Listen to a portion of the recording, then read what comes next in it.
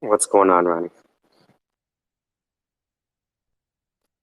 I'm not sure if we've ever spoken before, which is fine. Um, some of the smartest people in this room don't speak. And in this era of cancel culture, maybe you're the smartest one of all. That's good. Good. Cancel culture in favor. That's funny. Yep. Yeah. What you up to?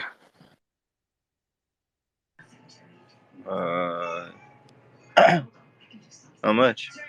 Just lying down. I'm not really thinking too much hard. It's a good way to start the night. Well, hello. We made it to the evening. Yeah, dude, it was a struggle. I almost didn't. I hear you. Whew. So what do you think? You think Genesis is right? Genesis is wrong? I think he's right. I think he's right. We wrote that together on the phone. I think the decentralization has been a marketing pitch that most people have bought into. Oh shit, Invisible's here.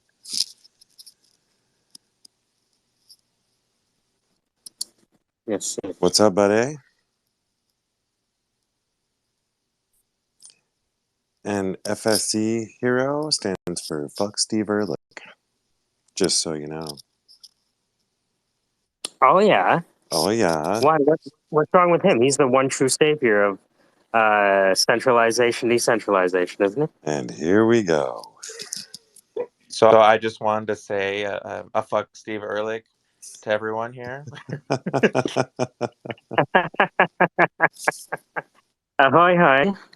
How's All it going? Have you guys met before? maybe. Can't remember. Nah. Invisible, so I've so seen are your you picture invisible. before, but like, yeah. You know, Yeah, I think we have met at least on one of these chats at some point. sure. One of these shit shows. I like it. This is the shit show. Welcome to the shit show. Yeah, Invisible, dude. I'm telling you, man. Voyager's gonna make it through chapter 11, and Steve's gonna lead us back to glory. Hey man, I just got like 22 cents selling my shares today. That's great. My wife says 23. Hey, it actually is great because it was like 9 cents just like a few days, well, a week ago maybe. And so I was like, okay, I'll hold out for 20 cents. Come on, baby. Did you 100x leverage that shit or what? No. No. Yeah. Dude, No, it yeah. it pissed me off so bad seeing the stock behind avocados skyrocketing. We made so many fucking jokes about avocados, and I never thought to buy stock in avocados. Fucking avocados. I mean, you can't really though, right? Is there a way to buy stock in avocados? Well, not avocado directly, but there's only like I think 2 or 3 companies that actually like deal in avocados. Yeah, I've never looked into it, so I Oh, don't. it's painful. All the fucking jokes we made about avocados and shit. We need a synthetic derivative for avocado pricing. Yeah, dude, I've missed so much shit. Like, for example, I knew like that Russia shit was going down, and it didn't click in time to like make a trade on that. I could have made a fortune. Like if I would have just like bet against Russia stock Oh, market. Oh my gosh. oh, dude. Yeah. Is there a swap for shorting the Russian economy? You could definitely short like the Russian stock market, you know. That's what I should have done. I was So like I was thinking, okay, so what I got to do is I got to like deleverage everything because maybe crypto will come down after that invasion occurs, right? So I did that, but I should have been like, wait a minute, hello, John, I can capitalize on this situation and just bet against the Russian stock market. God, I'm a dumbass. Dude, after watching The Big Short, I'm looking at what's going on in the mortgage industry right now. I'm like, is it time to short the mortgage market? Is that what I'm looking at? Kind of feels that way. You know, though, like I've only shorted one time in my life, and it's because like you can literally lose an infinite amount of money See short. that? There is a thing you can do though. So like if you're really there's what you can do is you can short it and then you can buy like a call, like a crazy call to like cap your losses, if that Mm. makes sense. So you could do that and you just have to look into whether it's still worth it if you purchase the insurance on top of it. I don't know if that makes sense, but A little bit. I'm starting to get clues.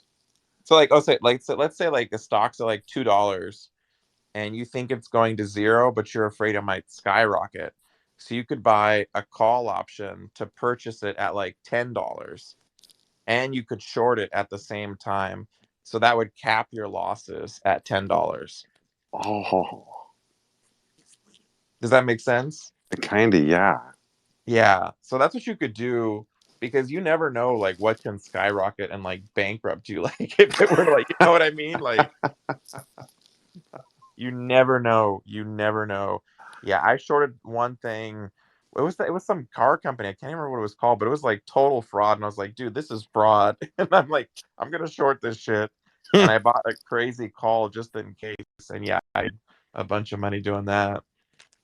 I have to think of what it was called. It was one that was like, yeah, we're gonna like beat Tesla because we're gonna what were they saying? They were gonna have like water that made electricity, like hydraulic electricity in cars. And I'm like, I'm calling bullshit. Oh. Ooh.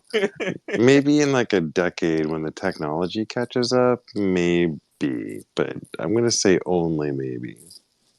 I'm calling Dude. super bullshit. Can you imagine how expensive it would be like to have like the water stations like converting all that shit? It's just not practical. Yeah. Hmm. Hey, what's up, Tattoo Jake? What up, Tattoo Geek? What's up, boys? Sorry about How that. goes? My mouth was like full of food. Wrong time to say that. But yeah, what's up? What's up? How's it going, man? Yeah, not too bad, mate. Yeah, good. Seen that Good, you're good. in the room, and I was like, hey, haven't seen Hey. you around for a while. Yeah, dude, my music drive has been kind of turned off lately, Hey, I've heard that from a couple people, bro. Don't stress. It happens. right? I went through a little bit of a blockage as well. I'm just finding it coming back to it now. Nice, nice. It's been interesting, man, because like I dabbled in the music spaces, and now that I'm kind of out of them, I get into spaces, and the music people come around. Yeah, that is true. Yeah, yeah. So, what were you guys talking about before I rolled in? I don't want to be rude and take the limelight off you. All What's good, the all consensus good. today? The consensus is fuck Steve Ehrlich. Oh, Ooh. definitely. Steve Ehrlich. So what's the last from Steve? What's the last thing that he tweeted? Oof, that's a good question, actually. That's a fuck. I'm gonna look that up. That's a good question. Bullshit. Remember when he tweeted bullshit like a week before? Yeah, yeah, yeah. Like Stephen Ehrlich. Last tweet was 7/6 when he posted up the voluntary financial restructuring process.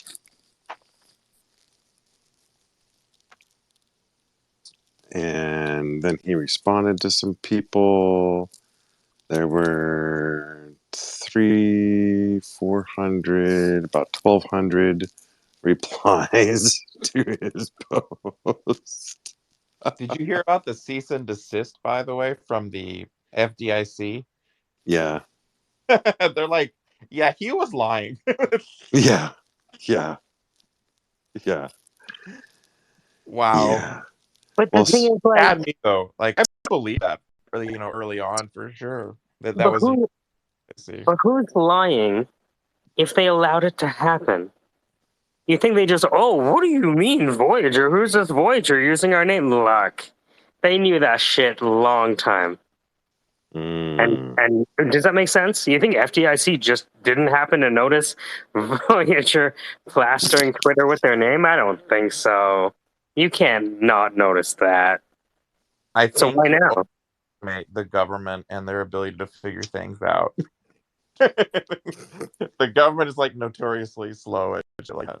see, that's kind of what I was. My initial response was like, nah, they're kind of idiots sometimes. Like the How way, many other cryptocurrencies you know invoke the name FDIC?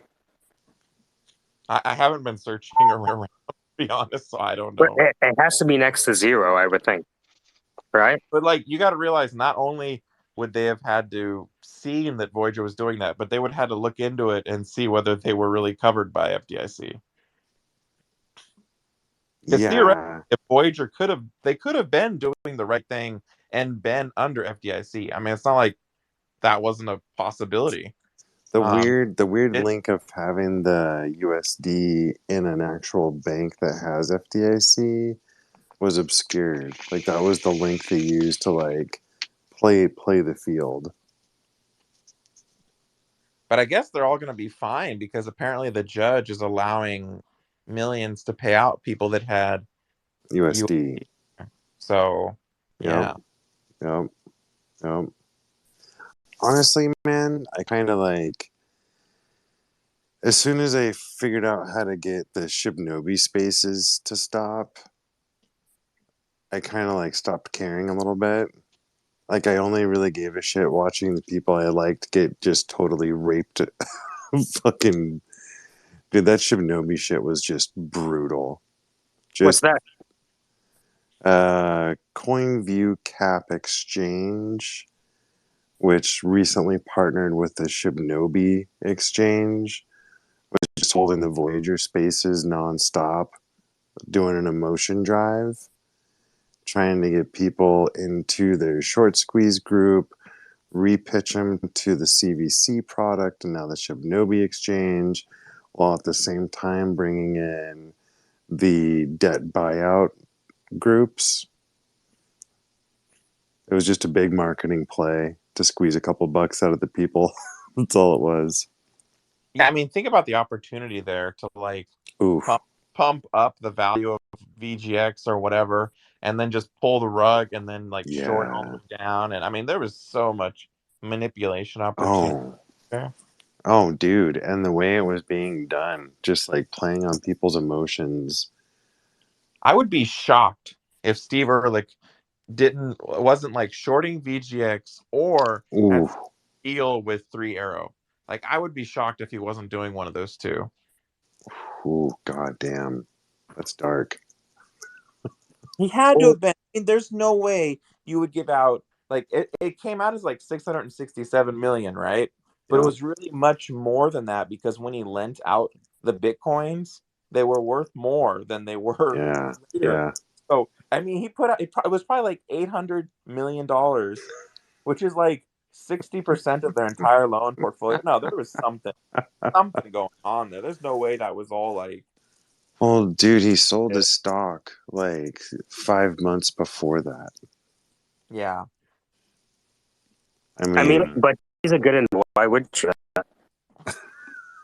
Seems like the most natural thing to do. Oh shit, this is tanking. Better sell my stock. I mean, Vitalik sold the top with the Ethereum Foundation. Is there anyone who owns these companies that hasn't sold the top? that's a good question.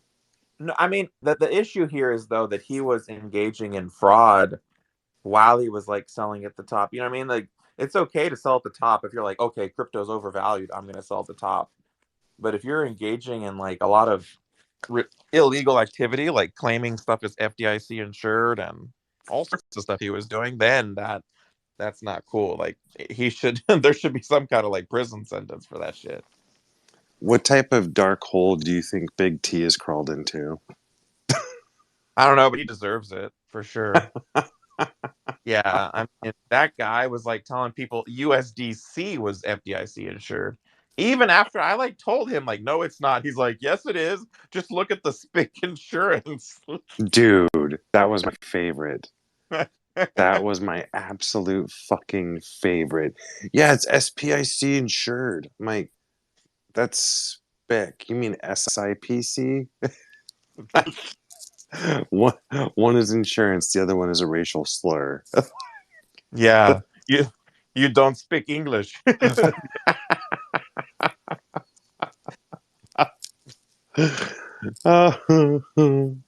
That's fucked, dude. That's so fucking horrible. And watching people try to decipher the Chapter 11 proceedings is just god awful. Just I mean, horrible. to be fair, I did like look at like the proposal Voyager made, and that's kind of why I realized, okay, yeah, I got to sell this at 20 some cents because it's going to be zero. What's up, Jeff? I saw your hand pop up. What's up, man? Yeah, I was going to ask, we talked about sentiment analysis before, and I was wondering, you were just talking when I joined in about the crypto people. Or you talk about crypto people, right? Not just stock people. Yeah. Crypto in general, and it would apply to stocks as well. When people are artificially pumping up something as being positive, if there is a way to figure out, like, if they seem overly eager or overly positive about something, to kind of assign a median positivity to the whole market in general and look for the spikes of people that are like way pushier. I don't know how that would work. Oh, See, that's so hard to do because sometimes it's legit, like the positivity, and how would you like know whether it's legit positivity or like, yeah, I don't know. That would be really hard to do. I think you have to kind of assume So it's a there's a bump and dump. thing with there's a thing with elections where it's actually like really easy to spot election fraud, because in general, like all the curves for similar counties like all look the same for different candidates. So they might go up and down um, overall, but the curves are going to be the same. And when you have like big spikes, like when Al Gore was running Palm Beach County, the Pat Buchanan thing was clearly something happened, because there was this spike for Pat Buchanan when there shouldn't have been one. And it turns out it was this butterfly ballot mistake problem, because in Florida we had these ballots where you had punch cards down the center, punch holes, and when Palm Beach County flipped theirs, the first candidate was on the left side of the page, and the second candidate was on the right side of the page, and the third one was on the left. And the people that weren't paying attention voted across and just like went up one to pick for the second hole, and didn't realize that the second hole was like Pat Buchanan or something. So they ended up voting for Pat Buchanan when they intended on voting for Al Gore in a very Democrat county in Florida. So Pat Buchanan this big spike, but that was noticeable because everyone's like, no, this can't be right. But there's other patterns that form in elections. I was wondering if it would be possible to analyze every single person who says anything about a stock in public, and then try to see like which one's not following the pattern. But how would you like? I don't see how you would do that, because like maybe there's a bunch of people talking about it, but it could be legit. Like, how would that pattern let you know whether it's legit positivity? Well, you'd have to have multiple sources talking about a particular stock or trade all being positive about it, right? Because it's about like which one's the outlier. Is there someone who's not kind of falling in line with the? I guess that would eliminate things like, was it Michael Berry, who might have like expertise on something that he's seeing something the rest of the market doesn't. So yeah, I guess you would lose out on that. Yeah, I don't know. It'd be interesting to find some kind of metric that you could follow, like maybe not the content of what they're saying. Jeff, I'm sorry to but interrupt you, the man. frequency. I Yeah, I don't think know. I'm rambling, but it's no. Jeff. I think you got an interesting conversation there, but I'm actually off to bed. And before I go, I want to say, so you motherfucker, what you posted up in the fucking nest? Oh my god. We're just looking through to see what it's saying. Oh my shit, dude. Oh my god. I mean, is he right? Whew. I think 2 years has borne out that thesis for most people.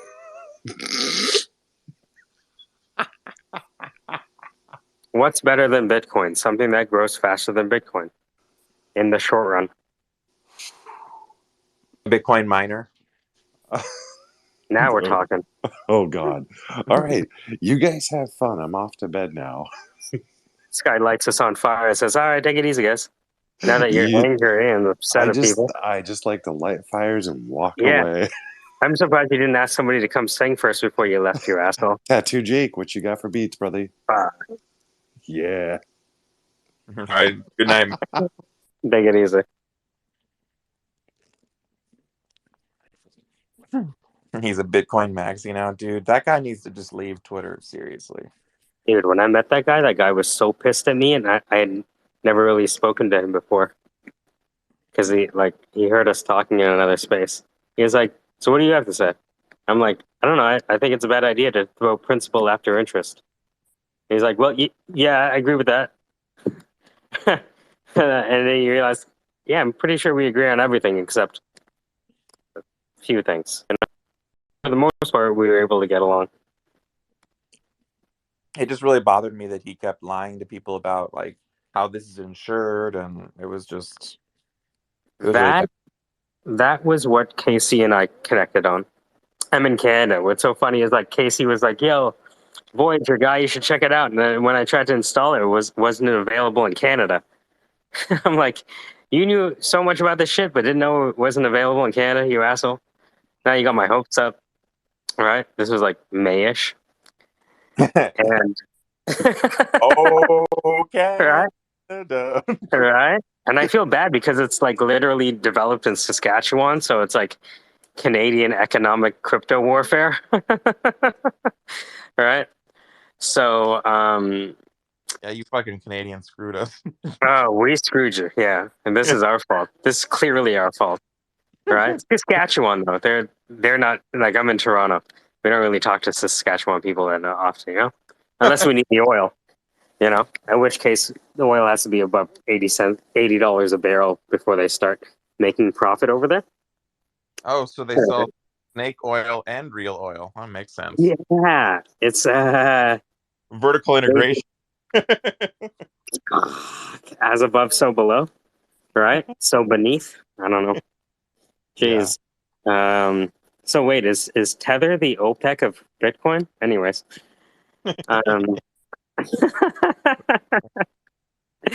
just some dude at Tether deciding what's the price going to be today. I think it's this. Yeah, so we just started talking about like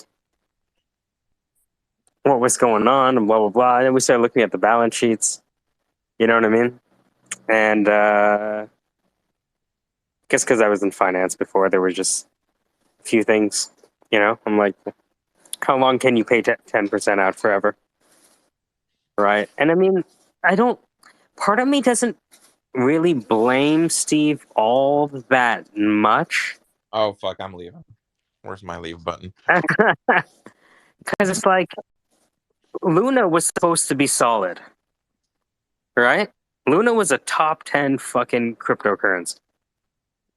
Dude, like the difference is that like Ehrlich was lying about shit, man. You are right about that. They should not like fucking telling people about FDIC. There's a line, dude. Yeah, That is a line that should not be crossed at all. Canadian Deposit Insurance Corporation, you put $250,000 into this bank, and if the bank goes belly up, we got you. That's what the CDIC says, right? Canadian Deposit Insurance Corporation. And that's why people put money in banks, is because they have that assurance, and it's literally a sticker on the window of the door to walk in, the CDIC seal. Yeah. Yeah. So I mean, to play that's fast and loose with that, that's not cool. it wasn't just that either. Like on his Twitter, how he was like calling bullshit like a week before and like a Right. month before, he was talking about how safe their lending practices are, and it's just lying everywhere. You know what? Now that you're reminding me what happened, um,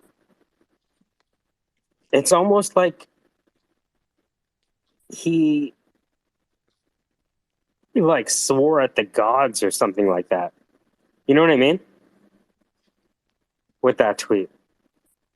Like he Yeah, tried to attack Mount Olympus. When you look I, at the commit timeline. dude, he knew that shit was going down, and he was just trying to like keep people from pulling out. Oh fuck. You think that's true?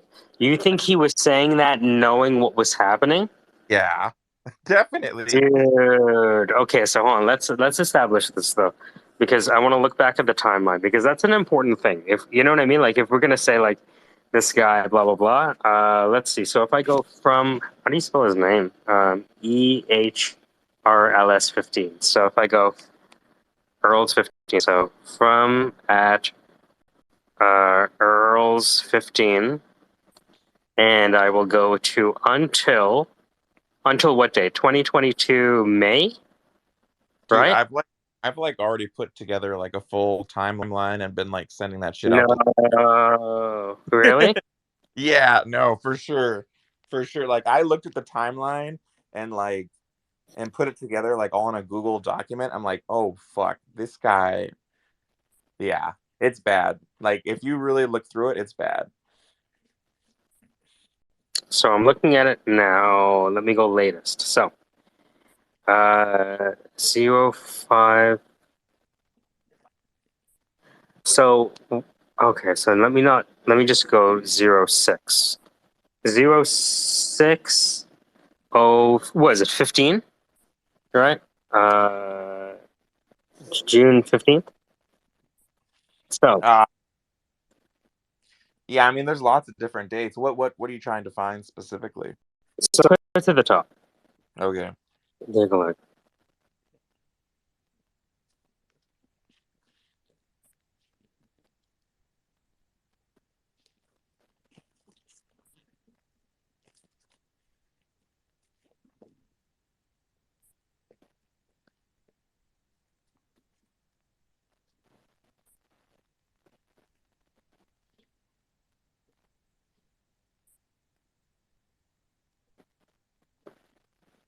This is dark, dude.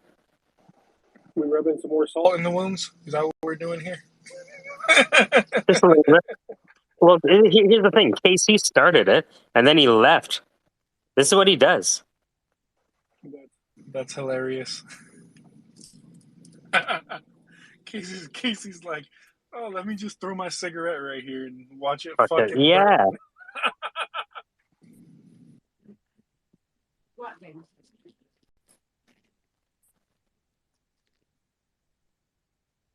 Dude. This is dark, dude. Now that it's sunk in. What do you Yeah, think about?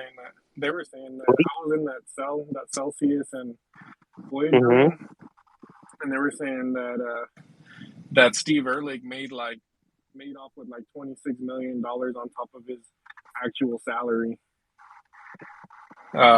That's fucking insane. You know what? I'll be honest with you, dude. Like, if something what I was involved in dropped that much, just to stay alive, I would say, you know what? All the money I made, fucking have it. You know what I mean? Just so I could stay alive halfway. Does that make sense? Mm-hmm.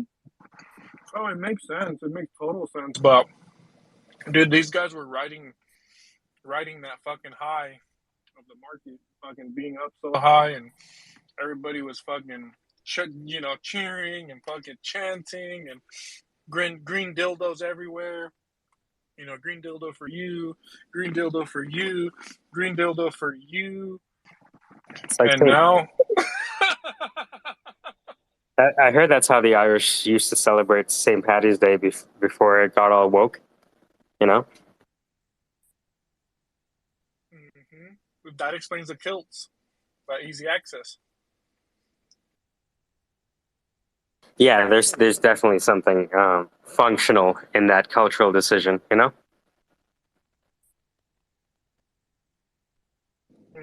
Dude, imagine like just being able to have your own like portable like little screen for when you need to take it just real quick. I love that joke. What do you wear under a kilt? Socks and shoes. Dude, I was trying to send you my Google Doc, but are you like blocked with messages on Twitter? Or? Oh, let me follow you. Let me take a. Yeah, this should be interesting. You know, it'd be interesting to do a fucking sentiment analysis on all of fucking Twitter. Dude, we have to, bro. I was in another space and they were talking about how they were like, man, you know, I hate that I have to have content over here and content over here and content over here. Like, why can't there just be one place? So we have to do it, man. We're gonna have to do it. Do the sentiment analysis on all of Twitter. So then we can get that fucking bitch-o-meter up in the freaking nest. If you're acting like a hoe, we gonna let you know.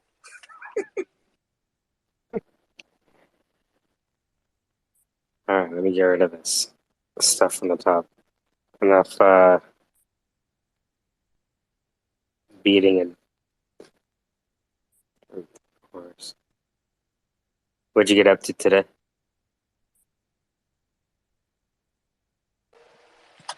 Nothing much. Just waiting to hear back from the loan officer to see if he needs any more information. I was thinking about that. Where is that? Well, he sent it to underwriting. We're just waiting to hear back from him. My wife's like freaking the fuck out though. She's like super stressed.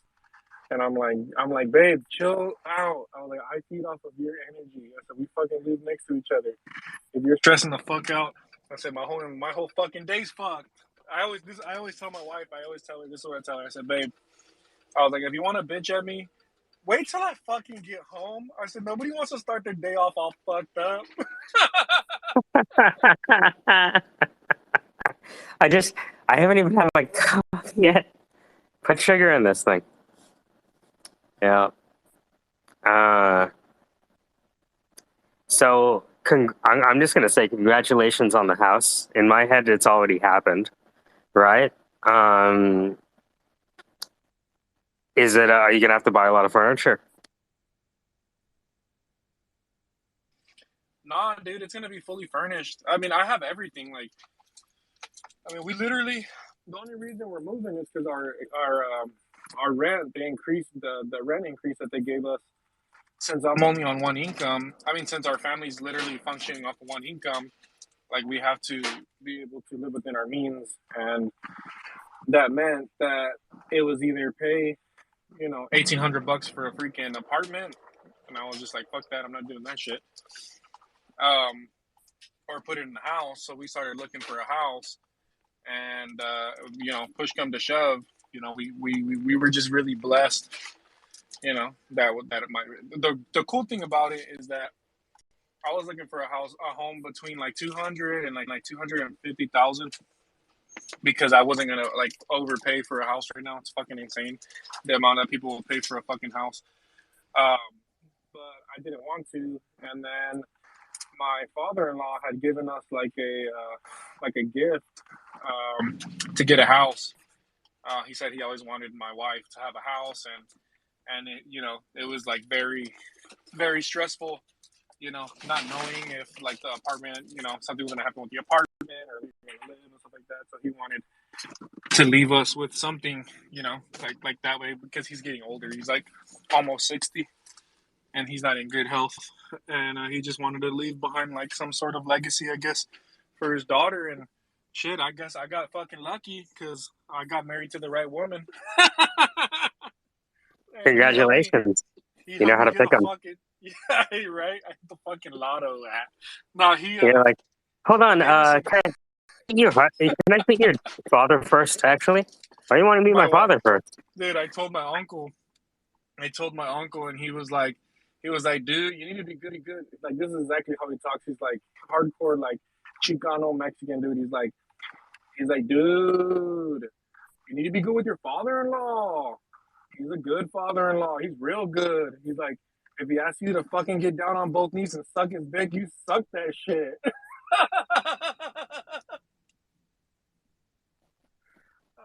I mean, he's not wrong, right? Like you're walking into your future right now. I remember my uncle in Clearwater, Florida, Fort Lauderdale.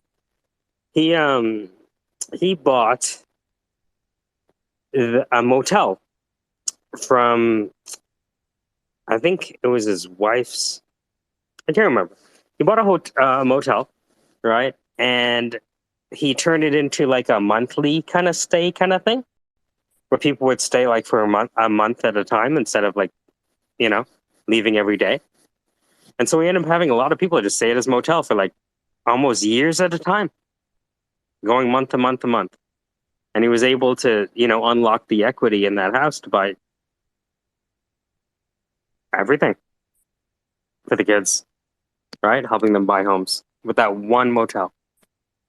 Yeah, dude, that's like where I'm at in my life right now. Is like, I've always like wondered like why shit was taking so fucking long. Like I'm like, fuck, dude. I'm literally fucking doing everything the right way. Like, at least in my eyes, right? I'm literally doing everything the right way.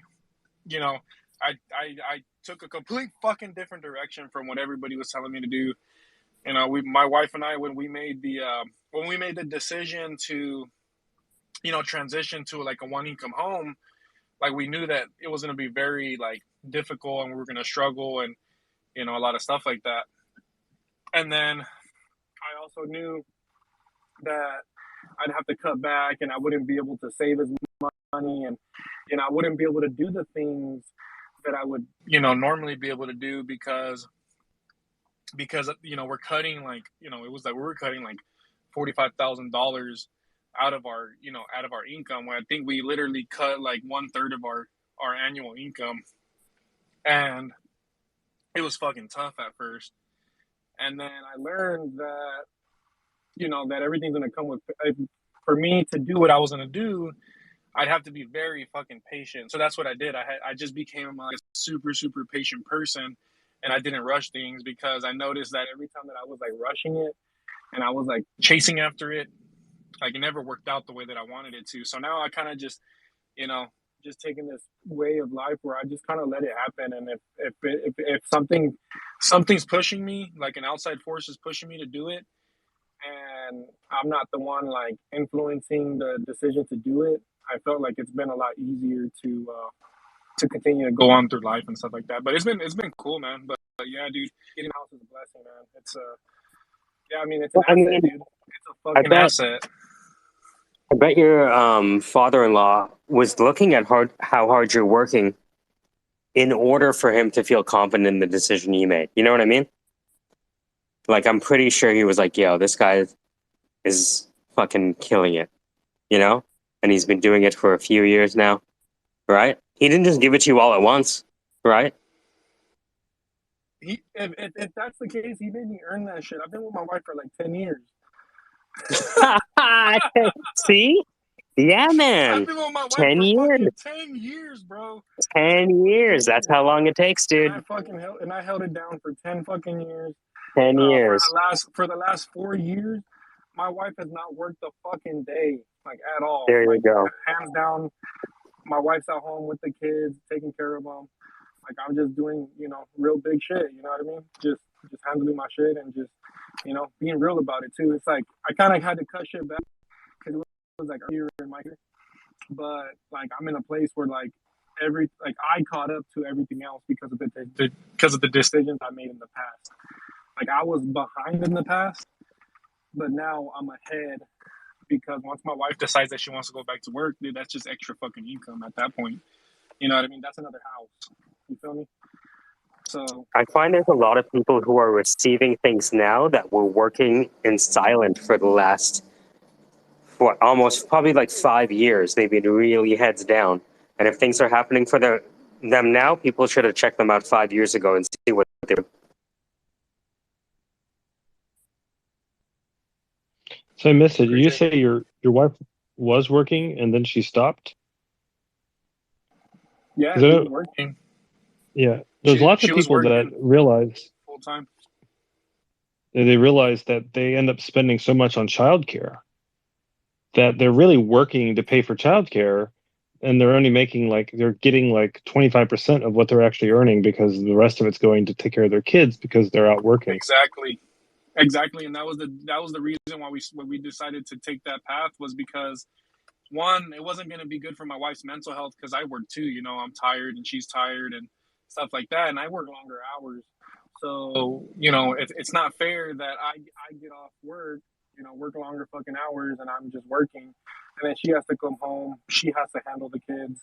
You know, she has to put them to bed, and it's supposed to be like a, you know, we want to. There has to be some sort of compromise within our marriage for us to have kids. Yeah. So we just decided to take that route, even though we knew it was gonna be fucking hard. It was, don't get me wrong, dude, it was fucking hard. I was like stressed as fuck. There was some days where I was like, fuck, how am I gonna fucking do this shit?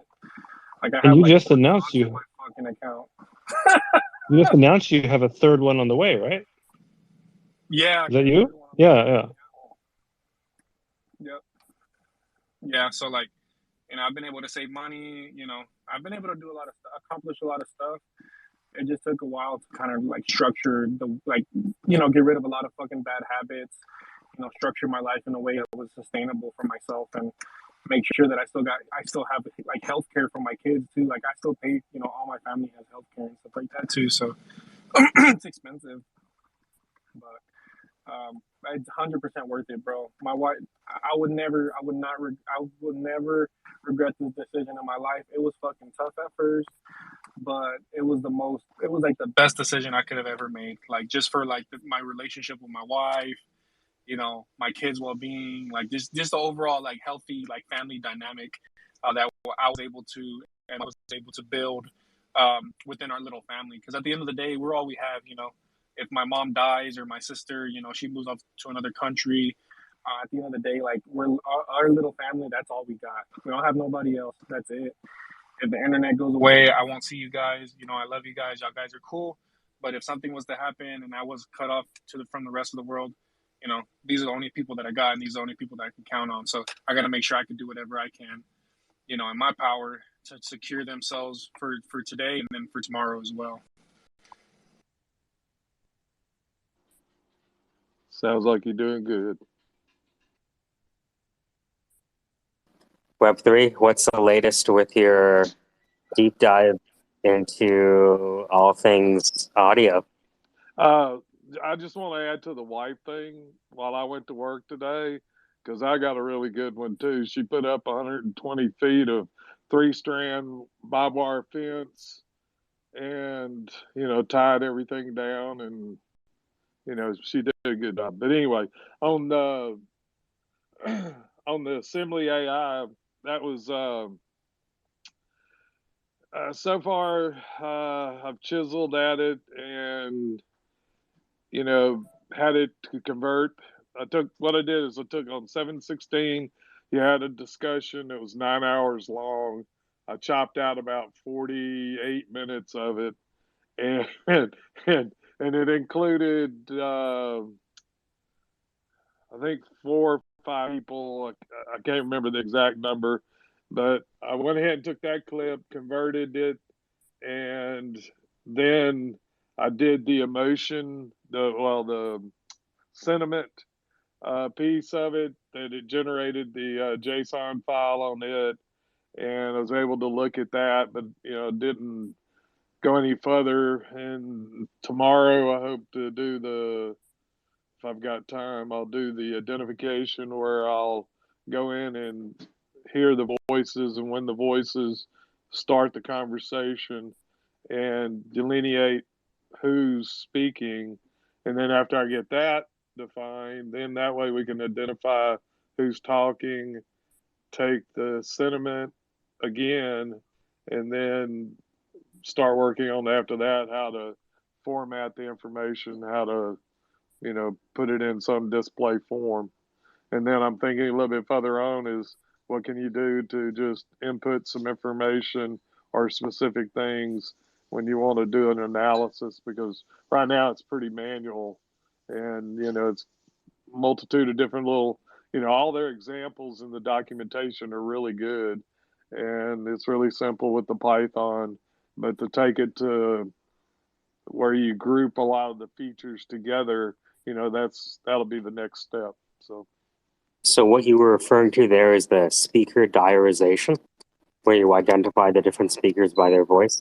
Yeah, well, yeah, that's it. It has a way you can, that's what I was reading when I left this afternoon. I didn't get a chance to play with any of the code, but yeah, you can differentiate, based on who's talking. So, and that would be good, if that works out the way it seems in the documentation, I think it'll be pretty neat. So, because that way you can compare it to speaker one, speaker two, because right now on the sentiment, it doesn't know, it just says speaker something, and it doesn't do, any really identity. It doesn't know the differential or how to differentiate it. So that's, the next step. So Yeah. Where are these documents that you're reading? It's in the it's under their In their like website. resource center? Yeah, it's in there. It's kind of hidden a little bit. I don't remember exactly where, because I did a Google search to get to it. And when you go to their resources, it's kind of like it doesn't take you to, it's like it's not intuitive. So I searched. I said, come on, it's got to be better than this. And you can also go to GitHub, and I think at GitHub on their page, it takes you to the documentation. So they have an assembly, AI, section in GitHub on some code examples, like with Python and that kind of thing. And I used that example to just run a generation of the text. And then I took the documentation, the code snippets, and ran those and played with those. I tried a couple of different ones like curl and PHP and those guys. And I, wanted to see what they did. They did the same thing, of course. And, but, I went ahead and used the Python. And then I created a cloud folder for myself on my private cloud, and then uploaded those so that wherever I go, I can work on it. So.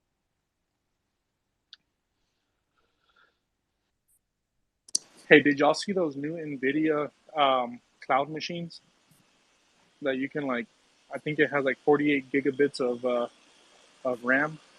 It's fucking insane. Have you seen it? No, I use I've got a Drobo that we use as a NAS for internal in the house.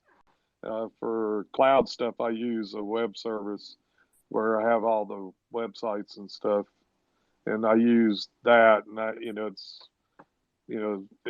it's relatively inexpensive, but I got to live with those guys. You know what I mean? Yeah, I feel you. You want to make sure your shit's secure. Yeah. Well, it's a tertiary. I do 3 places usually, and I've got either standalones of all the data where the individual drives sitting off in a box. The Drobo's one because my wife's got how many hours? We got about 90 days of 24/7 video, movies, TV series, all kinds of stuff. So if the internet goes out and we can generate power, we'll still be able to watch TV. So Nice. Yeah, I just got into I don't know if you're familiar with an open source tool called Real Debrid. You know what? yeah, I've heard of it. I don't know any details around it, but I've heard of it. Yeah, so it's just an open source like file like repository. So like for instance, like if you're using a like a Fire Stick, you could you can put like a specific application on there, and then when that app opens up, it'll give you like stream like 100 unlocked. You'll like unlock like premium streams at like the max like bit rate and everything. It's really nice. Like there's no buffering or anything like that for $15. So like I cut everything. I cut Netflix, I cut Hulu Plus, I cut Disney Plus, I cut all my streaming services. And I just use that now. It's nice. It's really nice. That's interesting because that's what we're slowly doing is cutting, all the little extra services and that kind of stuff. We're slowly eliminating those. We have Netflix is the only one we still have left, and we'll probably be done with it by the end of the year. But and then she has access to several free things that she signed up for, my wife, years ago, and she still have free accounts for, what is it, Tubi? Yeah, Tubi and a couple Yeah, other things. Tubi, Crackle, Yeah, and all those those. kind of Yeah, things. Yeah. So, but that sounds interesting. That's like a Fire Stick. Is that what you said? yeah. You get the Fire Stick, and then if Mm-hmm. you go to, you could go to like a different website like Fire Stick Tricks or whatever. Uh, But it's like an APK that you flash onto the Fire Stick, and it downloads it and it installs it through like a third party website. And then once it's on there, it functions like once it's on there, it just functions like a regular app. And then you just make an account for the Real Debrid, and then you just go into Real Debrid and add the device. And like you can add that device, you can add that to every um, you can add it to like a bunch of TVs. I have it like my sister has it. I have it like on all my TVs in the house, and like it works perfect. It's nice. that's pretty neat.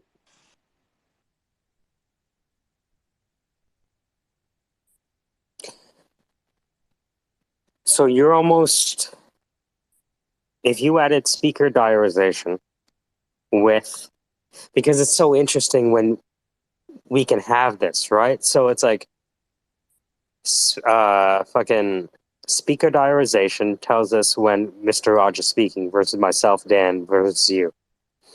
And so, for example, if we got the sentiment analysis and speaker diarization, right, I could look for fights between people.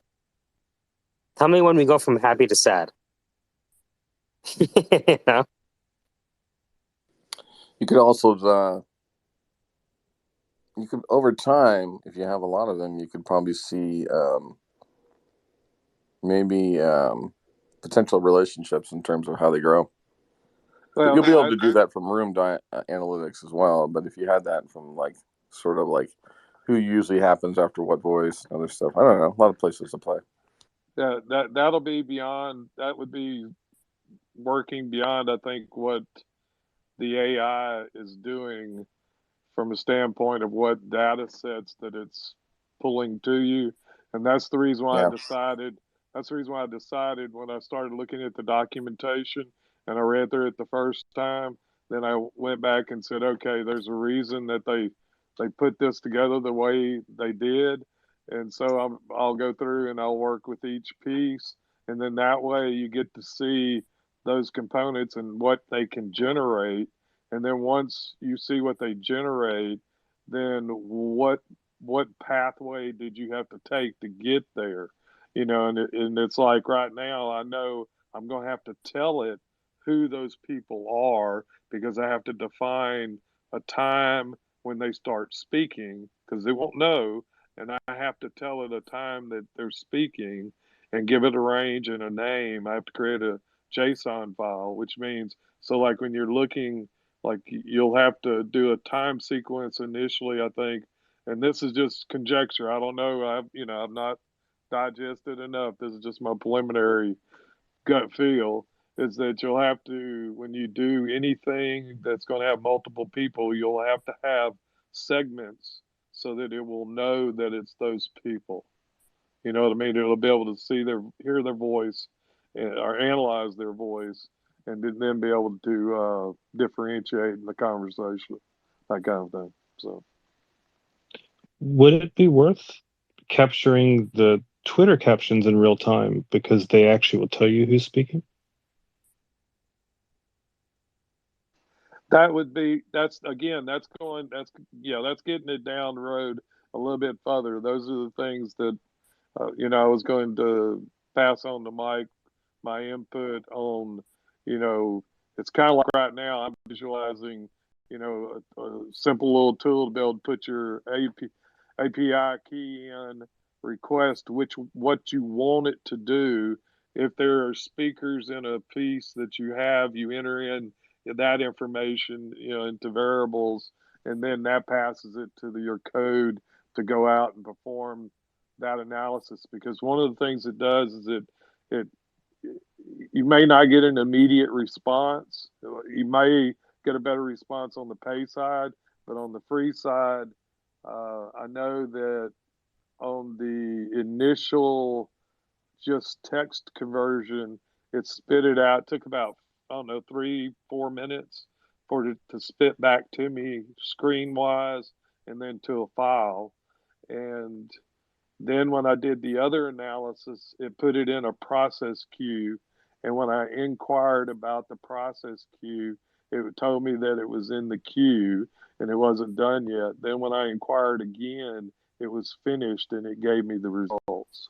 So I know that there's, some time interaction, that you got to give it some time, especially if you plug it, with 9 hours. And that's the reason why I only took 48 minutes out of it. So, Right now, to your point, I looked at the Twitter Spaces data dictionary, all of the objects that are exposed by the API right now. And right now, captions is not there as far as I've seen. It could be there in the future. And it could be like, okay, so when, as soon as they do offer that, then, probably get it from there, right? Because that'll ostensibly be free. yeah. I would assume you'd go ahead. have to aim like a video camera at a phone that's just listening in and look at the feed and record it in real time. That's a possibility too.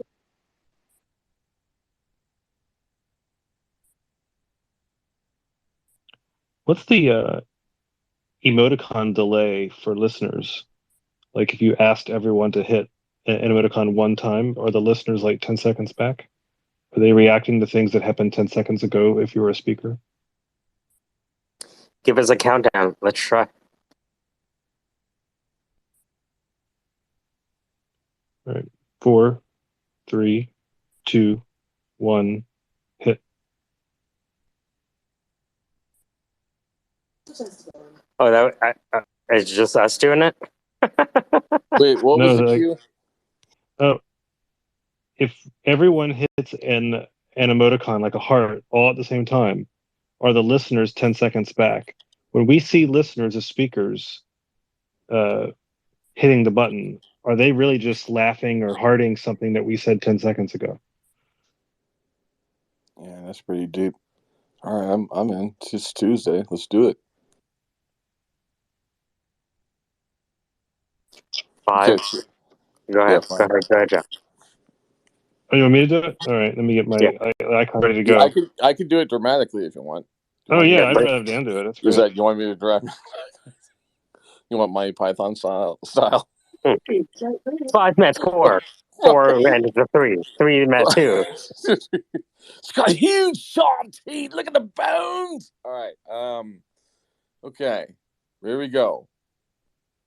5, 4, 3, 2. Pre-flight check. 1. Ignition. Go.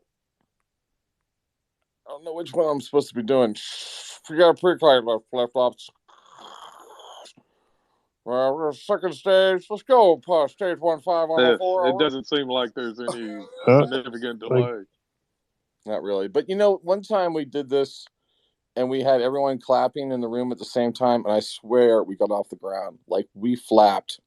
You know what I'm saying? We were there, and we flapped, you know? And we got off somehow. But it was good. Can you I give us swear, the Armstrong speech before liftoff? You know, and it'll lead up to the emoji Cambrian explosion. Yeah, absolutely. And it's unless there's too many trolls in the room, and then we go throttle up, and then we just rug the space right there.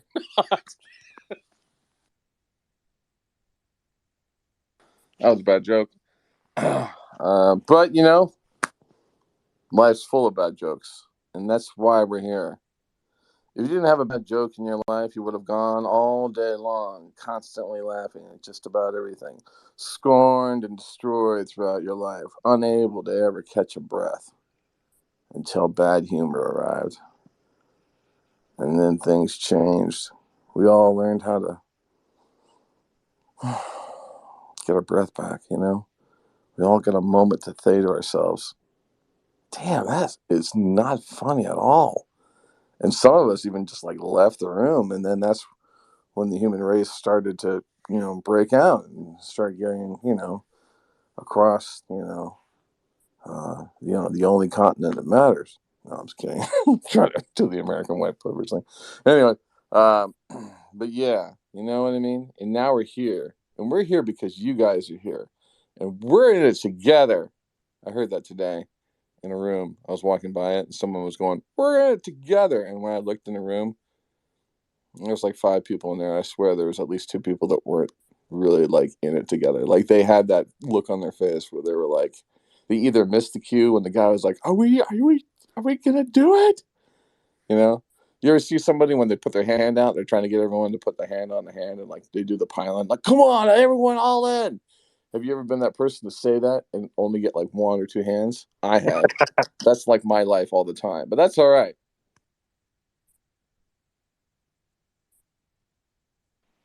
I just get standing stares.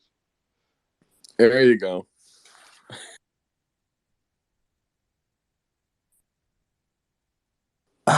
You're listening to the Syndicate. It was late on a Tuesday evening, and all was calm throughout the house. Jeff was getting ready to take on his helicopter again, and Web 3 was burying the final 3 bodies in the background. Michael was served up, getting ready for the game ahead.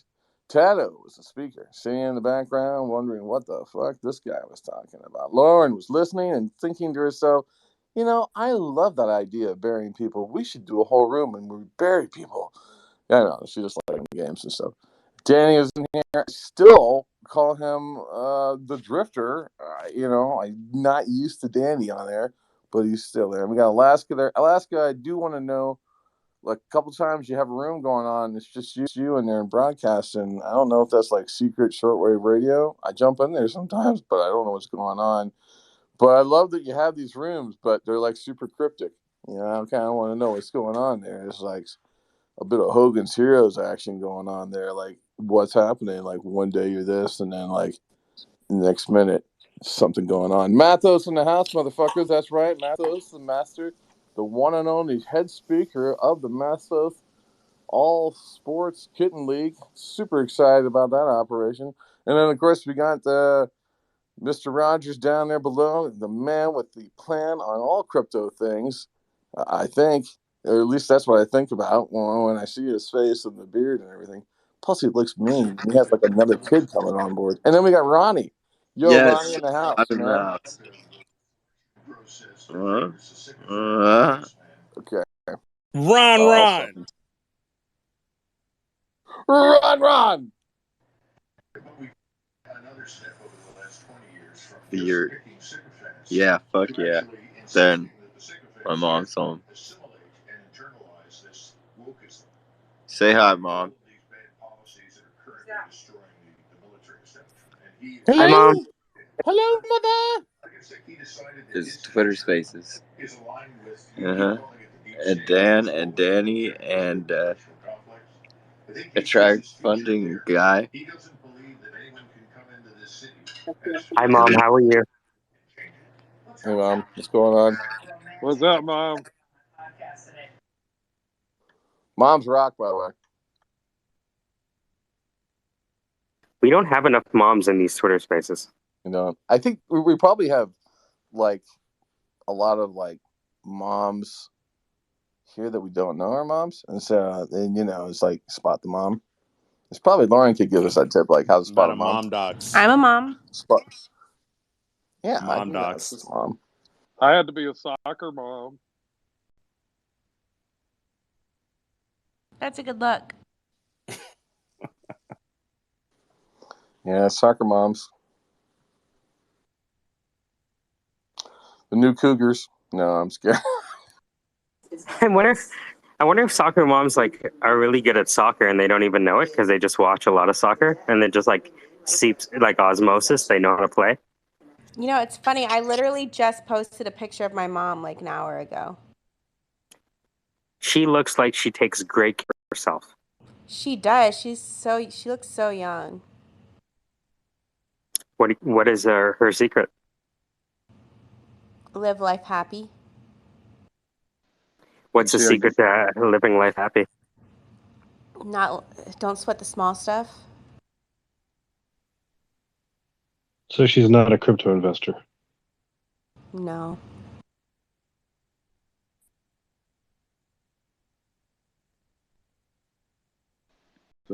Does she collect funds?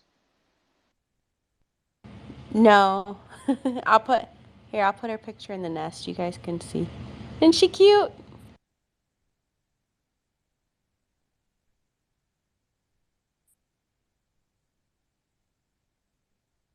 I was like, whoa, is that Lauren? And she's like, honestly. My mom looks way more Asian than I do. Can we ask her age, if you don't mind? She was born in 1964, so that would make her... That's 58. nuts. That is crazy. She looks really good for that age. If only we avoided crypto, right, guys? Yeah, less sleep and DJ hours is bad for your health.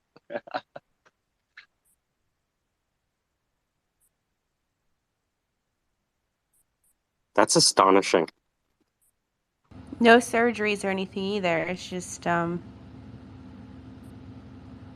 being happy. Or at least it's like a mindset, right? Happiness is truly a mindset. That's what I think. Because you're always going to face shit in some aspect or another. But it's like that shit is only up to your perception. So if you believe that, you just have to shift the situation that you're in by shifting your thought process around it. And then you can climb out of any hole.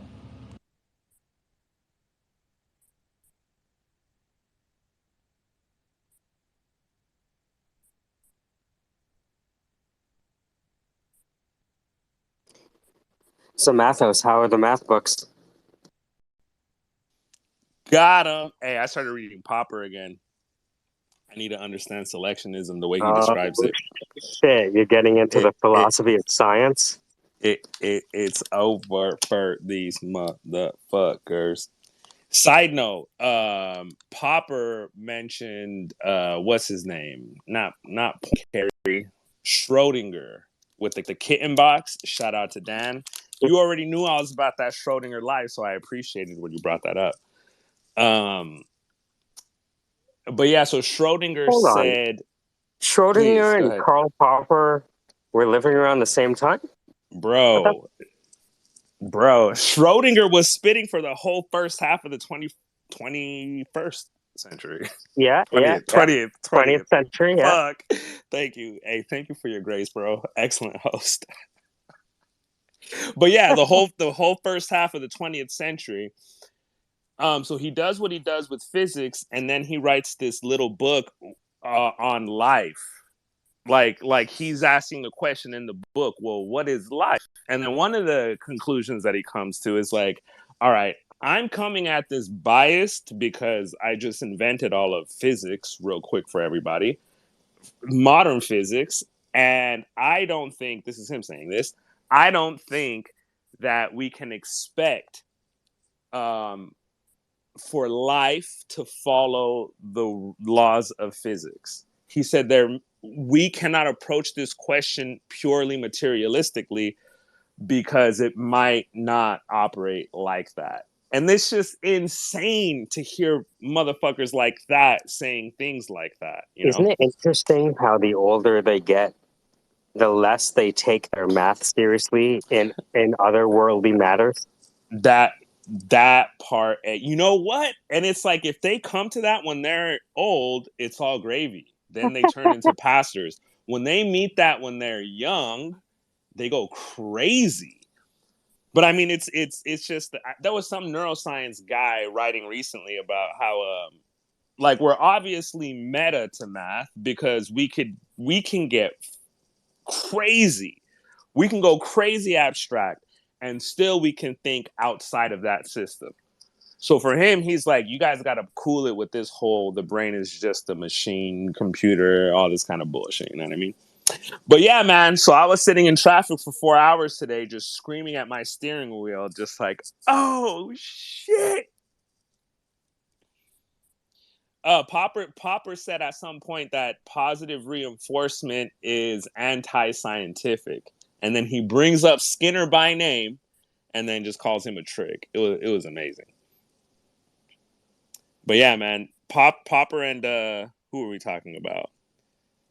Eric, Irwin, Carl, and Irwin. They be out here.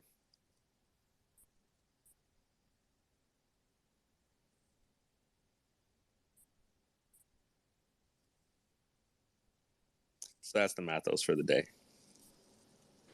Has anyone said hi to step down from the Sandra? stage. I just want to Hi, say hi to Sandra. Sandra. Hi, Sandra. Hi, everyone. Hello. We missed you. Sorry, running a little late.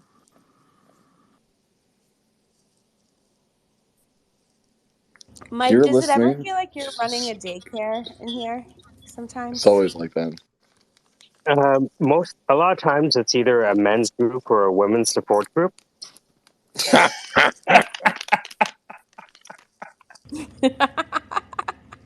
Totally see that. Oh shit. That's so true. Yeah, it's usually in the late night that we run a special on women's support groups. Yeah, it wasn't open earlier, and I was like, Mike, where's your space? Where's your space, Mike? Mike? It just feels weird. Yeah, it doesn't. Dictatorship doesn't turn on until after midnight, typically. I wasn't looking for the dictatorship.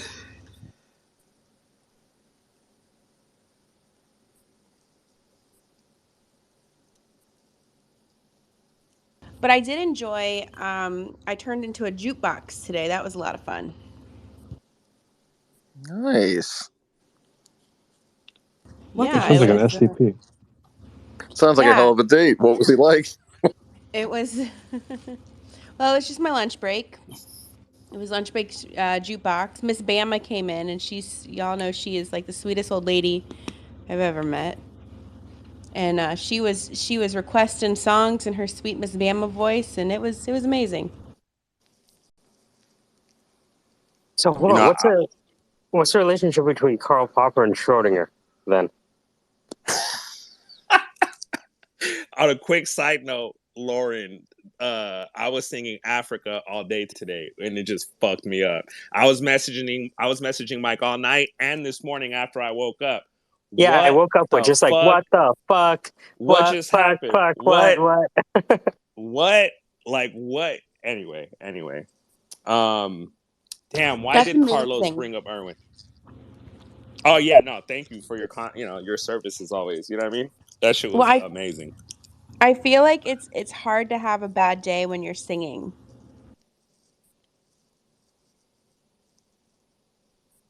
My mind was changed. It can still happen. Trust me. It can still happen. Like you can still be singing and still be like you could be singing like, didn't get the money, can make the payroll, I'm fucked. Ooh, Like, shit. you know what I mean? You can still sing that, or you can sing, I don't Hey, now. want to pay 40 points on this cash, but I need it tonight to get past the last. I'm going to Yo. dead, and I'm really fucked, but I Can you got Hey. sing my I best never with wanna me. dance again? Hey. Exactly. Guilty pleasure has no rhythm. It should be never want to found a business again. I don't want these hassles. That's what it should be.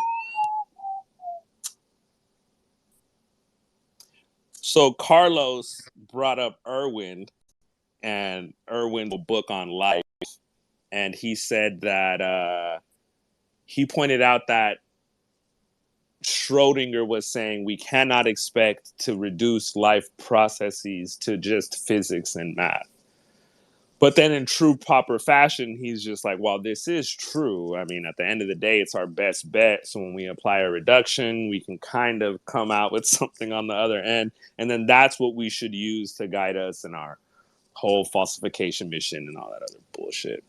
But yeah, but he would just bring up, all these STEM lords. Like, look, man, you can't sit here and argue that it's all algebraic structure because not even your God believes that. Their God being Schrodinger. And Schrodinger worshiping the one true God. So it's,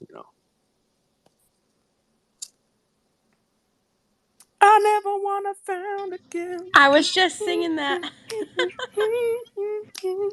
Hold on, what'd you call them? What lords? STEM lords. STEM lords? These STEM lords. It's like, nice diagram, you little bitch. I also read the intro to category theory. Fuck you, dog. Yeah, in the 90s we used to have a different lords, but it's 2022 now and we don't look towards those things anymore. Wait, what were those lords? Oh, you're a bastard. Fucking horned horse. Come on, man. Never mind. Edge Lord has been a thing, bro. You can't take it too far back. Yeah, I'm about to get fired.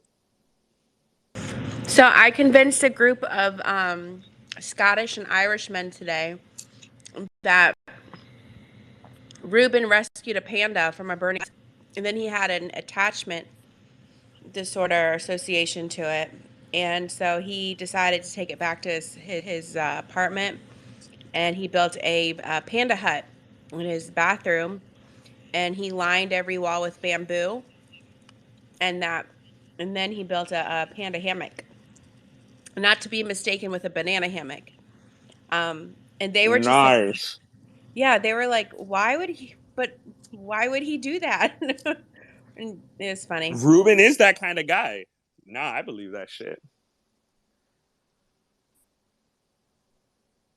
I have a wristband that says RW, meaning Ruben Wood. Anytime I see something, I just hold it up to remind myself RW. Yeah, it's pretty great. Guilty pleasure has no rhythm. So Schrodinger did all this science and said, kind of, but it's kind of, let's put it over here for a sec. Yeah. Fascinating. The book that he wrote on pondering life, trying to pin it down to all this STEM Lord diagram crap, he was like, well, if it resembles anything, it'll probably resemble a quasi-crystal structure. So he called them aperiodic crystals, or he compared it to an aperiodic crystal system. And it's, the theology has been pointing to language like that. So it's like when he comes on, he's like, nah, guys, like, it's just fantastic. So him writing that book and saying those things in the order that he said them is what inspired Watson and Crick, who end up doing all the research that proves that the material, like they had a hypothesis of genetics. Like they understood that there were structures that offspring were inheriting. It was clear that the case because kids look like their parents, hopefully. And if they don't, then you start asking questions, and then some people would have answers, and it's like, oh, okay. But so we always had that, but it wasn't until I think Schrodinger that they said, no, there is a genetic material. Like there is a substance. And then Watson and Crick go in and they find DNA, and it turns out, you know, like, oh shit, this is it. This is that aperiodic thing. And, you know, like it is. You And it know, grows like that. there was a guy, I think his name was Martin Shackman, and he won a Nobel Prize for, I think, this quasi-periodic crystals, right? And what's funny, when was this? I'm trying to find, what's his fucking name? Was that recent though, or was that fairly recently, actually? Dude, and Irwin be out here, dude. And so the crazy thing is that quasi crystals, I think it was. What's funny is that when he won his Nobel Prize, the other person that had the prize before him, I found it funny that like he got a Nobel Prize for disproving someone else. Oh, nice. Hey, Popper's out here winning twice. Yes. Let's go. So I thought it was crazy that you could win a Nobel Prize and then somebody else wins a Nobel Prize for like deleting yours, you know? And dude, when you see how these people treated this guy, dude. The new guy who won? Yeah, dude. Nice. They were like, fuck you. Hey. No, that doesn't exist. You are a fucking idiot. I'm like, I'm seeing it in my camera, in my fucking microscope right now. And they're like, fuck you. And this guy had to wait 20 years to be vindicated. You've shared a video with this guy talking, right? Yes. I'm going to put it to the top. I just found it again. But yo, if anyone like has a bunch of people like just telling them something they know is not true, just watch this video and watch this guy have to fight. No. He had his boss say, don't publish this because it's going to make us all look like fucking idiots. That's what his boss told him. Wow. And see, Matt, this is, dude. Popper's whole thing on falsification, when people bring him up, especially the sociology lords and market research lords, they love to bring up how falsification is an incomplete system, and you know, it theoretical physics proves it wrong. No, you don't need fucking testables. Like, you could still come up with some bullshit and then derive other outcomes and then focus on those, because you can't get to the high energy physics shit. It's just physically impossible. But if that's true, these other things should be true, and that's what some of these motherfuckers are finding. I saw a bunch of people look at a whiteboard this week, and they were like, what about this? Oh, that's right. Yeah, that would break the law. You're right. And I was like, dude, nah, it's crazy. But yeah, so that was Popper's thing with falsification, is that he said that was one of the weapons against what he called big science. Remind me of falsification. Falsification is in contrast to verification. Verificationism being, we run experiments, and based on this experiment, we now deduce that some fact is true.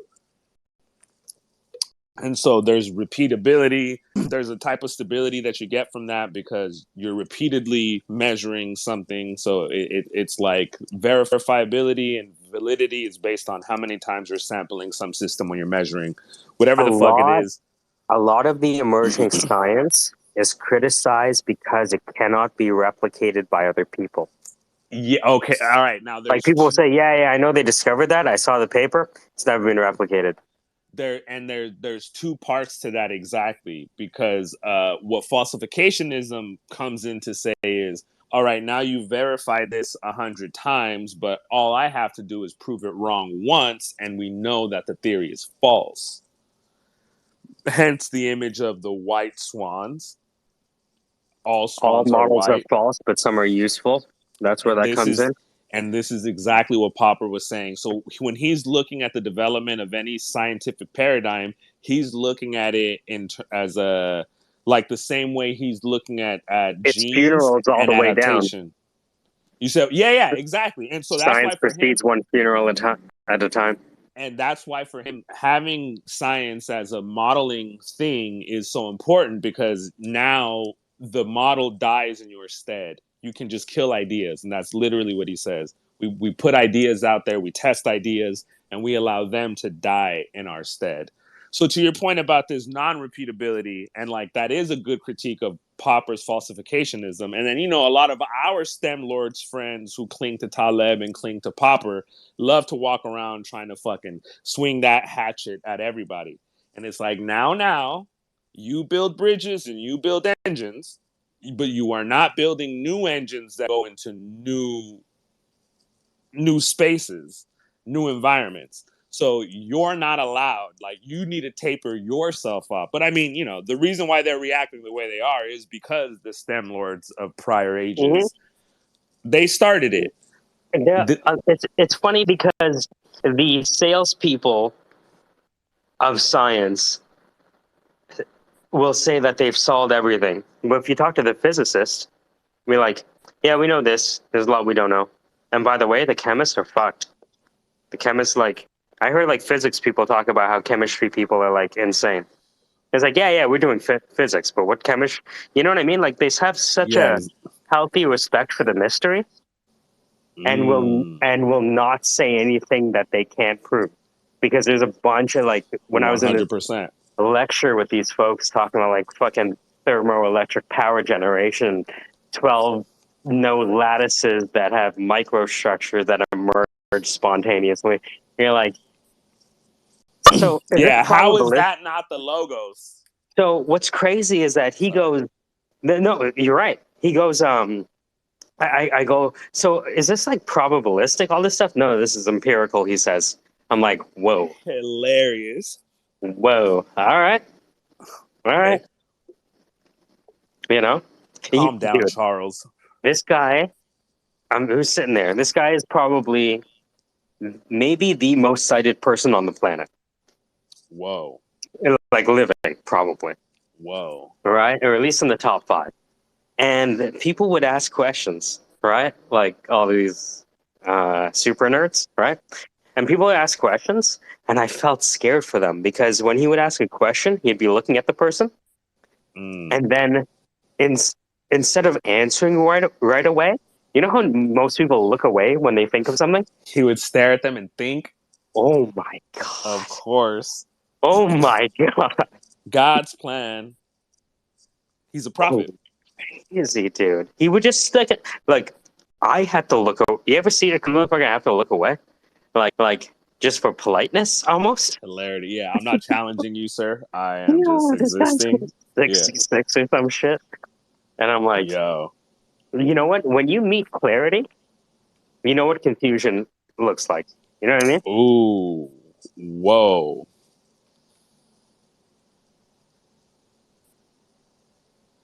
How dare you mute yourself after saying that? What the hell is that about? It's the equivalent of dropping the mic, right? Yeah, I was like, you better be coughing. Take that. Jeez. And this. Oh yeah, and it's like a kind of like a. How come people don't like come back onto the stage, tell another joke, and then drop the mic? That would be interesting. Just a whole set of just mic. You know what I mean? Like, I wonder if somebody could put together a set where everybody joke was a mic drop. Yeah. Oh man, that'd be like the ultimate set, dude. Like, don't save it for the end. Give me that shit in the beginning, and over and over and over again. That's hip hop. Right. You know what? That is the closest we have to that is different verses pieces. Right? Yeah, somebody to finish the line. Shit, that's what Lauren was doing with us yesterday. Yeah. You look like a jalopy. You know what I mean? Like all that shit. Yeah. Come again? What'd I do? Battling. Oh, yes. You're a battle rapper. Oh, yes. Sandra's got a little battle rap in her, too, though.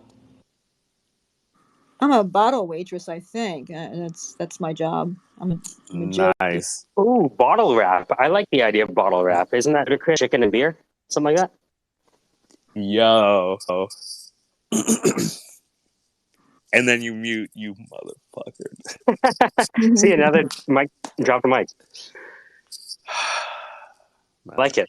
Jerry Seinfeld had this joke about how it's really hard to hang up the phone angrily on people because, like, screw you, and then you smoothly slide across the phone to hang up. Boom.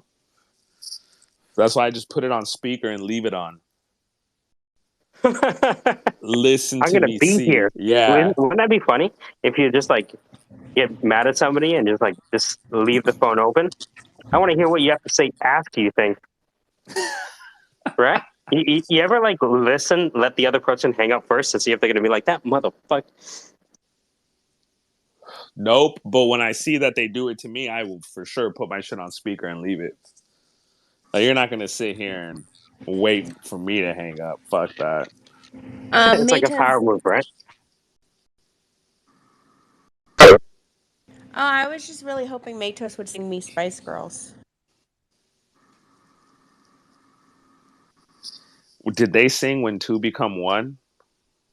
They did. I'm so happy you know that song. No one ever knows that No. song. Well, yeah, I was like, I don't Candlelight and remember. so forever, a dream of you and me together.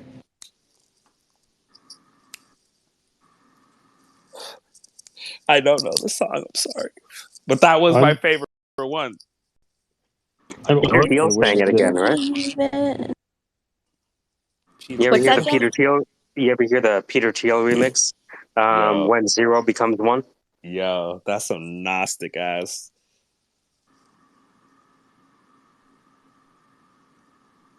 Does he have a book that talks about 0 to 1?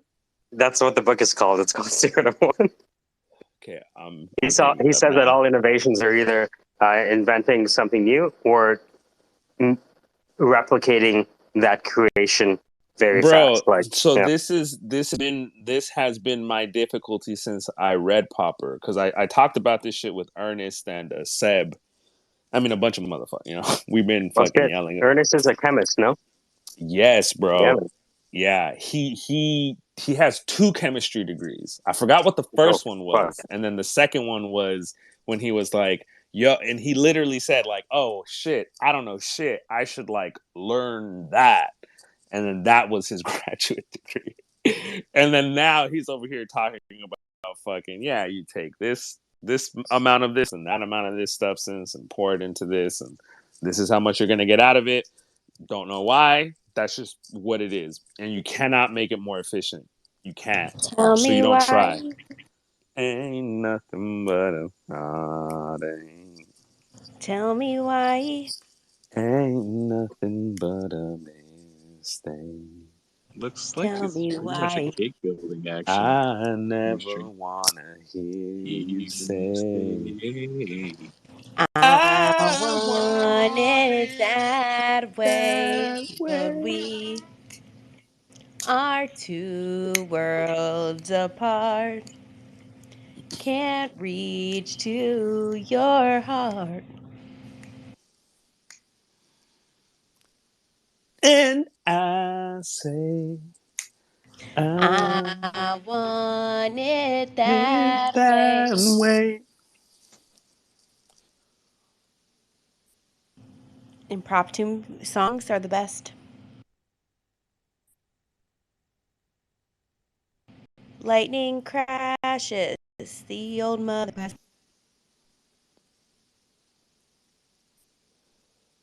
Oh, that's deep. That was just a profound line, and I don't even know where that's from. I'm just a fan. You know about lightning crashes? It's a good song. It's about a childbirth, isn't it? Or at least the music video is. I think it's about so much more. But yeah, Yeah, it but, is a I mean, deep we could say song. that about chicken wings. That is one of the best ballads from the 90s, that song. Who Her sings it? placenta falls to the floor. Live. Oh, Whoa. yeah. The Sounds angel something like opens her about baby. eyes.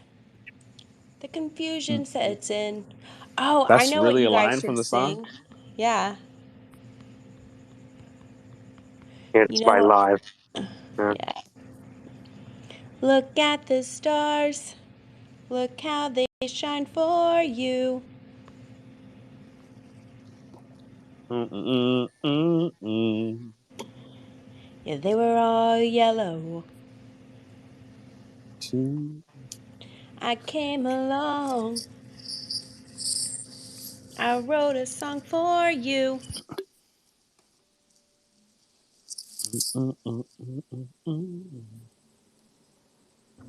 And it was called Yellow. Hit it. Your skin. Oh, yeah, we're skin and bones. Just... See, this is where you have to shift up the vibe. Ready? Early in the morning.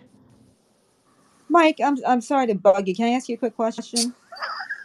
Absolutely. All right. Impromptu What's the name? question. No, well, before I forget, I mean, my memory's been terrible lately since moving down to Miami. But what's the name of that? I know I asked you this like yesterday too. What is the name of that website again? Is that Your Voice, Your Money? Is that correct? Or Yourvoicesmoney.com. oh, okay, Nice. I was so close. All right, there. Now Oh, I'm amazing. all right. Sorry about that. Thanks. No, it's okay. And bro, to your point about Teal saying new niche, or replication of solution in one, I can't think my way out of this evolution cell way of thinking. And the reason out of Seb and Ernest is because they were like, oh, well, you basically saying it's too meta at some point. Like it's just commenting on shit that you just can't quite, I don't know. When you say the cell view, what do you mean? No, evolution cell, like incel in that tradition, not a. Right. But not an evolutionary Microsoft spreadsheet. yeah, not okay. Now that is exactly what we meant. These preloaded. Oh, good. These. What about the grid cells? Or is that separate? Oh man, that's just fantastic. Grid cells. Bro, this is the thing, and like those are man, actuaries. The actuaries are grid cells. I love it. I know we're leaping, right? But this is what John Locke was saying about empiricism. We're using our senses to interact with the world, and there's nothing we could know about the world because our senses are already determined. So it's just resonance, and we can only make sense of what we're tuned to or whatever. Yes. But the universe is a reflection of ourselves, not a reflection of the universe. Yeah, exactly. But then Locke was like, well, yes, this is true. Like, how strange that this place out there, that this reality does exist in such a way that we even had the time to come up with these apertures of sensibility. And that was why he thought, dude, down there somewhere, there is a concrete something. So we may not be interacting with the thing in itself, but there is a regularity to it, which is why we're even able to sense. Which Berkeley disagreed with, and so did the other Hume. But anyway, when they say that there's these things at the bottom, what I saw with the physicists this week is that there were structures in the way that things naturally kind of fall into place at certain scales. Yes, sure. Rather than there being, okay, this is the most fundamental. It's almost like these are the most fundamental relationships between nodes. And you can look at the nodes as being fundamental, or you can look at the structure in which they relate as being fundamental. 100%. And I think because Popper touches on this too, where he's like, yo, at the Brownian level, it is just a bunch of random shit. And isn't it weird that things come to be the way they are? That there is, despite these random movements, there is a to B connection. Exactly to your point. It's not in the substance itself, but there's a way that anything that is, it just has an inherent structure. And when you take those elements, they come together in these ways. So yeah, it's like the process, the underlying processes versus the underlying elements. Yeah, and they're in a relationship together. If anything, these particles are entangled with the structures that they arrange themselves in at different scales. Yeah, 100. Man, fucking Popper, dude. Dude, Carlos be spitting. look, if I seem like I know something, it's because I drank from the fucking hose this week. From this guy. On this exactly. Yeah, I mean, Like I wrote down, how might we foster and embrace the emergence of inherent microstructures? And then I wrote in the corner, what in the actual fuck, bro? Let me show you this picture of my notes. Because I was like, what the fuck? You ever get in a room and be like, did they know they let me in this room? got him. I feel like I'm taking up somebody else's spot. So this is, hold on. I'll post this and I'll delete it. Or maybe not. During, no, I'm not going to say it. So I'm like making notes. Honestly, like they had two cameras, one on him because like it was university, so it was like one on the lecture and the other one on the table. And if they spliced the footage of me, everyone's probably just sitting there, and I'm like mouth open, like what? Right? And everyone just chilling, like, oh yeah, it's interesting. And I'm sitting there, just with mouth agape. So I put my note to the top. You can see my notes from the lecture.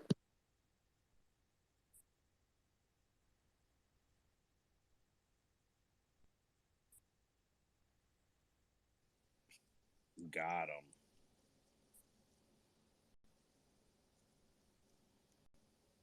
Yeah, man, the coherence at all. Because that's where these I mean, even Taleb makes the argument. You're constantly being fooled by randomness, and then you want to be like, all right, so nothing means anything. And then he has Anti-Fragile and Lindy. Like, no, there are things that mean things. There are just some things that shake off and some that don't. And, you know. But one of the things that Popper brings up because of that, on that micro level, at the Brownian level, anything that comes to be becomes a negative photograph of its complement. Right. Just it's inherent. So by existing now, Isn't it inherent because we use equations to describe reality, and we need these equations to balance out? What isn't by nature of our use of the equal sign, meaning that we have these inversions as a part of nature? If our method of that's inquiry fascinating. Is correct.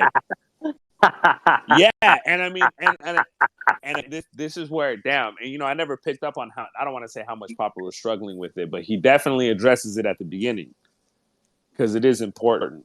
Where it's like our equations aren't going is to our work. Wittgenstein. Yeah, math is our Wittgenstein, dude. It's like, what is the world? Oh, it's the ruler I'm using. Well, our ruler is math. But and so see, everything, right? and that my trip is that I'm not full French ass with the whole we're going to deconstruct everything, right? Like there are inverse relationships between some things, and I can't wrap my head around that. And this is me who believes in a concrete reality at the base of it all, or whatever that even means, right? I'm like, nah, there is something there. And then I'm going to tell people, and I also think that God did that. I don't think that's God. I think that's fashioned. I think that's part of creation. But then it's like we start coming to terms with this across these different physical theories or I don't know, you know? And it's just like, wait a minute. How the fuck? I don't know. It's fire though. But then again, you know, at the end of the day, see, you're not helping, bro, because I was trying to say I'm trying to think my way out of just taking this, you know. Fuck these guys. That's good. By the way, my phone. You ever notice that your phone will like end up on numbers like 1111? And it did right now. Wow. Well, here's the crazy thing. My battery was at 11%. Go ahead, Zach. No, I have So I was the kid in school all through high school that I struggled in all of my math classes because just like you can tell me that 1 and 1 equal 2 or 2 and 2 equal 4, but like I'm not going to memorize that shit just because you tell me that, right? And then when I got into college and I took calculus for the first time and I learned that math was visual in terms of the idea of like a tangent to a circle. A circle is just billions of straight lines, right? Like Oh shit. learning Yes. learning that you can extrapolate the idea of visual cues mathematically Yeah. on the basic levels. They're just straight lines in any direction. And like once I knew that, I was just like, oh, okay, life is just a series of straight lines. You just have to zoom out to see where it takes you. And like Shit. I could relate it to something visual. I mean, I got A's in calculus 1, calculus 2, and calculus 3 in college. Because it was visual to me. It wasn't math. It was like the equations. You could look at them, and I was like, "Oh, that makes total sense," because I could apply it to things instead of it just being like this idea that people are just like, "This is how it works," and I'm like, "No, give me the proof." And then we went over proofs, and I was like, "Oh my god, I love math." Now, would I ever go back and Wow. history? Fuck no. But that was like I always doubted myself in so many ways educationally just because I was bad at math, right? And so I take this back to what Anthony always says is that some people learn differently. Like if I had learned calculus in high school, my whole life probably would be different because I would have Yeah. looked at math in high school totally different than I do.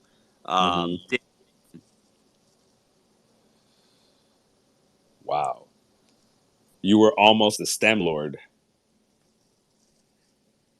Well, I was pre-med, pre-law, and I really was just like, oh man, I love the idea of this stuff. And then I one credit shy, I was just like, fuck it, I'm gonna go do something different. Nice. So yeah. But I think that that's one of the things we miss out on is like all of these things we try to give meaning to everything, right? And like Mike was saying is like we see something and we always have to have like the eye of whatever because really like we want Oh shit. we want balance, and so we'll give meaning where there isn't meaning. So like if we're not really good at something, it's not that we're not good at it because we haven't found what we're like how we're supposed to do it right in our world. It's because we're supposed to be better at something else, and so we just give up on something.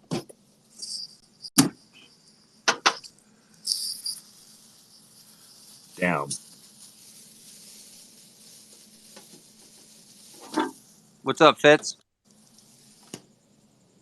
Hey, I was just going to point out something that's pretty cool, but like the difference between mathematicians and artists. When you have opposites in numbers, they're not equal; they're opposite.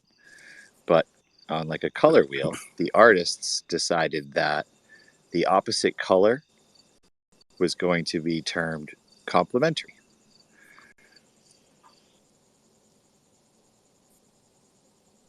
So instead of saying opposite, it's complementary. So in math it's wrong. It's not equal. It doesn't. And in art and in colors, they just determined that the color that is not that's the furthest away that you could possibly be is a complementary color. They termed it complementary. It's That's just simple thing. that's really interesting because honestly, like if you think of an equation, the two sides of the equation complement one another instead of it being like the antithesis, more of a complement anyway.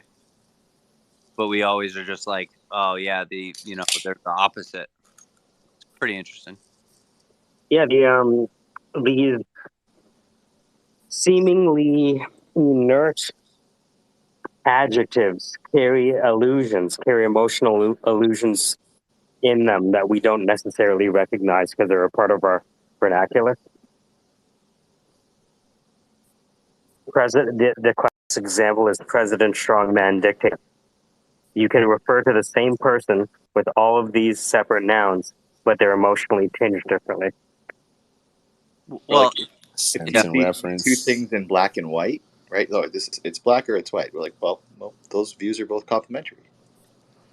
well, and I think that, like, you know, if you explain things, like when someone says, "Oh yeah, you went off on a tangent," like I always can think of what a tangential line is and the equation for it, just because I'm like, yeah, you went off on a tangent, and I just think of a circular argument that all of a sudden goes straight. That's a tangential line to the. Shit. So like that, if you can phrase it It's new. transcendental. Wow. It's a cotangent. Thanks. All right, I'm leaving. Goodbye, everybody. I feel attacked. I can't do this shit. Oh no. This is how Matthew spent like the first 2 years of our relationship. Just You know what? you know, getting it, but it makes sense to us. Yeah, for Yeah, it's absolute just nonsense in here. But you want to know what? To us, it's profound. hey, this is the percolation of ideas, man. Everything we get wrong here is for workshop. To Popper's point about never mind. Sorry. Selectionism and see, and this, you know, I can't think my way out of this evolutionary ass way of thinking. It's just so profound. But what is fire though is in terms of actual biological evolution, my question is, why couldn't it be 500 billion years longer than what we think? Like, I don't not believe in evolution. I'm just wondering, what if it's longer? And how do I not know? Or how do I know that it isn't? Or, you know, whatever. Mike, I just had an idea for the broader concept of what we're doing, and to add like the AI sentiment analysis, pulling the best of clips, is creating some sort of, since it's already deriving a like written word, like a written transcript of the space, is like either they're using a syllable count or something, figure out what words need to be added to like an index of keywords for Lexicon. Yeah. The yeah, nomenclature of the syndicate. I got it. Oh, like wow. so that we could like have a control. Oh wait, what was it that Matthew said? Control F popper, and it'll go to the clip, or it'll go to the recording, and like so now all you have to do is think of the one, or at the end of the show, it just has an index of the words used with definitions pulled from like dictionary.com. So if anyone's listening to us, is Whoa. what was it they were saying? Tangential. What's tangential mean? Oh shit. Or in real time, either way. But something to think about in addition. Yeah, it's like a brown line. I like it. Thank you for having me. Absolutely. The Syndicate. That's correct. Mm. Happy New Year. I don't celebrate. Happy New Year. I don't Happy New Year. celebrate Zionist New Year. I don't celebrate Why not? because I'm a Muslim. But don't you guys get along? The Zions and the Muslims?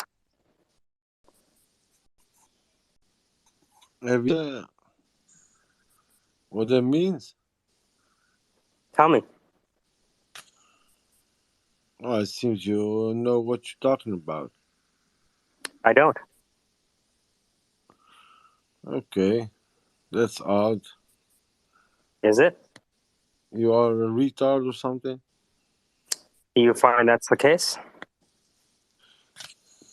Because you're trying to act funny now. I'm asking you to explain. Listen, man. Little kids dying, people dying for 75 years, and you trying to be a smart ass with me? Is that what you find I'm trying to be? you know, I hope one day we be in a major war in the world so we can find fuckers like you and Hey, punish King. them. King, Yeah, we why? need a big war. We need a big war, and inshallah, Hey, did I miss with something? Allah's will, there will be a Put a little big love war in because all your of you heart. pussies from the West. This Everything West is from with the this internet, from DJ the rave. iPad, Heal the talking shit. world, make it a better place You keep for paying taxes you so they can and kill us, for okay? me and You the keep paying taxes entire so they can human kill us. race. There are Keep paying taxes. people dying if you What care would you enough suggest for we do, the King? land. I want Make war. it I a want better war. place for So yeah, we you and for me. LGBTQ guys gonna cry like a bitch this time. Let's do it. I'm so down. Yeah, come. Palestine, bring your pay taxing money. Pay taxes. Pay taxes, bro. So they can kill us. You keep go 9 to 5. You have to work to kill us. Okay? Remember that. And we die for free and we fight for free. But you not. You do everything for money. Getting King, any knives or? what if I told you that I love you? You what, Emmy now? Are you Jew? Are you Zionist? Uh, Are you my submissive? wish, yes. Yeah. King, I love you too. Why not? I mean, the white woman love me because we are furious. I think, in addition to physical yearning, I love you because of your very humanity, and that we coexist on this Listen, planet you together. are in my book. You are not a man. You are a feminist man. You cannot even fight. Okay? You have no King, muscle building. You I'm can only actually, talk through a artificial intelligence, some fuck ups shit. This is how I'm you work in your actually life. If we go non-binary. back to 200 years back, you be a pussy and dying. Okay, be very happy that you are in the West Side Stories. And Mike, King. I don't ask this very. Can we just do this guy, please? Of course, you fear. You have fear in your heart. You're I so have, scared. Oh, I don't. You are the biggest. You Find are a more 12-step pussy than Emmy, program. bro. But Yeah. Help. Wait. What you gonna do? What you gonna do with your big mouth and your costumes? Fuck you and your lease cars. You own nothing. The term king is They like, own you. Your masters own you. Oh man, he woke up big chick. I woke That's up with a not good big for you. dick. bye. King, you're right about everything, and I love you. King, I hope that you find happiness and love. I'm gonna I, pray for I'm you, King. I'm gonna pray for you as well, and I will hope that you get exactly what you want. I will pray for this over and over. Oh Sorry, man, I either he had to leave or I had to leave just because of Yeah, I understand. I hear you. I hear you. Understand. it It's was. that happens. Look, I'm not saying he doesn't have a right to think what he thinks. I blame him for emotionally feeling like that because if he is in Palestine, probably things have happened to him. And if I grew up as a Palestinian person, I'd probably feel how he feels. I Yeah. understand. You know what I mean? I've been in a lot of spaces where I've heard people say like, I'm not going to stand here and feel threatened. Where Mm-hmm. like no one actually threatened you. That was the first time I've ever been in a space where someone actually threatened, which was intriguing. his name being king kind of said a little bit. And I also, So no there's offense, something there. like when you say like I want a big war, I'm sitting there going like I'm the one that have to go. Yeah, there's a lot of people come into this room with a lot of emotional baggage and even more assumptions. Part of me enjoys seeing them assume their way into a corner. But like I said, It's all I understand. projection. Well, the thing is, like, I like my conception of the universe is that if I was born somewhere else, I'd speak a different language and I'd have a different culture. And if those two things were true, I'd probably disagree with everything that I agree is this incarnation of Michael. And yeah, when I hear folks like King, I hear the pain of existence, and I think you're absolutely right, Michael. Is I will never understand King's reality and how his reality triggers the kind of language he was using, which is why my immediate response is to come back with love. But I understand that can also be a trigger, because there's no reason to assume that I'm being genuine, and there's no reason to assume that that my intentions are pure. Yeah, So Camus wrote this book after the couple world wars called, or at least of the first, called The Human Crisis. And he talked about a woman a guy's getting tortured, and he gets his ear ripped off during the torture. And there's a cleaning lady who comes in to clean, because, the cleaning lady cleans. And she says she doesn't want to intervene. She says, it's not my place to intervene. And Camus said that's one of the first kind of human crises, that we see people suffering and we don't help them. And he said the other one was when the person who ripped the guy's ear off comes back and asks him how he's feeling with actual kind of sympathy. And he said that was a human crisis, for us to be able to inflict pain on people and then ask them how they're doing.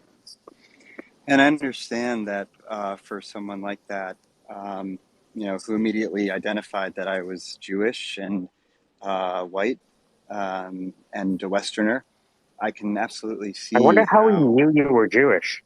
I know it's.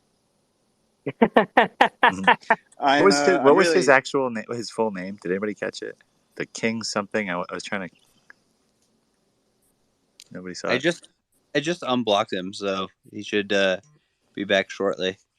I needed a timeout. Yeah, maybe we can try again. Nice. Hey, Zach got some strong ass forearm, bro. Go ahead, Amy. Sorry, I wasn't choke a motherfucker. Well, I was just saying that I feel pretty strongly that he was able to identify my Semitic background because of the shape of my nose. The shape of my nose, coupled with the fact that I have white skin. How's it going? I saw King Flipper in an American space. I thought that's gonna be quite exciting. Quite interesting. Oh, he's something really. We just met, but he's King Flipper. King Flipper. Makes Is sense. he back? Is he back? Because the No, funny but his thing name is, makes sense. you gotta hear this out. It's like a joke. So he's got all these different narratives. One day he said, guys, we need to unite. I have created a website, those free websites that has the extension of the provider kind of way. Anyway, and sign up and give me donations. And by the way, you can also purchase these beautiful ladies' sandals, and he had given it a name. Something erotic. Anyway, we log in. I mean, the worst thing that you can do to a man is feel pitiful towards him. So he's done something, and I looked at the shoes, and it said something about 200, and then all of a sudden it changed into 300. A couple of days later, my daughter said, "Mom, can we go to H&M?" She's just looking around, and what do you see? The shoes that King Flipper was selling on his website. He's We're got at the nobody. H&M. He doesn't even to buy. Is that 20 euros? Not even 20 euros. So I was shaking of laughing that the pictures even, I have the pictures. And the thing is, you got to give him the credit. So I made a special, space. He came in. I said, "Oh, look, how can you rip us off? We're your only friends." No, but these are the sweet ladies, and then the smile behind it. I Is still don't know whether he's a Muslim. I don't know if he's from the Middle East. I don't know whether he's, what's the word? The Renaissance type of guy, the awakening. One day he's doing a crusade, then he's a jihadist, but he's something. And No, I I don't think think he that has a he, lot of antisocial behaviors. I mean, this his is not my first description is time. amazing. I never witnessed it. So that's what usually when I come in a space, I catch him in an American space. He either gets kicked out, I miss him because I'm not English. Does he? So one thing I'm curious about He's is a like, humanitarian activist. Oh, there you go. is that what he is now? Okay. My question is, That's what is the utility in discovering the intentions and psychology of King? I don't know him that well, but he always gets kicked out because he always just goes off topic. Don't want to put his hand up or just he attacks someone and just says you're a racist, you're a white supremacist, and we don't even know whether he's black or white. We don't know anything. I do think that he is Moroccan, perhaps, maybe. yeah, it Uh, has to be something from there. Yeah, yeah, that's what his Dutch I is wondered. awful. His Dutch is awful, but Maybe funny. I don't know. If I we don't know were if he's able to evil, find, but a troll. and that's the thing, if we were to find all the answers about King, what would we have? I'm asking myself that as well. It's not a hypothetical. I'm really wondering, like, if I was to actually piece together, if I did a whole podcast about King and really researched everything about him, and I finally found this modular compendium of answers that finally helped me discover King, You just what need would to I share. have? You still didn't, I'm or speaking did? hypothetically. If I were to do that, right? Oh, okay, I get it. Mm, What would I have if I found the answer to King? As someone a certified How does wormhole he diver, right? behave? How does he behave in your spaces? What happened, for example? He was So I upset before he came up. Okay. Oh, So he he came came in up. like trolling. Yeah, he came up upset, and I guess because of what he heard in the space, um, he felt that he was inherently an enemy of everyone who was here. I can't even remember what we're talking about. I think we were talking about Schrodinger's ghost or Schrodinger's something like yeah. quasi periodic crystal. I think the first question you just asked him, what does that mean? And then he went from there thinking that you were Right, making fun of him. right. I mean, look, oftentimes I am making fun of people in this voice, right? So he might have been more perceptive than we all give him credit for. But and I do have that's the I, real I question for me. I do have something else that I'm thinking of, that it is one of our friends um pretending to be someone else. That's something that I also thought about. Oh, unnatural. It's not funny. It's weird. But I mean, he's quite articulate. It's also not unnatural and not weird for individuals that actually do believe in some of that, like, extremist teachings. But then sending in a troll and then sending in a teacher to gather information, like in the room afterwards, is like super interesting to me. If that were, Oh, that, Oh no. this was just some sort of like psychological fact, like psychological research being done. Yeah, research. uh-huh. Exactly. I came in to see how and why he's all in all these American spaces. What's he doing? What's he preaching? Because in the Dutch spaces, he's, well, first of all, he's not welcome anymore. And when he So does, he's from Nederland. Nederland. Yeah, Oh, klopt. He's we not should have. from there. He's probably Yes. Yeah. Nah, even if he is, he's from there. He's from here. I don't know. But he's quite. he took it on like a skin. But did he become mad? Because I've never seen him mad. He makes Dutch people mad. That's his job. Yeah, It's not that hard, honestly. I just asked some very short questions just to clarify his stance, and I think he understood that this may not be a place where he's going to be able to spread his wings, and I think that made him upset even more, which is fine.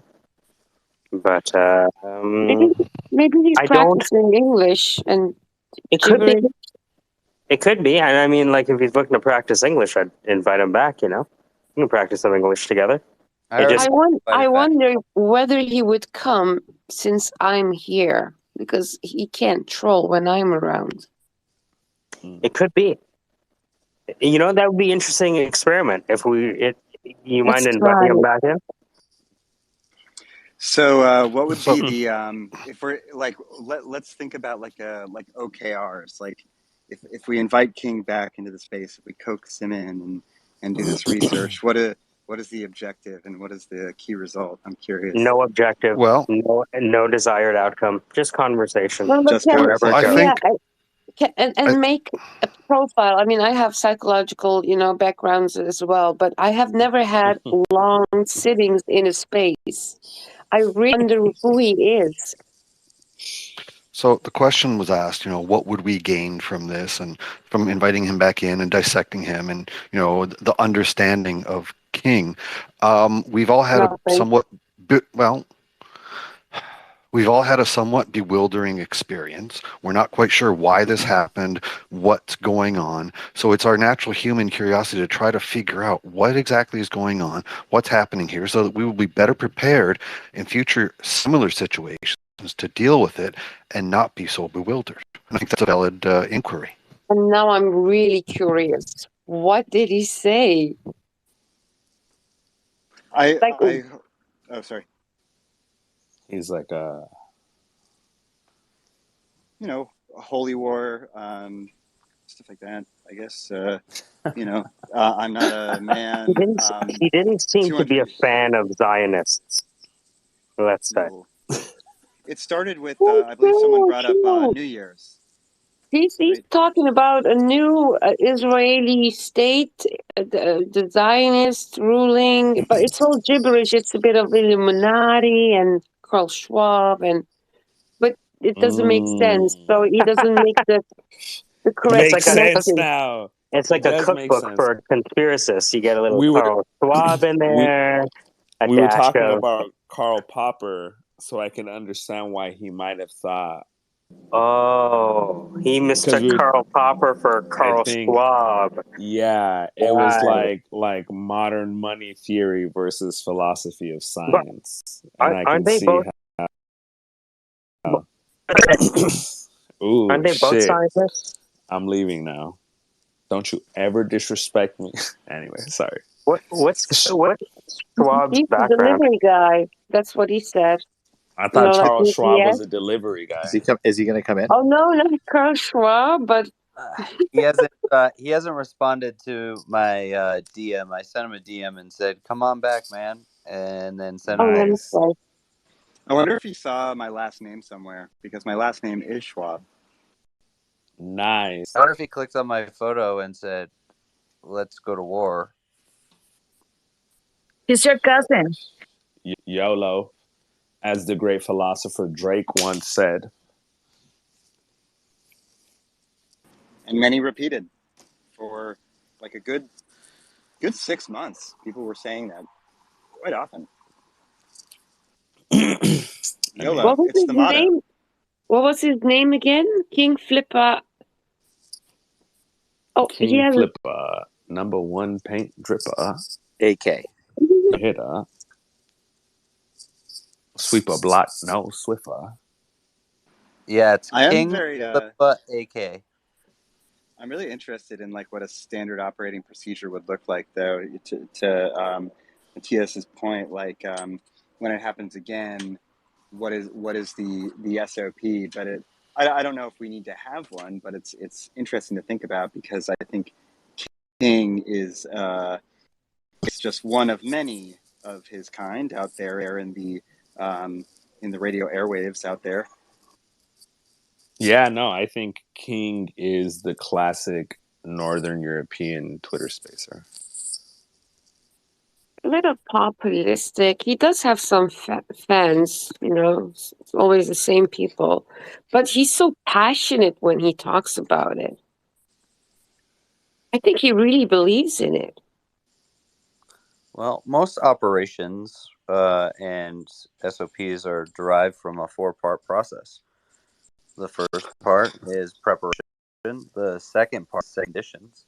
The third part is execution, and the fourth part is reconsolidate, reorganize. So, there. What would our 4-part plan be? So preparation is before entry, before disruption, before enter into the space.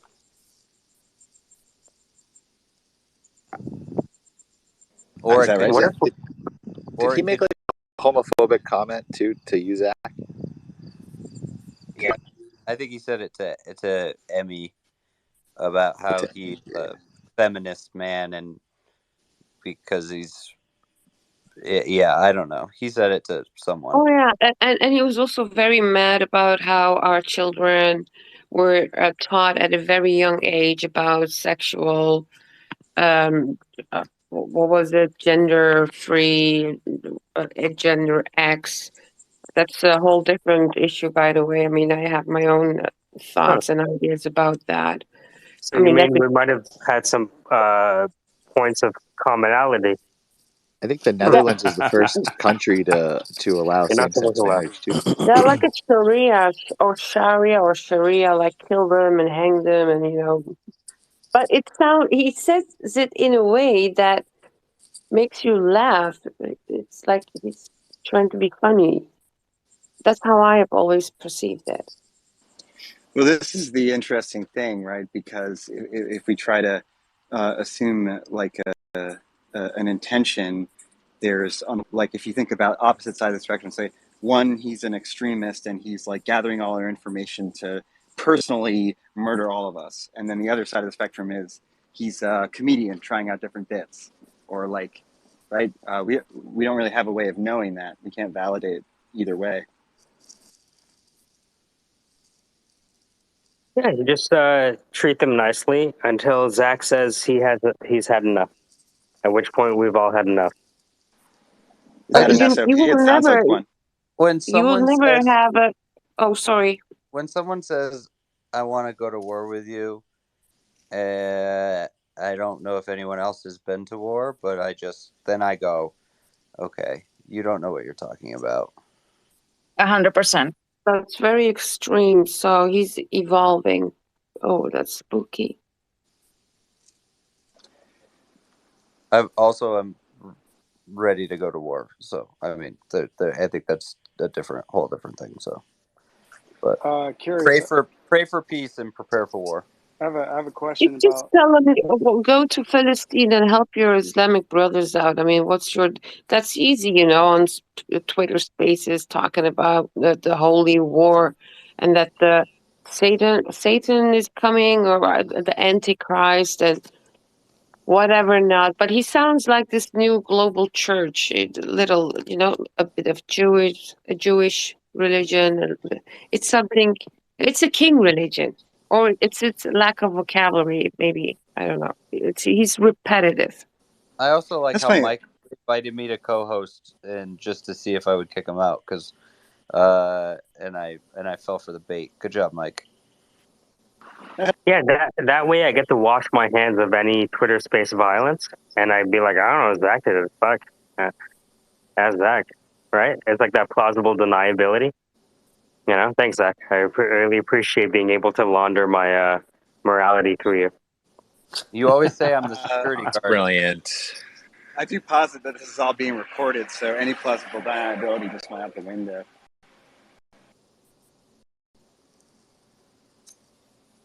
No, that's how America works, right? Like, we launder our protectiveness, our protection. You mean outsource our violence? I would really love it if Ernest would come up and speak. Just because chemical engineer and classicist by education. Lived in Well, that's the guy that Classicist? Matthews was talking about before when we started. It started with a conversation with Ernest. In the background, I was trying to look up the stuff that he was working on. It looked pretty interesting. So technically, you did send Zach to war. We all did. Go ahead, Jeff. Thanks, Zach. Hey, yeah, sorry to talk about war, but I have a question for Zach about war. What do you think about China telling us, you can't go to Taiwan? Do you think, like, you can't tell us where to go? 明远镜很漂亮。 Fuck you, let's go? Or like, oh, we shouldn't piss them off, let's not go there? I have no personal opinion on it in this space at this time. Maybe I think that honestly that those political decisions are best left to our to have those discussions, and whatever the population of the United States decided is within our best interest is what I'm ready to serve and do. I think that was a good answer for a recorded space. Very respectable and neutral. You're a good soldier, answer. Zach. Thank you for your service. I lived in China, and my wife is from the north of China. Just having lived in China, the size and immensity of China is pretty much misunderstood by the United States. 5 times our population. You just probably don't want to end up in any kind of war with them because they have an infinite supply of people. Like when you walk out on the street in China at noon, like at lunchtime, all of a sudden it's you and your 500,000 friends in any city. They're just like people explode from everywhere. I just don't think people get the scale of China because they have been there. Right, It's a remarkable thing. We don't want war, but are we willing to let them tell us where we can go? Oh, I don't That's think probably true. They do a ton of saber rattling. So I think that like no overt act of war, but like Pelosi flying to Taiwan, they're not going to shoot down a U.S. plane because they don't want to go to war either. They saber rattle a lot, but they're not committed to any. They don't want to take a warlike stance. They might buzz U.S. warships, but they're never going to strike one. I mean, that's just been their policy for generations. Well, I don't think they're ready for war yet, but this fall they are planning to attack Taiwan and take it over and hope that we will do nothing. That's why they had Russia attack Ukraine to try to get us to send troops in there to get us involved there so we would be all tied up in Ukraine and couldn't defend Taiwan. Now with us not tied up in Ukraine, Taiwan is more defensible, but they're still, from what I hear, they're still planning to attack in probably October. Well, I guess we'll see. It's hard to predict, but as Bram Mueller said, any conflict at any time. So, Is there a version of all this where everything works out just fine? Yeah, absolutely. We need, you know what I mean? Phones never stop phoning, and Wi-Fi is real. You can't fuck with Wi-Fi. Are you kidding me? yeah. Was there a question for me beforehand, Mateos, about the chemical engineering thing? I came in late. Ish. Well, I was talking about you way earlier for two reasons, because Popper came up, and I was saying how you and Seb gave me a way to think outside of evolution, like, because I can't think my way out, but I still, like, you guys told me, hey, this is where the limits are, and like I still can't not be like, nah, but this has to be the truth. Well, But then the I other think they part was, went for 15 years with every story was an evolutionary story. It takes a long time to get out of that trap because Darwin set up a nice protocol, and it's nice to theorize, but yeah, everyone sort of wants to hear the theory of evolution. Tells yourself an evolutionary story. You just have to say to yourself, can I buy into that evolutionary story 100% or not? That's the position I'm in. Hey, Ernest? And yeah. Oh, sorry, you were still answering. Sorry. Oh no, I'm just saying that the evolutionary story thing is an easy trap to fall into, and you don't have to vet it. You can just sort of pause it and say evolution, and people buy it. But you have to sort of be skeptical of those stories because you could just smuggle in any kind of bullshit and say evolution in the end. which is exactly what the French did. I'm a starch Darwinian. Yeah. I think he's a remarkable human being, but I think that not every human mechanism that we do in the world is on evolution or for evolution. It's just I believe much more in free will than Darwin did, or probably a lot of other people did. But Why do you believe in free will? just because I take it as a wager. I actually wrote an article on it. I take it as a wager. Free will is non-falsifiable. So if you don't have free will, then you're just doing what you're going to do. You're basically an automaton. You might be a conscious automaton, but you're on a ballistic trajectory. Is just going to all work out whatever it's going to work out as. So the thing, if you have free will, then your actions have consequences. So I see it as no cost wager. So I don't know if I believe in free will. I just say that I'm going to bet on it because the bet pays dividends, and if I'm wrong, I'm just on a trajectory that I believe in free will anyway. That's Pascal as fuck. Oh my It's maybe a bit gosh. of a better operating system for other people, right? In terms of our relationship with them. Well, it could be that. I mean, if evolution could be part of now to say evolutionary theory. I mean, evolution can make us believe in free will. So I mean, I'm a skeptic of free will, but I bet on it. Yeah, I kind of like to say that I believe in the maybe like a weak form of free will. I think they said that if you look at it, less than like maybe 5% of our decisions exhibit, what we want to be free will. It's hard for me to understand.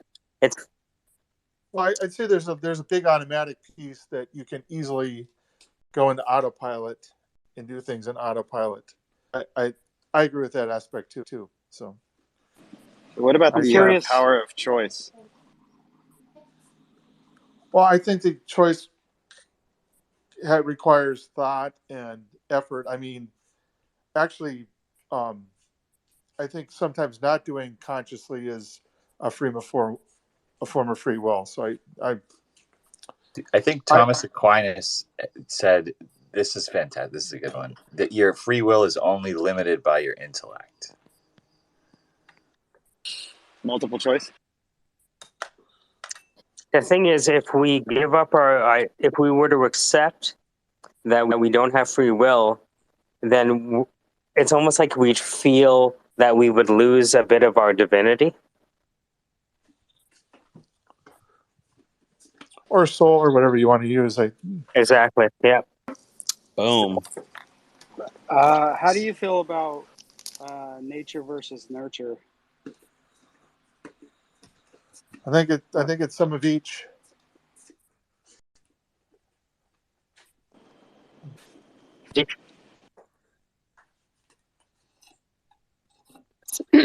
You guys go so quickly. I put 3 things up there. I'll just start with the latest. Quantum physics. I just the other day read a report about it. Einstein even called it the spooky area of quantum physics, where basically the moment we think about something, it is being created. It's rather, will I go that path? And that free will creates an unlimited amount of possibilities. So I don't believe in, oh, think happy, think positive, and you'll always, no, that's usually poor people say that, right? Or people who had a severe illness, or as long as you're healthy, come on, paycheck to paycheck is horrible. You need money. And then the one that says, I wish you guys could understand Dutch. I admire the level of knowledge, because we have been educated and indoctrinated that all the Americans are stupid. You guys are fat. You have your McDonald's. You don't know even where Europe is, let alone Holland. And I am surprised about the amount of experiences you all have due to the circumstances. The one before that is this is also being indoctrinated. You know, the Pax Britannica. You had the the Roman Empire, and then the Hunnic, the Ottomans, or whatever. So everything starts and ends. It's a cycle. The fourth turning. Ever heard of it? It's from an American writer. Anyway, so they say that you guys are game over, no longer a world power. And the question is, and they say it's because of Afghanistan. So you guys went about wanting to save the world and basically became ill and weak at the same time. And finally, the dollar, that is also something that they are saying. It's become so powerful that it's basically imploding right now. That the whole thing of this diversion, you know, the end of fiat, that is to you guys, and that Europe is going to have their American dream. So you guys are ahead of us. I said a lot of things, but if you can give me inside info, because we don't get it here in Holland. I have so much to say on what you said about the not being a world superpower anymore, and the lack of standing because of Afghanistan. And I'm going to wait and listen to what everyone says, and then I'll finish up with that.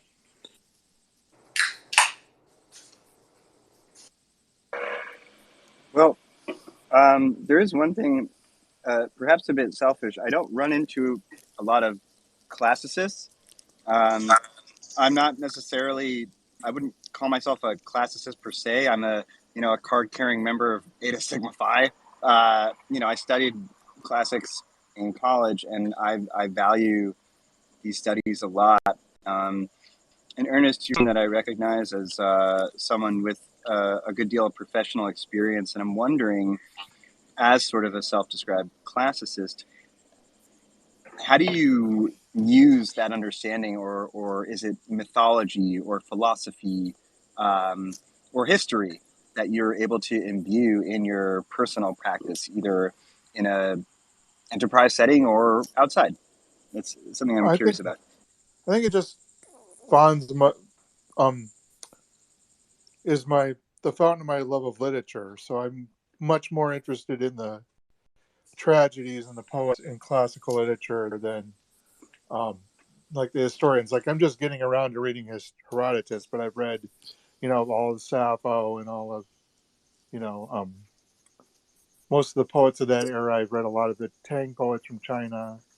So it's just a lot of Indian poets from the classical age, Sappho, and then people that, modern people that are influenced by those people, the Aeneid, the Iliad. It's much more of a literary pursuit, and I think there's like a lot of life lessons that are learned in the classical literature because their perspective is everything was sort of in a way divine and dangerous, and we sort of have thought we've tamed the world, and now we're sort of in a world where nothing seems tamed, and everything is wild, and it's almost like the gods are being reborn and they're spiteful, you know. So Yeah. I think it's mostly my love of literature, and it's fed my love of poets, and it's fed my love of narrative, and I actually sort of, it also has taught me that there's a lot of like Taleb's idea of negative examples. Classicism is really learning from negative examples and positive examples, but there's a lot more negative examples, Yes. and so I just think that. But I'm getting more interested in the histories. I'm trying to read Herodotus now. I want to read Thucydides next year. So, Boom. I guess the one that I have the most trouble with is probably Seneca because he's not a very good playwright, and his No. essays sort of wear me down, just because they're so long, and Yep. so they seem Um, so yeah. It's I think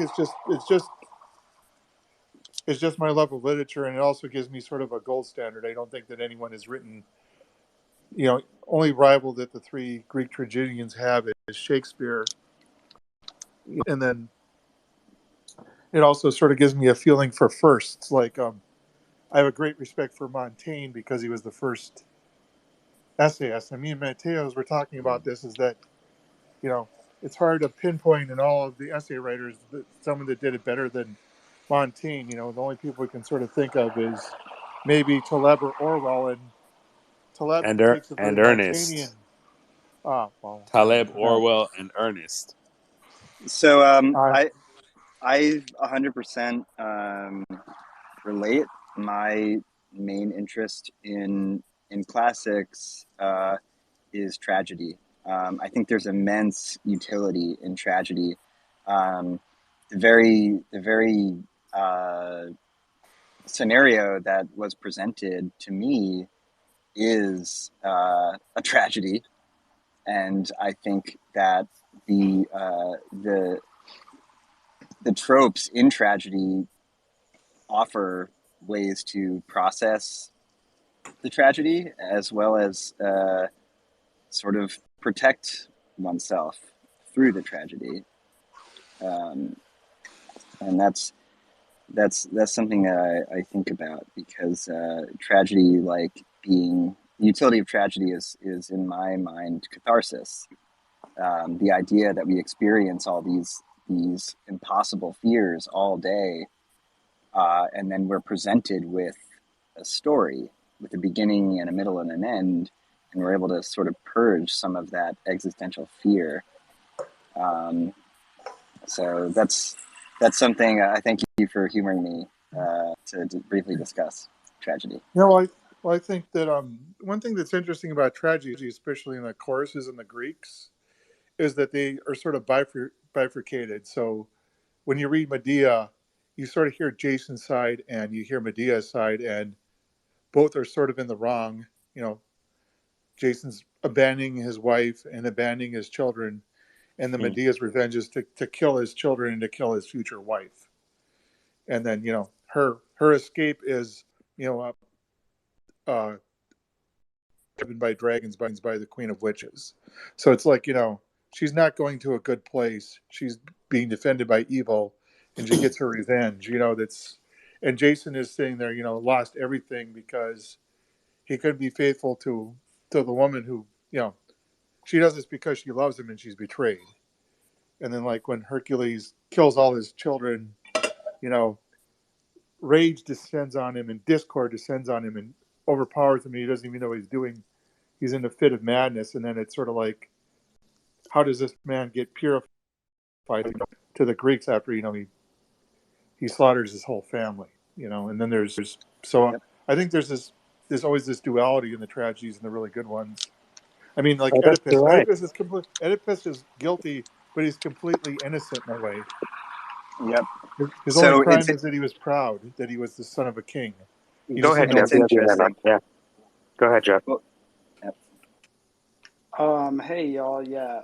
Thank you for letting me talk, by the way. I'm supposed to be working late tonight, so I'm trying to code right now We're as all we supposed to be working late tonight. I'm trying to concentrate, but you guys are way too interesting. So yeah, I wanted to respond to teacher. I wanted to say I appreciate your brutal honesty and your bluntness about Americans being, dumb and fat. And I would say, I think I'm that buff, for the record. Anyway, These please. are Go not ahead. my words, guys. I don't think that way. Oh no! Oh, okay. I'm not trying to twist your words. These were literally your words. Yeah, No, we the Dutch. I said we the Dutch, exactly, including myself. Yeah, but thanks to Spaces, I now Yeah, know. no problem at all. I appreciate your honesty, and maybe we can shed some light here. I'm not sure why you think that, or the Dutch think that, or where TV that's coming. programs, toddlers and Yeah. tiaras and TLC. Yeah. No, I'm not trying to take offense to it or anything, but I do And then want to topping say. it with Biden. You guys elected Biden. Okay, let me just say I my mean, piece. he's a king. Let me just say my response real fast. Yeah, I just want to say I don't know what you've experienced in your personal life or what you saw on TV, but you obviously don't know people in real life like Zach or like Michael down there. The arm is popping out to me. There's a whole another level of Americans that you clearly have not met yet or experienced. Hopefully, we can expose you tonight with just a little bit of non-dumb, non-fat, stupid Americans. Okay, I'm yeah. so sorry. I didn't want to offend, guys. This is what this Not is offended. really what if you come Not to offended. Amsterdam, they It's not your they fault. like the British people. The Americans they don't, and I have never understood that because I grew up, in the 90s. The movies and Arnold Schwarzenegger, everything that was American was So Arnold beautiful. Schwarzenegger is not American, but he's No, that's But true. his No, most I'm sorry. important Hollywood, Yeah. products Hollywood. are.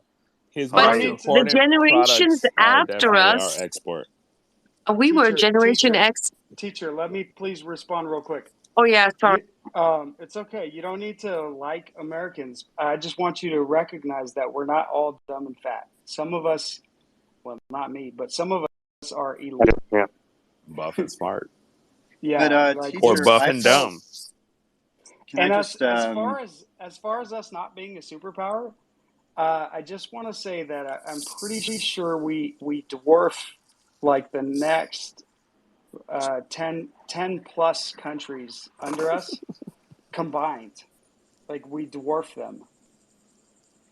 So I'm not sure who told you that we're not a superpower because I'm pretty sure everybody knows in the whole world that. I'm gonna look it up. It's not much military. Noam Chomsky. We only dwarf in terms of military spending. That's it.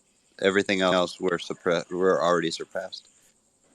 Can I Thank just you. say that, teacher, in your comments, I felt very much that you weren't accusing or putting forth your own personal ideas, but rather presenting general ideas that you've heard and experienced and retelling that. And I think you actually included in what you were saying that in your experience just alone that that's not so much the case. So I just want to clarify that I think we're all on the same page there. Yeah, I took I the same. learned Bitcoin from you guys, from American spaces, finances, the politics. We don't get to see that kind of. Well, the Dutch. I don't know what's wrong with the Dutch. Really, we're fucked. But I would say that the other part of this is that, America as a superpower, I think the thing to just think about is the fact that America is a 300-year-old country. And right now we may have this we are superpowered in terms of our military might, but if you talk to the people, they're not superpowered. They don't feel empowered in a general But I sense. mean, if anyone wants to open a crystal shop or a brewery, it's not, you know, it's, they're not going anywhere else but here. Like that's the way forward. Either here or Canada, which is Nope, here not part Canada. two. The great Dinesh D'Souza said that he came here and voted with his feet, and people primarily vote with their feet. Well, to address the Canada comment, I'm a American-born, born in Florida, grew up in Detroit, Texas, Oklahoma, all over the South. Daddy was a drunk, and then when I started to come on to Canada, a more European piece of Canada. Montreal. Yes, and I did experience exactly what teacher was talking about. How they found out I was an American here. They heard my accent because sometimes when I'm tired, I'll start to hit my R's real hard, and they very much hated me for it. Told me, constantly telling me, "Oh no, I don't hate all Americans. Just well, not you, just the stupid Americans. Oh, you mean so like." My whole family is back down south. My dad, my mother, my sister, no, just me and my mom now. And No, but I'm saying like anybody who eats poutine is gonna tell me that. It's just like, listen, bro, you eat cheese fries, fam. Oh, You're dude, poutine you're is- Michigan, but less good because you don't speak our English. Look, Yeah, if you went to Quebec, it's hard to imagine that anyone from Quebec is looking down at anyone else. I know it's hard to imagine, but they Les do it. They're real Québécois. good. Oh yeah, the pour les Ricains. Yeah, I know. Hey, yeah. So it's like, listen, buddy, Acadia was north of Babylon, you little mother. Anyway, sorry, go ahead. yes. Anyway, so I did experience that. I came here at 13. They put me in re-education camp, welcome school, and they tried to force us to like hockey and maple and all this kind of horrific shit. France. Yeah. So that idea, and most of what I saw growing up is people trying to disprove the obvious truth of America is the big superpower. Speaking, even economically speaking, everyone wants to come here for the money. Even though technically some other countries might have a higher number, it's bullshit, fake, made up money, just like ours is too. But we have breweries here, which is the economic center of the world water. is still Wall Street. The entertainment capital of the world is still Hollywood. Bollywood's trying to make its peace, and they're doing a good job, but it's still Hollywood. It's the music center of the world is Their still best here. experts are Punjabi. I mean, yeah. So that there was an analysis done by some think tank about can America sustain a war against all other countries in the world? Yes. And yes, they absolutely can. The Chinese army is huge, but very underfunded and very underarmed. They have no navy to speak of. They have 2 carriers, one of which doesn't work. Their air force is a little scary, but not horrific. And the Russians, we've seen what they did against a bunch of farmers with tractors. So I get that idea of of the rest of the world, what it felt like to me growing up is it's a jealousy. Jealous of the big kid in the neighborhood, jealous of the older brother or the big brother who is quickly becoming Big Brother. So yeah, I get it, especially in the 80s with all of our action stars and action movies, and they thought everyone was either Arnold Schwarzenegger, who by the way, he does call himself an American. He's a proud American. Of America, aka California. So Just about. And that's why everyone's either Arnold Schwarzenegger or Honey Boo Boo. That's the way the world sees it, because that's what we put out there. Hey, And I'm glad that, teacher, you're getting to meet all of us now, or not all of us, but a good chunk of us who don't fit into the Arnold Schwarzenegger, despite my arms, or the Honey Boo Boo, despite my Southern upbringing. And my belly. Let me say so. Teacher, I was around Europe for a while, and I met some good friends. One of my really good friends, this guy Mads, he's from there, and basically he was able to travel and go to school, and the country's essentially paying for it, and he's heavily getting taxed, but they're paying for everything. They're paying for his travel. They're paying for all of it. So the education, socialism for the win. Maybe, but they're just really well educated, and if you could see quote unquote. Anyway, but you're seeing that perspective can be turned on to Past simple. Please use past simple tense. Yes, if it's about the Dutch. No, I would say you're speaking a to better like helper. the importance of education with you guys. So that's I think where we get judged. Actually, I think we're still That brings me to the third question. The reason why I said it so bluntly is because the question I'm going to ask is quite deep. It can go quite deep. I personally am amazed after, for example, when was that in war? What happened there? I mean, how did you guys build up such a country and became a community? You have culture. You guys are proud to be Americans. We don't have that. We have nothing. And we're just there are more immigrants coming in. I always have to check if someone can speak Dutch because, usually they don't. You have the Eastern Europeans all brought in. Now we have all the Ukrainian women. I mean, I'm not against immigration only. It should not go over the backs of the hard-working Dutch people and Dutch farmers. We are the Babylon, the whore of Soros. That's how I see. And I have been a member of parliament, so I have a political background. The reason why I stopped politics is I didn't like the game. That's what they said. You have to like the game. It's these are just puppets. We have nothing, no religion. We have gender access with LGBTQ, binary attracted people. That kind of stuff is going around, and they're ignorant.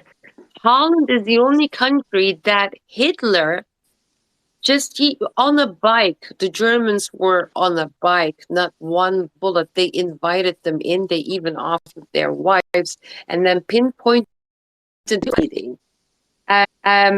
The ignorance and the socialistic, it came with a capitalism. The last 10 to 15 years, they think like, okay, we're fine. And now, oh my God, economy. So what do? We nag about countries like America. Why is America not helping? Why is he not, doing something against the boycotts? Or, oh my God, is this a president or a reptile? So main question once again, how did you guys become a nation? You were all immigrants, white Europeans or, Jews. How did you become one? It comes down to breweries. And how did you become rich? Breweries how do you keep up the economy? It is slavery breweries and genocide. Restaurants. No. It's immigrants. breweries. It's breweries and restaurants.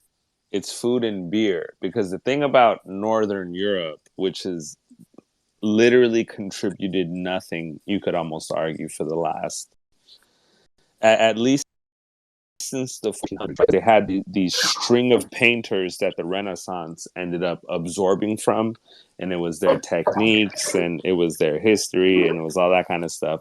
But besides that, they missed the mark, which was what Britain was bringing forward, which was taking Britain and Spain, you could almost argue, because both of them were inheriting these structures from the Roman world, and then they were building on top of them.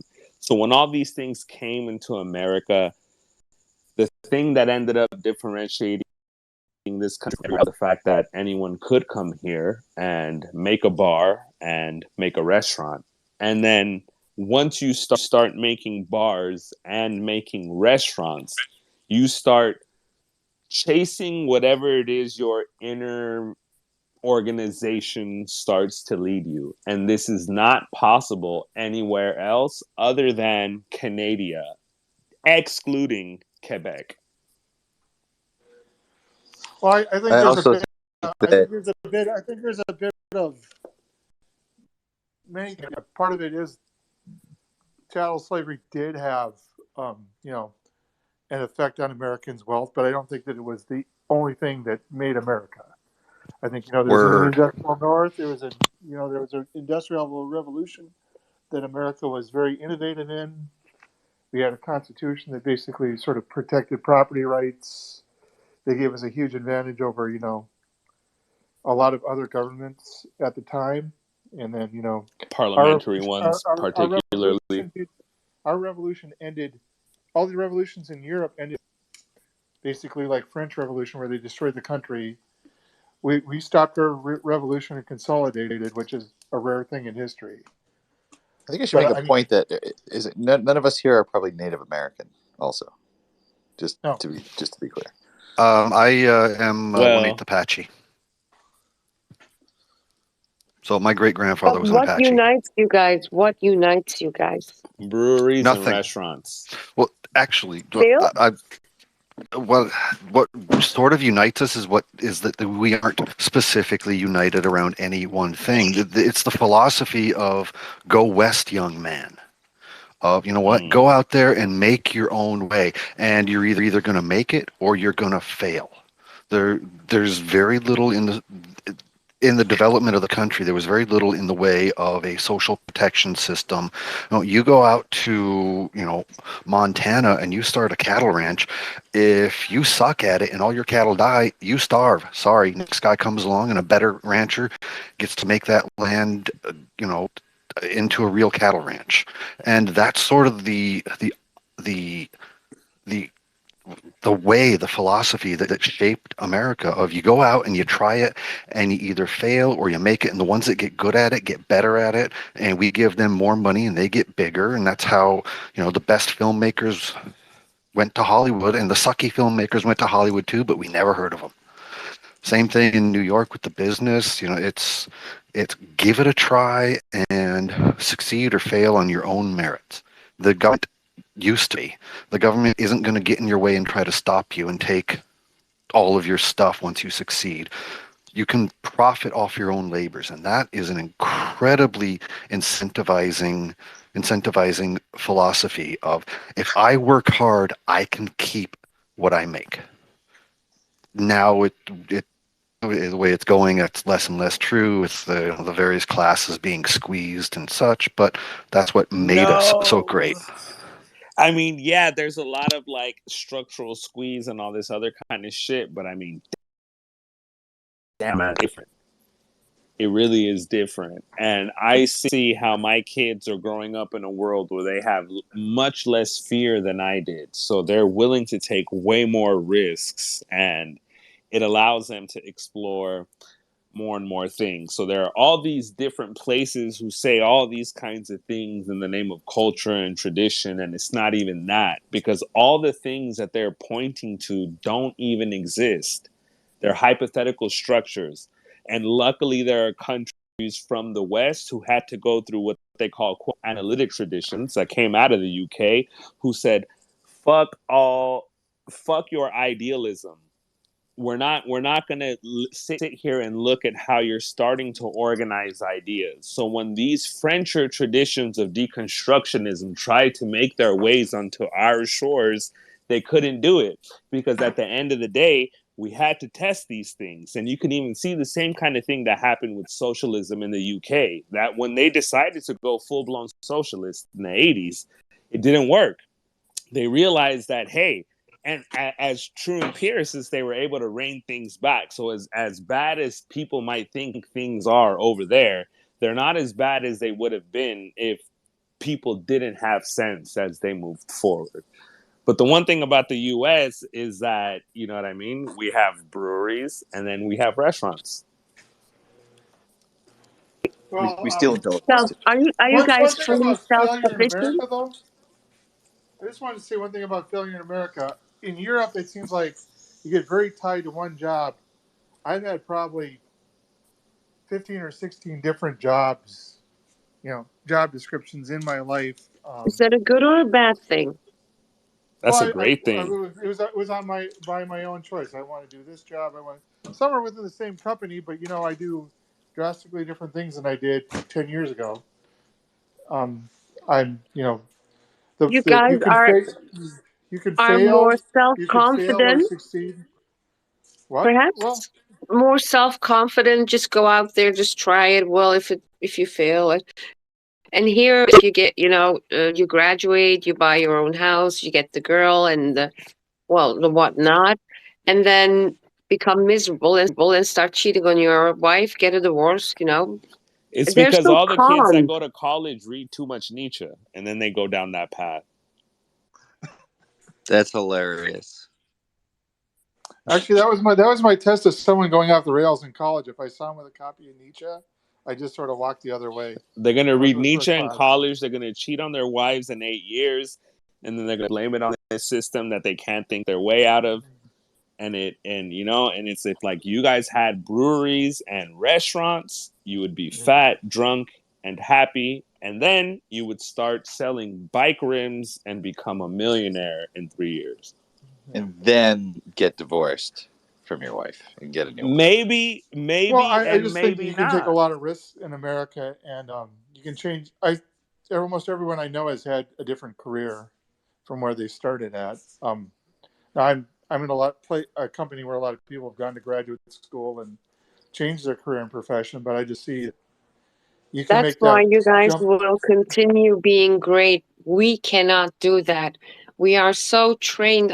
For example, I also consider a career change because I do not believe in the educational system as is right now. It's heartbreaking, and I'm at university. A dumb generation is coming. Really, they're morons. I'm so glad that most of them, they just buy into World Economic Forum's youth subsidies, so they can all just go, and they're dead. The generation of that, I'm very hopeful because they're all like these little terrorists. They make up the rules. They go out and um, but is it nature or nurture? Why are the Dutch so pacifistic? I mean, is it the socialism that they have always been in? But they consume as well. The dollar shop, that's it. When the dollar shops came, Alibaba, China, uh, that's when we went down. Throw it away, throw it. But they don't have I'm going to quote something what Caesar. So he came all the way to the Germanic tribes, and my professor read that part in in his agenda. It says in his diary, they are huge, and they are 2 meters, 250 is quite normal. Masculine, bright reddish hair, and but they have a strange language. It sounds like barbar. That's where the word barbar comes from. And they drink a lot. Yes, they drink a lot. And the men, they only go for hunting, but the women are in charge. And they have one weakness. The moment that there is something wrong or there's a calamity, they fall apart. they cannot unite an army. Still, the Dutch don't have a united army. They Mr. should have Brady drank does. more beer. Move to Aruba. And that's also, yeah, exactly. One um, thing I'm interested in, you talk about Julius Caesar. Is Julius Caesar, when we talk about Go West, young man, and we talk about the American Revolution, is what Julius Caesar did and the Roman imperial story that followed, is that a useful prism to look at the American tale? Imperial overreach, you mean? What's that? Like imperial overreach? I'm just, if you think Rome, the empire, that was sort of, imperial Rome, starting with like the Julio-Claudians,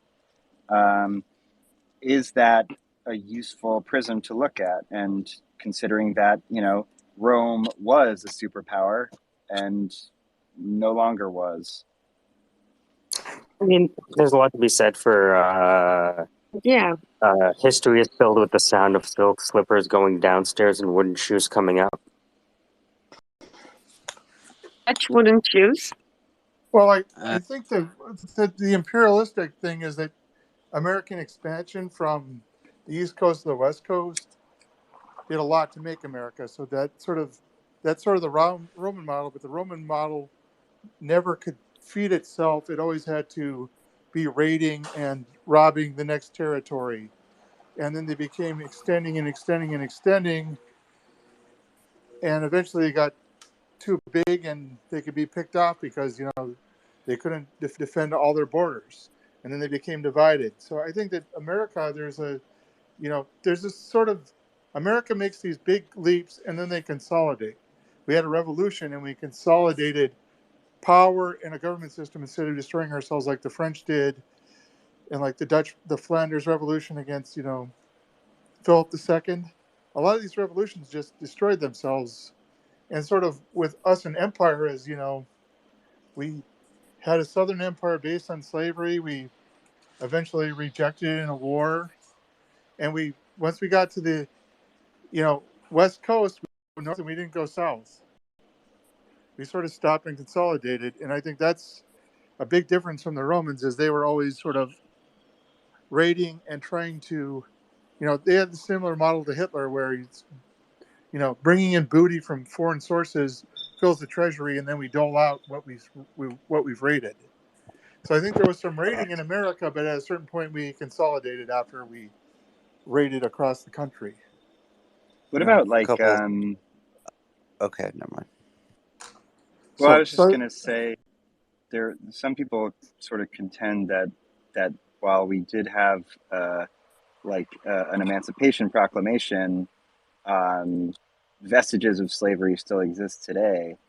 And also some folks say that, They should listen to Killer Mike. CIA. Well, go ahead. If you think about I don't know much about what the CIA does, but the idea of sort of covert operations to install sort of things are very consolidated, but in a similar way, expansionist. I will say that's going to be an awkward comment for me to follow up. So let me say this point, that we have a lot of resources. We eat, I think it's 90% of the food and beverage eaten in the United States was grown and harvested and made in the United States, which is different than almost any other country in the world. So that's one reason why we are been able to be self-sustaining, which allows us to focus on military. And then we are, let me choose my words carefully. So forgetting what you just said, pretend like everything you just said about the CIA wasn't existing. If you're listening to this recording, the United States has always followed an expansion model through military might and influence. And we have always been willing to take our military might and move it across the world, because without doing that, other powers are able to move in to create influence.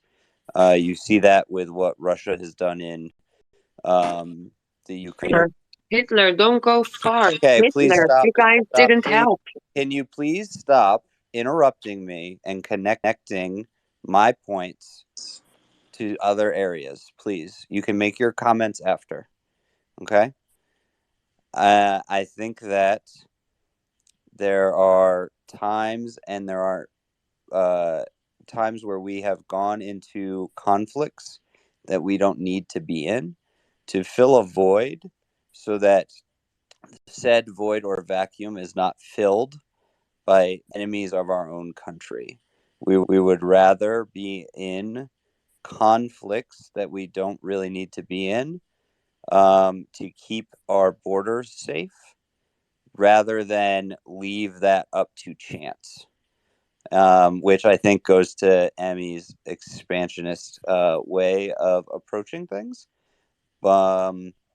I was living in Italy when the United States wanted to pull our 3 military bases out of Italy and move them up to Germany, because there was more training ground, there was more chances for us to save money so that we could do better training.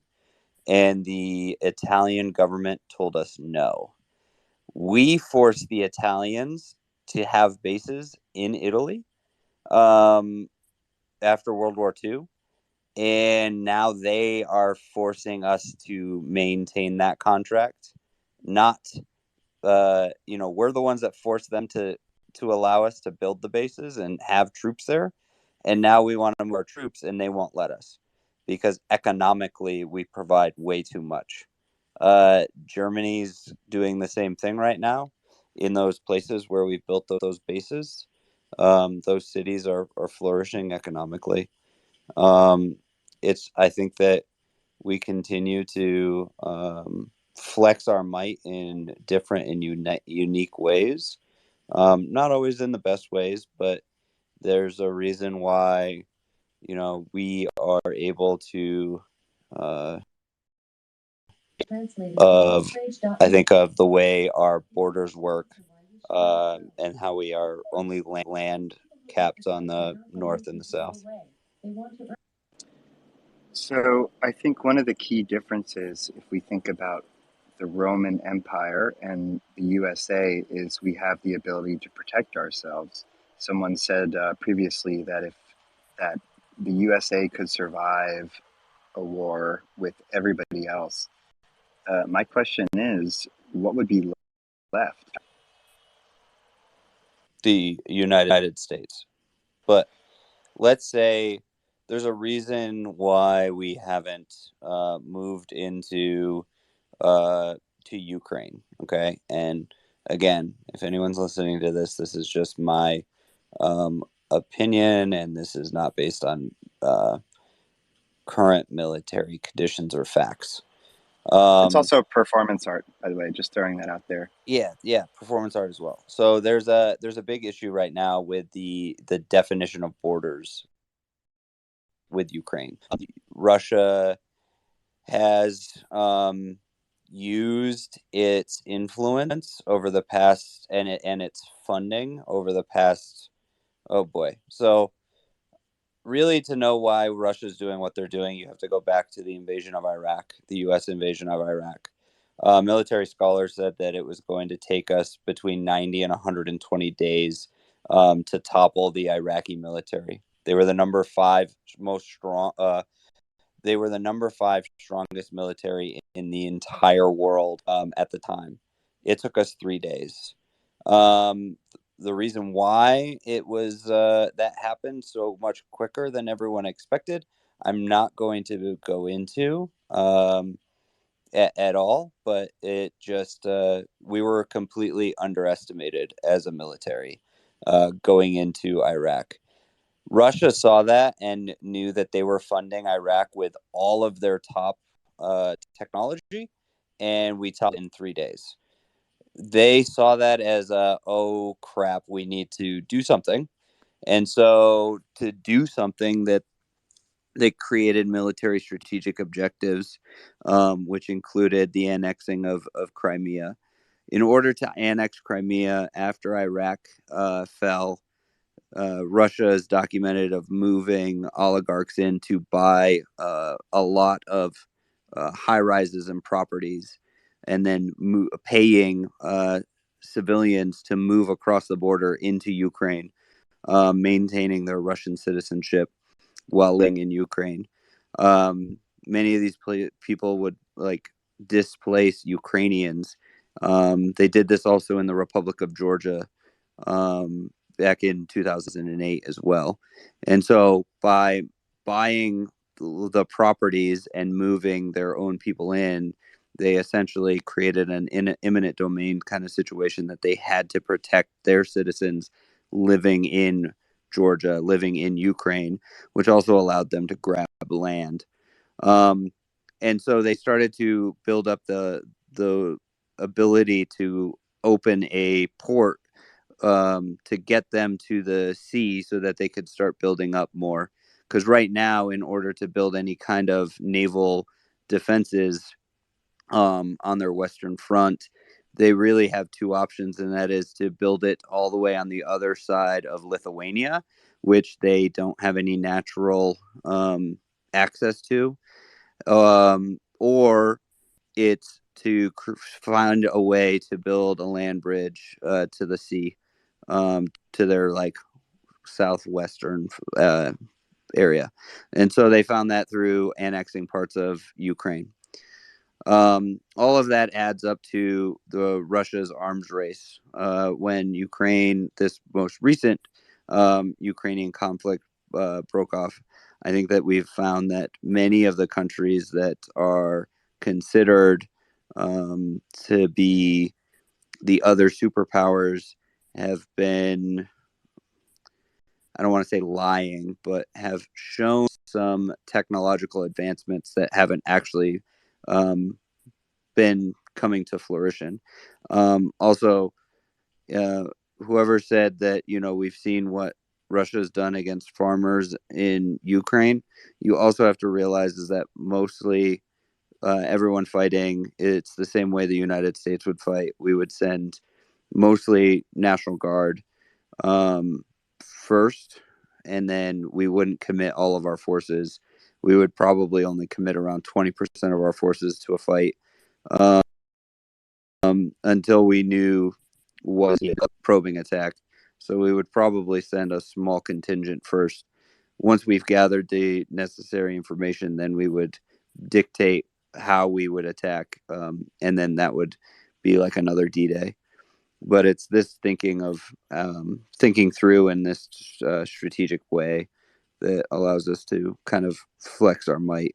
But I think that there's a lot of other places around the world where other superpowers are taking extreme advantage of the situation, and which we're not adept to counteracting that. I think that China in Africa is one example of that people aren't talking about, but that's just from my perspective.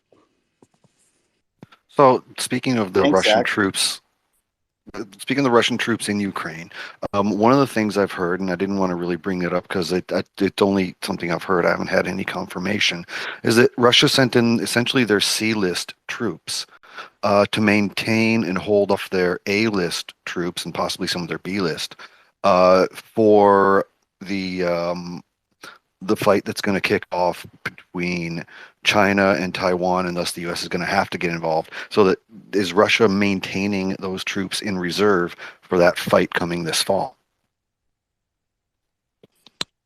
I have no comment on anything to do with China and Taiwan. Word. So sentiment analysis, that's an interesting thing. I wonder if the U.S. was the syndicate and all the members of the Twitter space are the entire population of the world, what sort of insights would we get? What would be the predominating insights? That America would win. Yeah, I think we're proving out Yeah, that the Syndicate is winning over other spaces, right? When you think about it, I heard. What was it, Zach? That like people are starting to imitate the conversations that are happening here and taking the ideas and passing it off as their own, trying to start cryptocurrencies. Fucking Yeah, amazing. I saw it. So, as some of you may not know, I'm the syndicate enforcer. No, just kidding.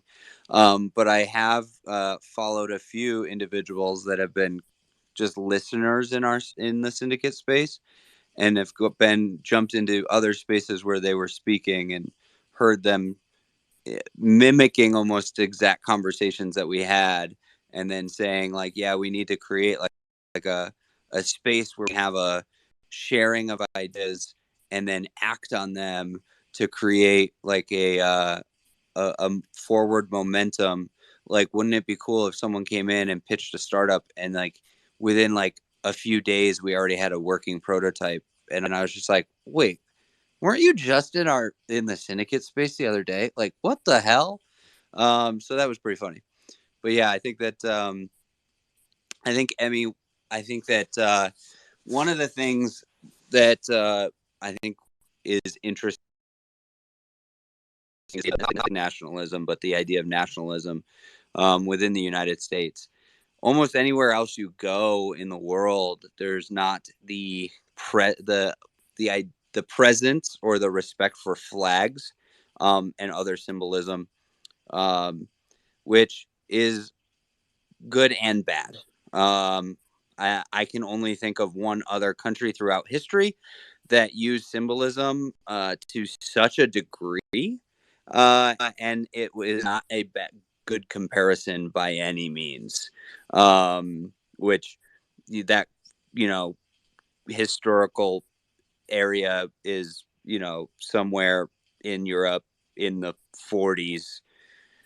Not really a good comparison you want to be compared with, which I also think is why some of the philosophers during that time have a big thing against symbolism and the commitment to flags. I did not see that coming. Yeah, just to echo that, I think they're in an axial way. There was another country in east from there that also relied heavily on symbolism. Yeah, and the thing is I'm pretty sure that throughout history, like all of the superpowers are like rely heavily on symbolism.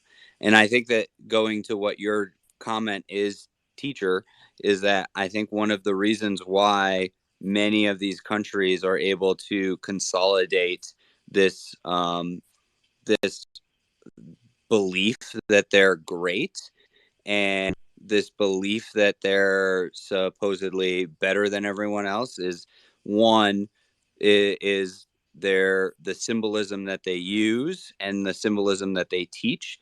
Now, I think that when it comes to symbolism and commitment to a specific symbol, I think that it goes almost like I can't remember what's the superhero where it's like you either die a hero or you live long enough to be the villain, like Batman. Yeah, Batman. So I think that is what happens when it comes to falling in love with your symbology, and I think that's we haven't hit a tipping point. Well, let me rephrase that. I hope we haven't hit a tipping point. But yeah, I think that that's one of those things is where I mean, there's no other country where on their Independence Day people literally wear their flag from head to toe.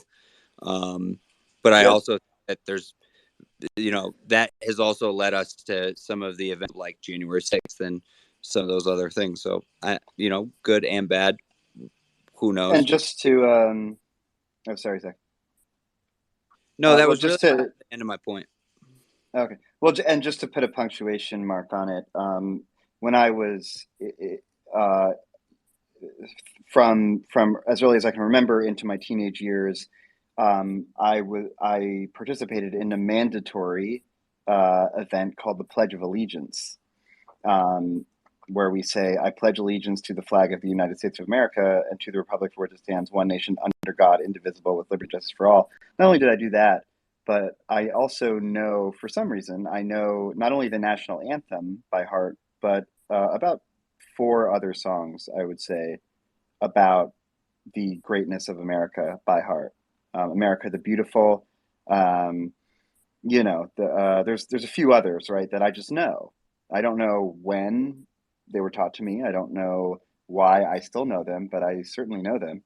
And yeah, I'd say there's like 3 or 4 or 5 maybe that we all sort of know, right? As And I, Americans that we're taught. that was my point exactly. My generation is the last generation that had to learn the national anthem.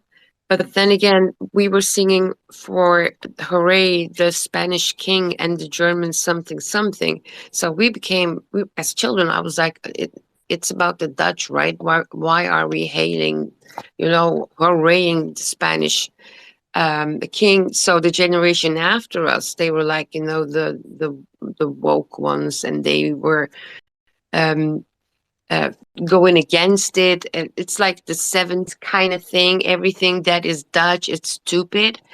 But I worked as an expat, so I was away for a couple of years, and I came back, and it's a disaster.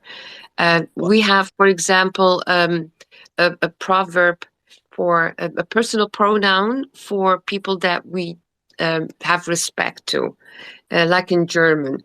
In English, it's always respectful. You and thou. Thou, we kept. Has kept the how do you say that? The decent version or the respectful version, and the you, as in talking to a minor. The children don't know that. They don't know.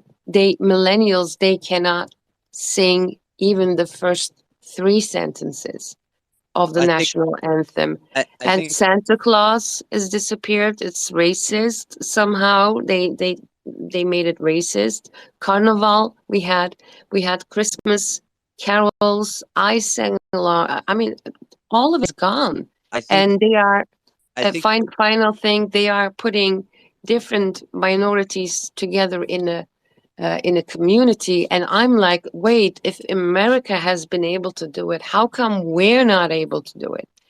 We I cannot connect. So that's my issue I as a teacher.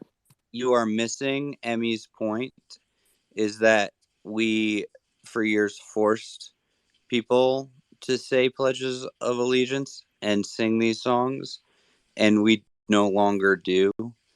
And I don't think that it's caused any detriment. I think that what you are looking for, and I don't want you to think that I'm being rude to you, but I think that what you're looking for is a toxic sense of nationalism, where, like, I think that, so maybe you're just talking to the wrong No, I person. want everyone to be a community. If it's, don't say Ukraine immigrant, they're Dutch, like the Americans, right? After, is there like a time period?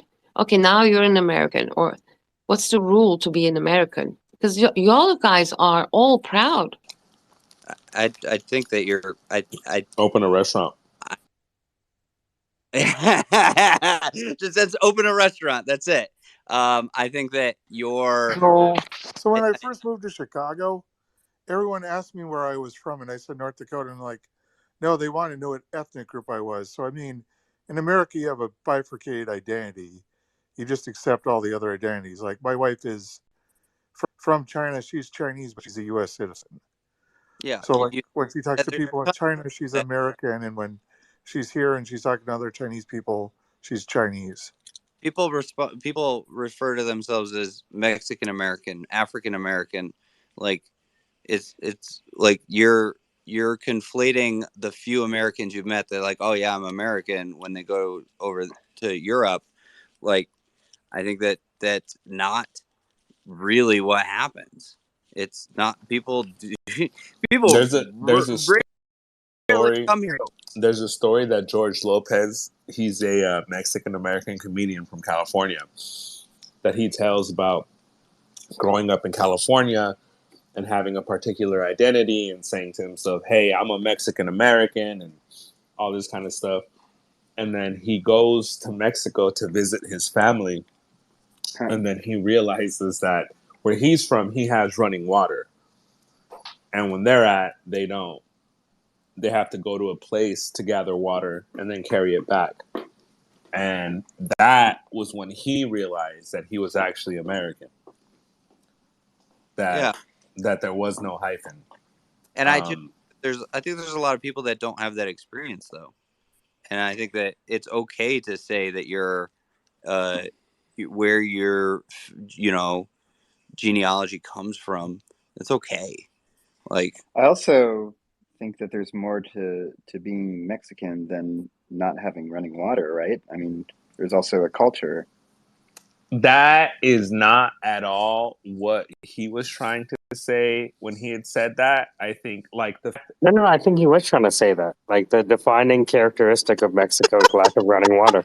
Nah, Isn't that well, I true? mean, it's even we have to be from this country to even have that take of what he was saying. Right. Which is what all of our parents say in that way. You know what I mean? Where there's this automatic reduction too, and it's like, no, it wasn't that, and that's not what he meant. But what he was saying is while he's over here complicating his own life with all kinds of distinctions, there's an area that he has to humble himself. Because, for example, where my parents are from, there are certain opinions that if I were to take this opinion about the government, there's a reaction from the government or someone who's not from the government. And over here, a lot of people like to sweep that away by saying, well, that's a whataboutism. And it's like, it's not. Like it's literally a lesson that our parents are teaching us. And we have to value that and respect that we actually do have that framework, that we're not just some weak Northern European country who just can't even maintain its own semblance of self, because it has nothing to do with left-wing anything. It's that they are weak and they've lost everything since they've contributed nothing since the 1400s. There's no identity that's even there for anyone to even try to fabricate some kind of symbolism and say, this is what it means to be Dutch. It's not there. Outside of what the Spaniards have kept of them. yeah, I think that it's just hard for, like, some of the things you're saying, teacher. It's hard for me. Like, I am a United States military, current active duty military Democrat, libertarian that believes in full LGBTQ acceptance, LGBTQ plus acceptance, right? To get rid of all drug laws, get all of the people who are currently serving for drug related crimes, as long as it's nonviolent, out of the prison system, that believes in capitalism can solve everything and the government needs to stop throwing money at like charities that aren't working. But also I think that diversity and this whole like we are just Americans and we're better than everyone else is not an identity that serves us well. Like, we need to be a superpower in a more professional sense, and like we need to be a leader of leaders. But I also know that push me and I will drop a bomb on your ass. So like it's a balance. It's a difficult dichotomy, and you can't just say, oh, these kids, they're not singing songs and they're not saying these credos and it's going to ruin us. You need to say they're not saying these creeds, they're not saying these credos, but look at what they are bringing up. They're bringing this sense of unity. They're bringing this sense of acceptance up into, the higher ranks of the government, and that's good. And that where is that going to lead That's us? a nice epiphany you gave me there. Very good. Thank you, Zach. Well, I also think, like, to Zach's point, like, if you think about capitalism versus drug offenders, like we do have a privatized prison system. We have corporations that are dedicated to imprisonment. So I think like those two things are intertwined in a way, but also at the same time, we do have the freedom to talk about this and bring this to light. We have the freedom to make documentaries about this. There's one really popular one that was widely viewed by, well, widely, I mean, not as much as reality television, but it was viewed, and we can share these ideas, and we can hopefully bring it to a legislative level and actually affect change. And that's what I hope that this younger generation continues to believe, is that America can change. One of the differences I've seen living in the U.S. and living up here in Kanakistan is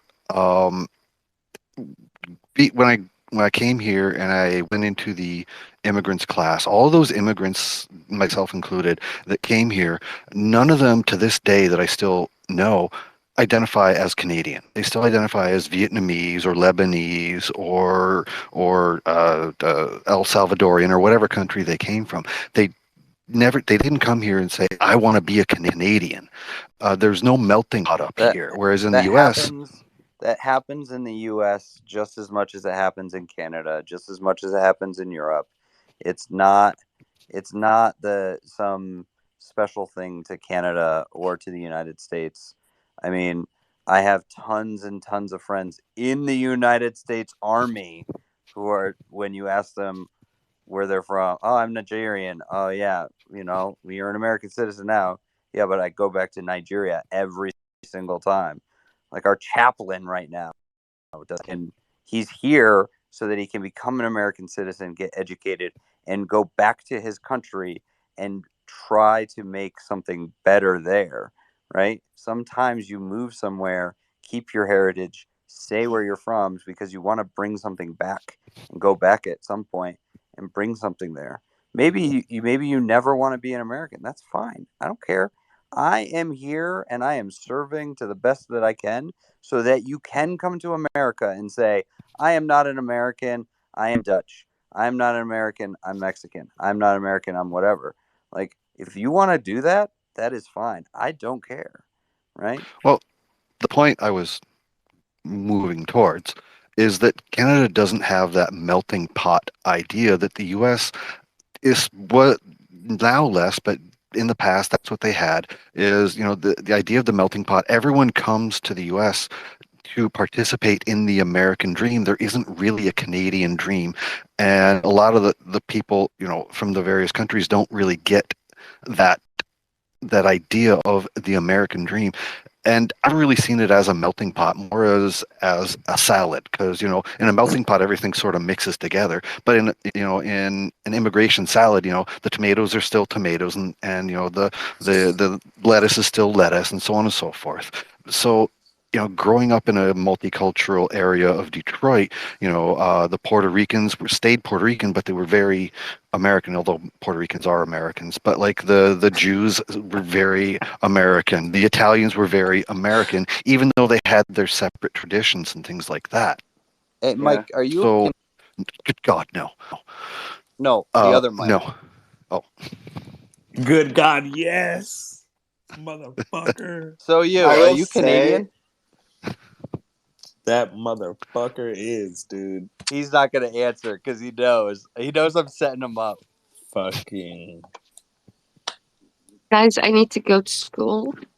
Summer school. Thank you for having me, Zach. Thanks a lot. Wait, teacher. Before you go, I just wanted to extend the olive branch above that I posted, and it is to connect America and the Dutch culture with Golden Earring and ZZ Top. So you can check Can that I have out. Faith No More as well? 90s. You can check that out at your leisure. Okay, I'm gonna follow y'all. Thank you very much. My IQ is just boosted. Seriously, thank you. When I was in high school, we would buy Dutches all the time. Who's got the Dutch? Who's got the Dutch? The only different, the key issue Here's though the is ignorance that teacher was talking about. what did we do with the Dutch? We ripped it apart. We gutted it and put stuff in it and wrapped it up again, and then we lit it on fire. And I believe we passed it on the left-hand side. Yep. The other Mike, way's bad luck. So are you Canadian? Yeah, I call myself Guyanese. Got If him. people ask me, because what they want to know, right? They don't want to. We're already standing in Canada. They get that, right? You know what I mean? But they want to know where I'm from, as they call it. But I was born here. No, that's not true. You think I'm Canadian? You're just Canadian. There's a record label called Secretly Canadian. Are you secretly Canadian? I remember my professor from U of T said that when you're only exposed to one culture, you end up becoming a cultural automaton. And I think we call them non-playable characters. NPC. So that's the challenge, when you've only been exposed to one culture. At least, Zach, you've traveled, right? You've actually seen some other shit. That conversation with teacher was definitely not anywhere near what I thought it was going to be when she first came up there. This is all very revealing. I think it and I don't mean this in a negative way, okay? No. No. But I think I've never go met a European I guess the version of an American conservative, but European, I guess. I don't know. Yes. You know? I mean, there's a lot of those actually, And not like a regular conservative. I'm talking like the really, really raging far right one. I can't believe Too far right these or too far immigrants. left is bad. Either way. Yeah. I can't believe. I mean, even from people in England, I would hear about the gypsy problem. Have you ever heard about the gypsy problem? Oh, dude, in Europe? in Italy, it was so bad that they have a protection by law, and so I came home one day, and then there was a gypsy stealing my TV from our house, and I had to literally escort him outside and let him go. That's the funniest sentence I've ever heard of in my life. Yeah. I came home when a gypsy was stealing my TV. Are you fucking Borat? So so I had to just let him go, because if I had used any force to detain him, because he's protected for his religious whatever, if I had used any force to detain him, I would have went to jail. Must be nice to the gypsy. Yeah. It's King of funny the you castle, mentioned. look at me, I have a chair. It's funny you mentioned Borat though, because my mind went to country song for some reason. I was like, came home one morning, gypsy stealing my TV. Couldn't do anything about it because of their sovereignty. Glad you think so highly of me, Emmy. Country song, not Borat. Come on, we're Americans. And Marie, you came up during gypsies. How are things? Do you have a soft spot for gypsies? How do you feel about the gypsy? As a gypsy Jew, no, this has been fascinating. Jeez. Yes. Thank you, Anne. No, honestly, how can I say this? Everything I've been listening to for the past 10 minutes, I've wanted to step in and say a bunch of stuff. That we're all full of shit? Oh, I can't, honestly.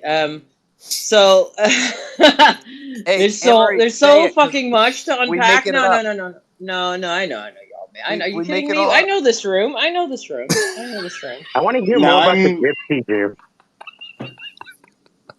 I know what this room is about. I am neither offended nor impressed. That's all I have to say. Now I'm reviewing. I have to review the last 10 minutes. Did we make you proud? I just That's a no. That's I a just no. want to know if you had to Oh. sum up your arguments against what was said in 3 main points. What would they be? Oh my God! What? No. Nice. 3. Oh, I love how you gave me like I'm against it, right? Like you assumed. Oh no, she's Oh, because against I it. speak out my ass, so I'm pretty sure everyone that comes up is probably going like, "Wow, this guy's an idiot." I never. Never.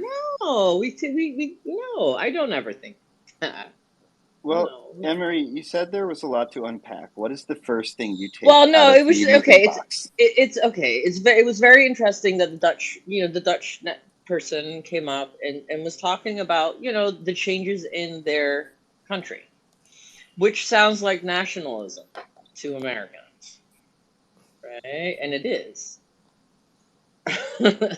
Yeah, but they're And it is. And it is. But it's also, you have to understand that other countries it's not America.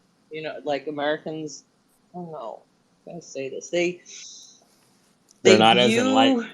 well, absolutely, well, that's given. But I mean, they view other countries as like dangerous and like, oh my God, like nationalism, very dangerous, and it must be stopped, and we must all not be like that. Yeah, but And sorry, please no, no, continue. no, no, no. Go ahead. No, and it's fascinating because over the years, things have changed in especially in Holland. And Holland is actually a particularly interesting case because it is a true democracy. Bingo. Yes, as in, if you want to know what a real democracy looks like and how it changes through your population and through having people come into your country, Holland is the example. So not to go all history cell on everybody, but James Madison has always been like a mind fuck for me to wrap my head around because he wrote a paper called On Governance where he goes through and John Locke proposed the separation of powers, and John Locke said we need to separate them into 2 branches. We need I don't know what the fuck. He said one side, we need like a Congress and a president. John Adams said if you do that, you're going to have a civil war every time you have a vote. So you need a way to have all this shit balanced and checked. So then he proposes the legal system or some shit. I might be getting my categories mixed up, but somebody said 2 and someone else said 3. And John Adams was the one that was like, hey guys, here are the 3. But John Adams also has other papers where he's advocating against immigration because he's saying that these monarchists are going to come over here and they're going to fuck everything up with their ideas. So they're going to say they want to come here and buy in, but they're not. They're going to ruin everything. And since we have a representative government, and what John Adams was saying in his other paper on governance was like the representative government should represent perfectly in proportion the population of the country. So then he's also saying we shouldn't be letting other people in here because they're going to fuck that shit up. I think the ironic thing is that has not been the case. It's never been the case. I know that politically people try to spin that, but at the end of the day, when people are coming here, they really are buying into making breweries and restaurants, and then 100%. No, America is different. That's what I'm saying. But America is yeah. huge. Here's another thing about America that you forget. America is fucking massive. Okay, so so you don't have like take Holland. As they're saying, Holland is Got tiny, him. fucking tiny. It's tiny. There's like how many people live in there? 10 million, right? This is Yeah. literally Los Angeles, right? Finance Quant said that we can't implement the policies in Denmark in the United States because there were more people in Brooklyn than all of Denmark. Got him.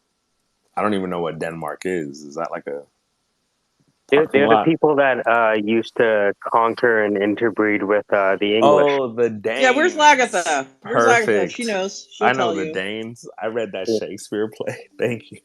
Vikings. Yeah, Lagatha was at the helm of a ship for 1,000 years ago. You understand? The Danish play to be Quebecois or not be Quebecois. Quebecois. No. Well, that is the question that I'm asking right now. Should I be Quebecois? Can I be Quebecois? Et toi, Is là, it mon hostie de possible? calice de tabarnak, no. Yep, that's a no. You need a bit more of a lisp in your English. Also, don't you need to say it both in English and French?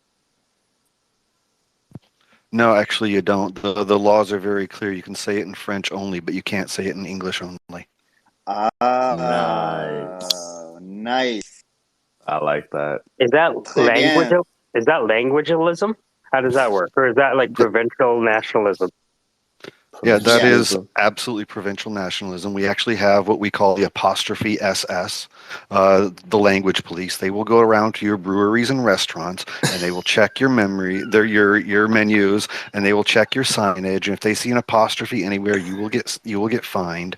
One of the offices I was working at a few years ago, they came in, and the copy machine, the LED displays was in English, and we got fined for having an English LED display on our copy machine. Nice. Yeah, not nice. We were unthrilled. I gotta go, everyone. It has been a pleasure talking with everyone. Likewise, Zach. Thank you. Gotta be Same, up at Zach. 3 a.m, so an hour earlier for my first workout of the day. So I appreciate everyone. Yeah. Thank and you on that note, I'm going to be off like a prom dress as well. It's been a pleasure. Pleasure, Michael. Pleasure, Zach. Pleasure. Hedonism. Do what thou wilt. Hail Satan. Hedonism, my guy.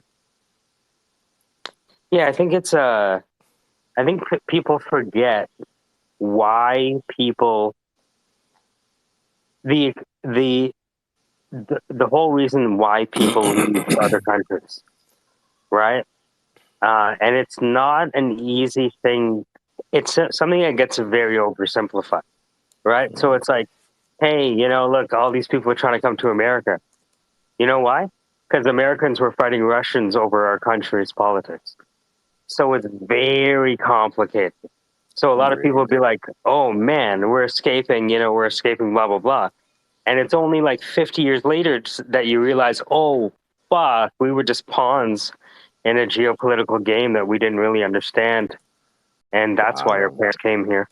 So it's not easily cut Gordian knot. No, absolutely. There are many, many, many reasons why people come here. I know me personally, I always wanted to come to America. Like always. Even when I was a child, I was obsessed. I was like, I gotta go to America. I go to America. I was the only Scottish person that wore cowboy boots. Like when I was a teenager.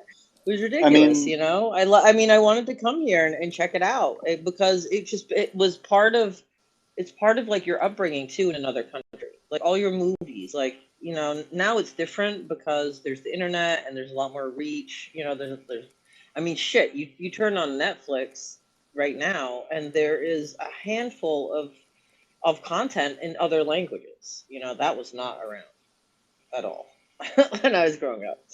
So go ahead. I remember I had my no, it's okay. I had my Trini teacher. I was like, you talk about Trinidad like it's a paradise. So why the fuck did you leave paradise to come here? You know what I mean? You left the Caribbean to do what? And he said that the people who came here before them told them not to come, but then they thought that the people telling them not to come were trying to keep them away from something really good. The old Iceland Greenland paradox.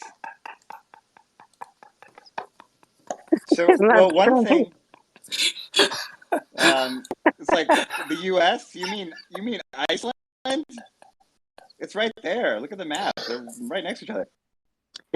Greenland was like the fake news that Leif Erikson and his brother needed to get more funding. So The funding original hasn't really Greenland is changed. Funding hasn't really changed all that much.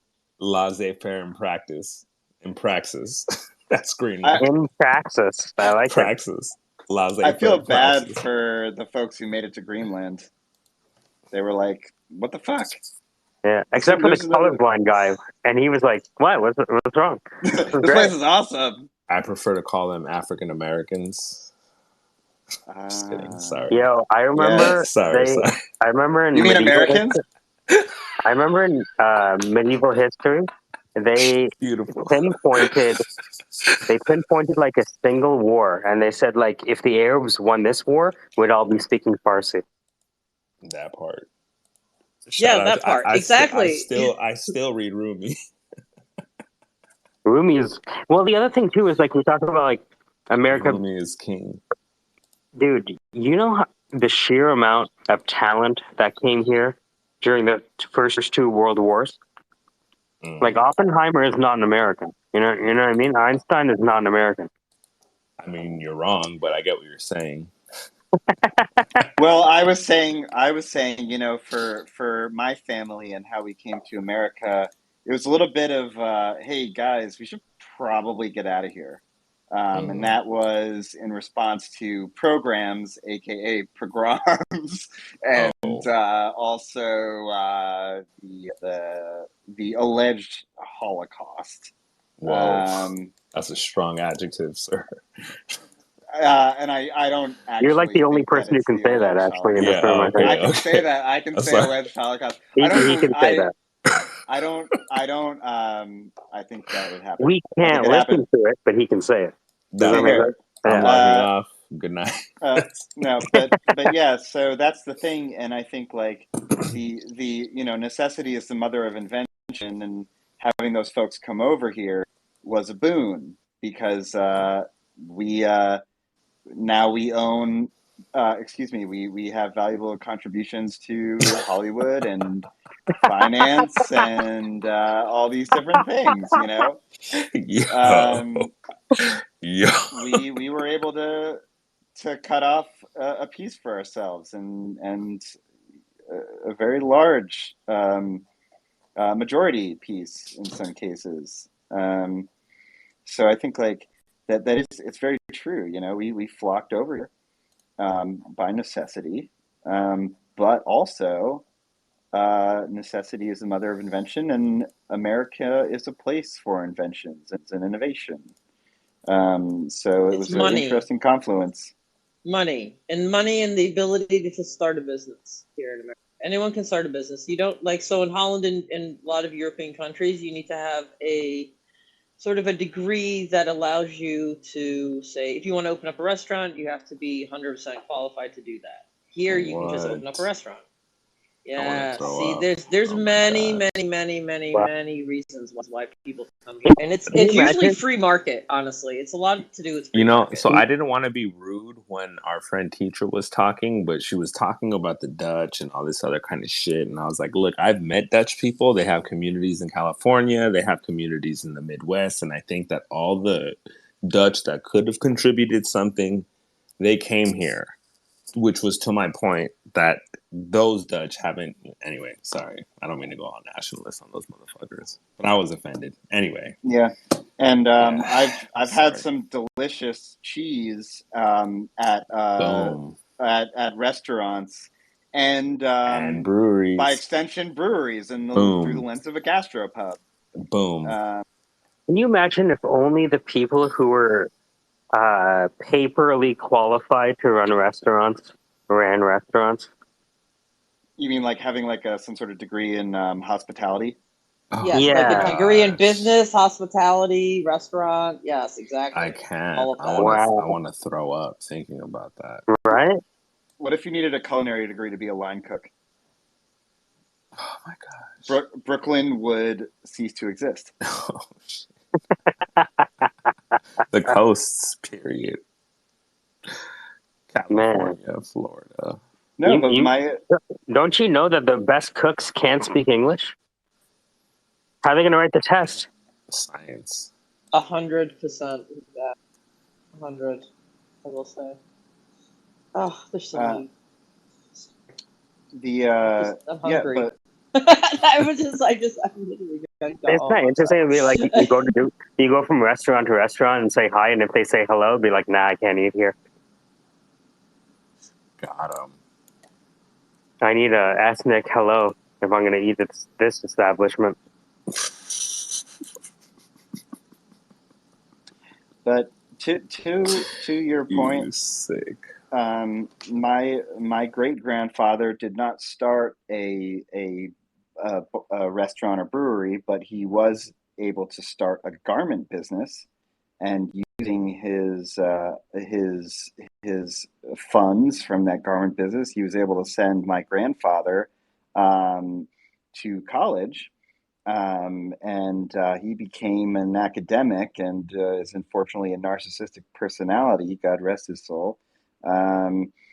But he was able to send my mother to college and my uncle to college, and my uncle is now vice chair at Moody's Investor Services. So that is an interesting story, and it's an American tale, I believe.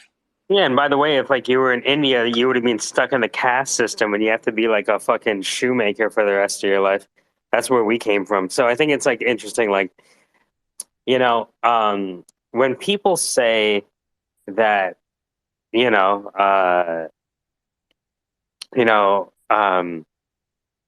capitalism is this or capitalism is that, the freedom to make economic decisions are the primary reason that people leave other countries, right? When socialism took over Guyana, people weren't allowed to own their own shit. And if you didn't sell your shit to the government, they burned your shit to the ground. And that's why everyone left Guyana.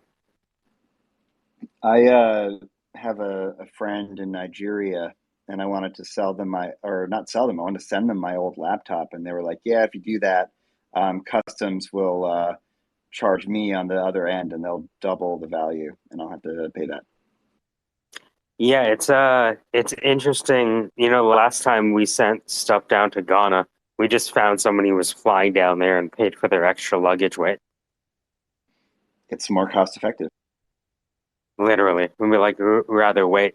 You know, and there's all these like theories about like, hey, you know, you should put like a $20 bill in the outside envelope, so when they open the envelope, they see the $20 and take it, and then they give you the laptop. Like everyone has their theories on how to be culturally appropriate when it comes to FedExing internationally. Yeah. But then I'll have to lie if anybody asks me if I've ever bribed a public official and I want to hold on to that as much as I can. Well, just think of it as an individual lobbyist, right? Now that's interesting. Right? I'm lobbying. Yeah, you just lobby. I mean, at the same time, like we learned in ethics class that like they gave us this homework assignment, and it was, if it was true that it was only possible for you to do business in a country by engaging in bribery because that was the culture and all of your competition was doing it, would it be considered unethical if you just applied the same amount of bribes that everyone else was doing just to stay competitive? Could we call that ethical? Well, I would look at the alternative, and the alternative would be to sort of take a stand and say this is wrong, and then what would be the repercussions of that, and how would that affect you and your loved ones? Lost billions of dollars, right? The answer is lost billions of dollars. And would the effect of that cause you to behave unethically? Like, do you have a duty to engage in an unethical system for the purpose of ethics, personal ethics? Yeah, it's one of those things where we have these things called personal ethics, but they are cultural ethics. And we have bribes over here, and we call it lobbyists. They have bribes over there, and they just call it bribes. Yeah, and I think it's interesting when you talk about funding, right? There are people who are anti-lobbyist, but like, how do you get on the floor and campaign for anti-lobbying? Is it lobbying? Do you need to lobby for anti-lobbying?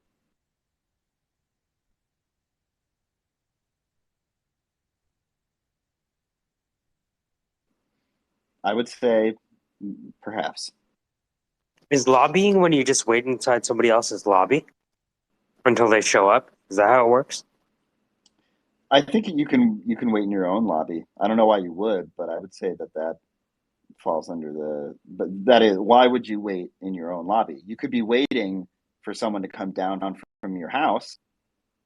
So is that lobbying? That's a good question.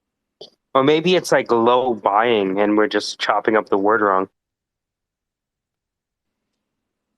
Buy low, sell high. High ceiling, high selling. Yeah, it's the Nancy Pelosi School of Management. That's so interesting you say that with the words. You just chop it up and it's a different word. Like I had, I know, Arbitrary no, contractions, yeah. it comes to mind like atrocities. So atrocities, yeah. So I'm, and I think I've mentioned this before in the room or whatever. I'm like highly dyslexic, like highly. I hear it different. I see it different. It's terrible. So like, No, obviously I etymology is know. important. Yeah, I know the word atrocities, obviously, and I know what it means. But hearing the word and reading the word, like it just like I don't I remember I still remember just reading like atrocities and then just reading it as atrocities and just going on with the paragraph. You know what I mean? That is the funniest thing I'm not supposed to laugh at. No, I know. I'm laughing. Right? Go ahead. Atrocities. Yeah. Atrocities. Atrocities. Anyway, yeah, it just jumped into my mind when you said that. It's like when two port cities go to war, you have an atrocity. Yes, exactly. It's like Carthage versus Rome in a way. But hold on, did Carthage fight Rome? Yeah, it was Rome. Punic Wars. Exactly, yeah. Hannibal and whatnot. Hannibal and whatnot. Hello, Clarice. But with lobbyists, if you look at the etymology, it's actually literally related to the floor on which these people would speak. Lobby comes from the Latin for sort of a portico. So it's very much so the fact that they are lobbying in a lobby, hence lobbyist. So when I'm in the lobby of my apartment, I am a lobbyist. I am lobbying. It's Or just a maybe you're question of maybe you're playing slow pitch and you're lobbing it in. lob. That's interesting.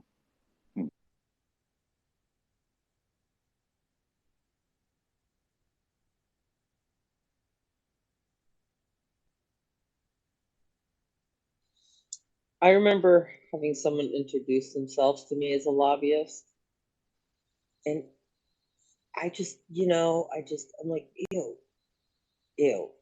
I, ah, I don't know. To me, it's a dirty word, but it's also, and it's only dirty, I think, because for me, I'm just like, why do we even have to have these people over here? Just do it right to begin with. You know what I mean? But it's kind of like mutually assured lobbying. Operation Scorched Lobby. But when you have a the interesting thing about lob is that it comes from lout, or a pendulous object, and then probably from Low German or hello Dutch, Lube, or hanging lip. So we experienced the hanging lips of a Dutch person. So it's very possible that they were lobbying themselves. And it's also possible that they were loutish in doing so. Language is a fascinating thing. I love etymology. I looked up the etymology of etymology, and my phone exploded.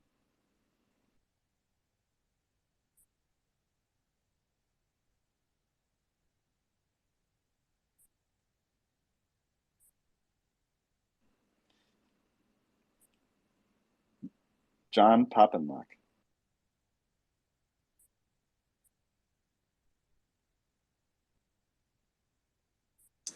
Can you imagine if they actually danced? Because we don't have any videos of them dancing back in the day, right? After they signed the Constitution. Can you imagine John if they... Poppin' Lockett. John Poppin' Lockett. John Poppin' Lockett. John Poppin' Lockett. Well, I think we very soon, given like our understanding of, we have imagery of John Locke. So I think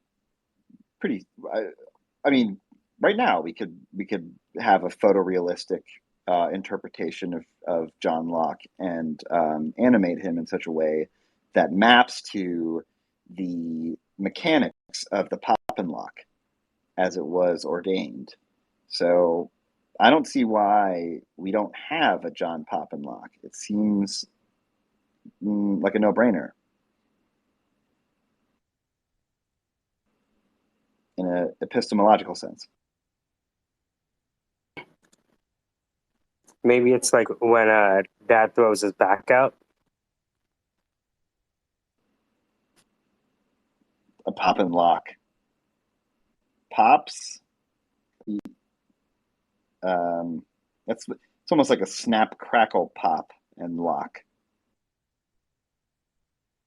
Like back pains in the early morning. Snap, crackle, pop. Part of the American morning.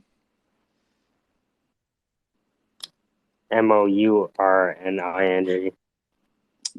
It's the only kind. So here's something interesting. I have a friend who's getting some sort of cap on their tooth, and they say it's made out of cadaver bone, and the cadaver bone is actually a composite of a mass centralized bone grinding output. So it's quite possible that this person would have any X number of identities encapsulated in their mouth. Cadaver bone. This is something new for me.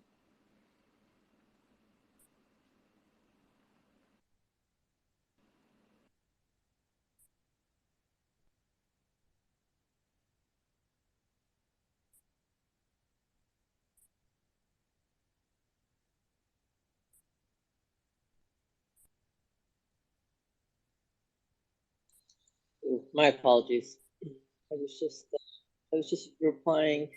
Okay, can I bring up something absolutely not related to this? So a friend of mine is okay. A friend of mine has an OnlyFans site.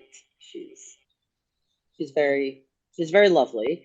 Anyway, she's coming up. She's asking for like ideas for content for her OnlyFans site, and I just wrote her tweeted underneath her thing that said "word of the day, but naked." You know what I mean, right? Like a little education, but naked. Like it. Well, they do have naked news. Oh, there you go, naked news. I think I just wrote also bake a cake. I heard about naked news from Mateos, actually. He told me all about it. Oh, naked news. Yeah, he was like, See? yo, dude, just women telling the news naked. And She now could do I like know naked weather.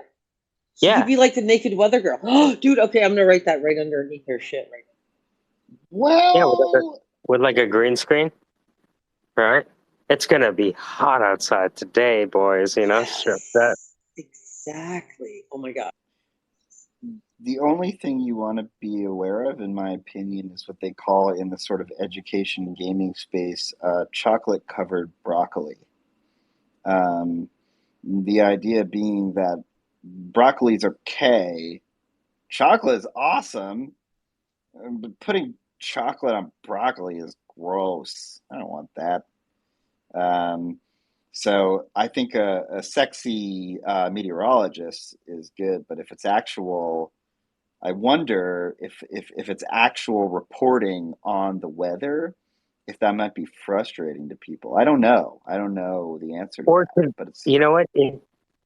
Then again, like if you niche down, like if she creates another OnlyFans, right? That's completely separate, and then brands it, then you could like really niche down. And the more accurate you got, the more money you got because like you'd be getting that meteorologist money.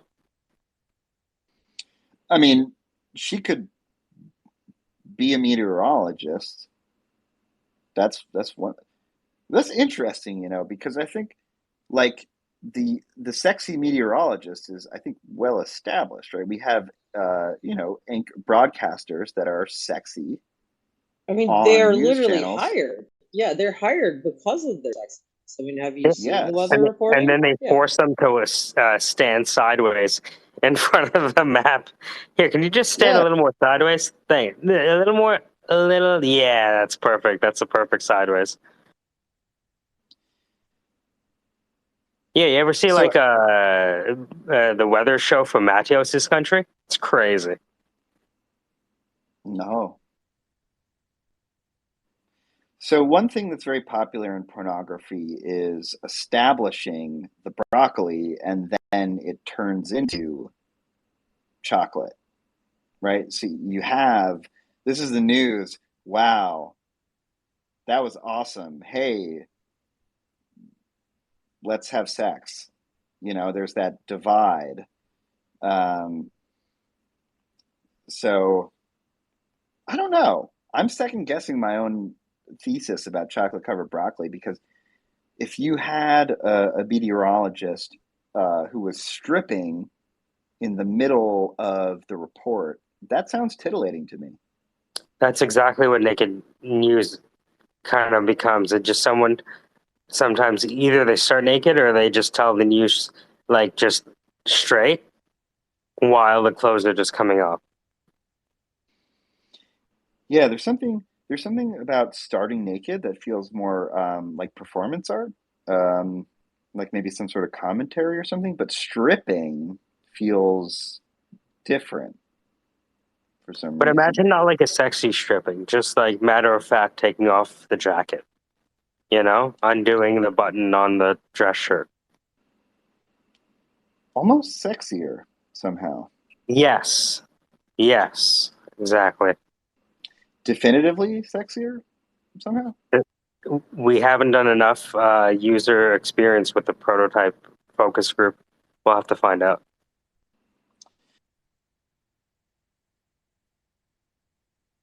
I mean, the ultimate focus group is seeing how many people actually pay for it, right?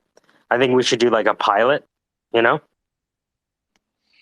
Yeah, use the MVP as a place for the testing, definitely.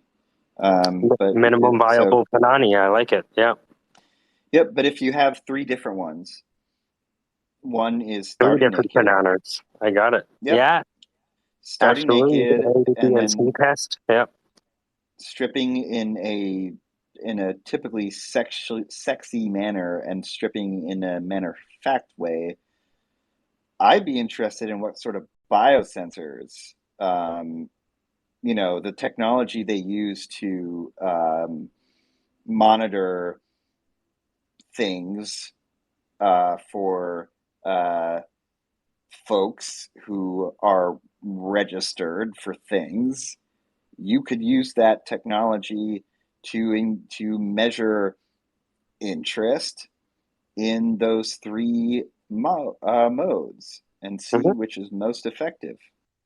Yeah, you could do like they have this thing where it tracks the eyeball for user research, so you can see like a heat map of where their eye attention goes as they're using the product, so you know where to put the buy it buttons.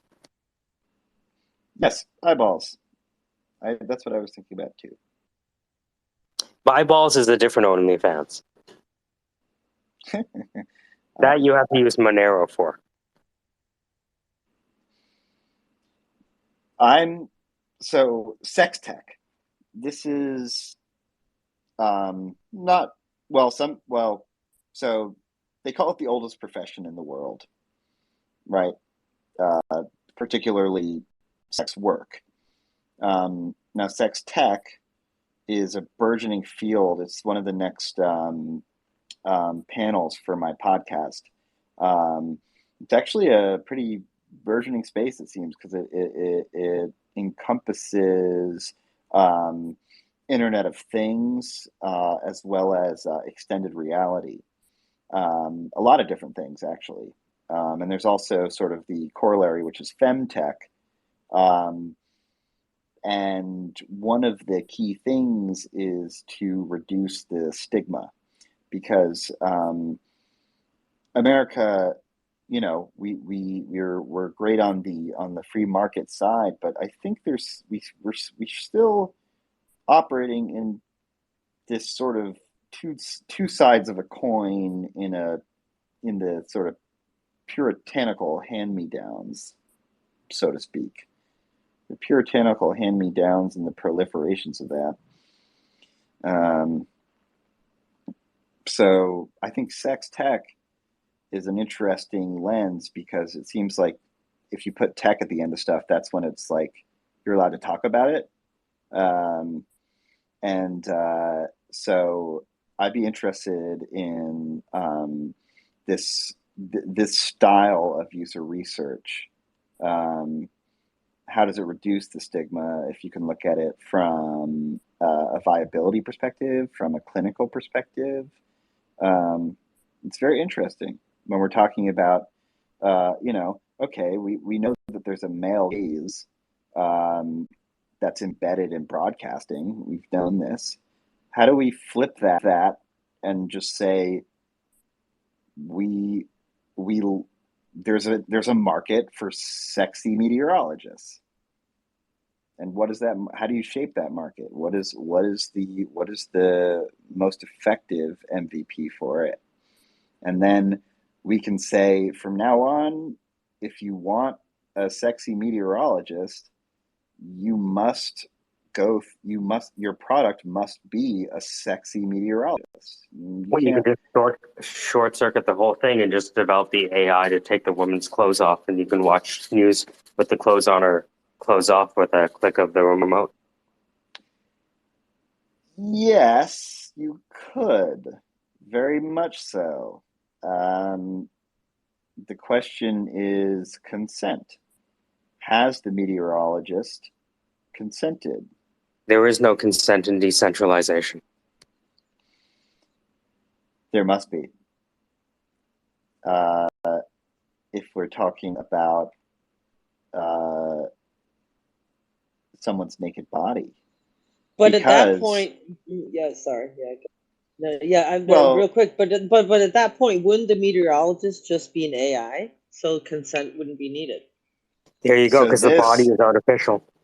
This is a photorealistic native novel digital human, in which case I would again put forth the idea of consent in the interest of AI dignity.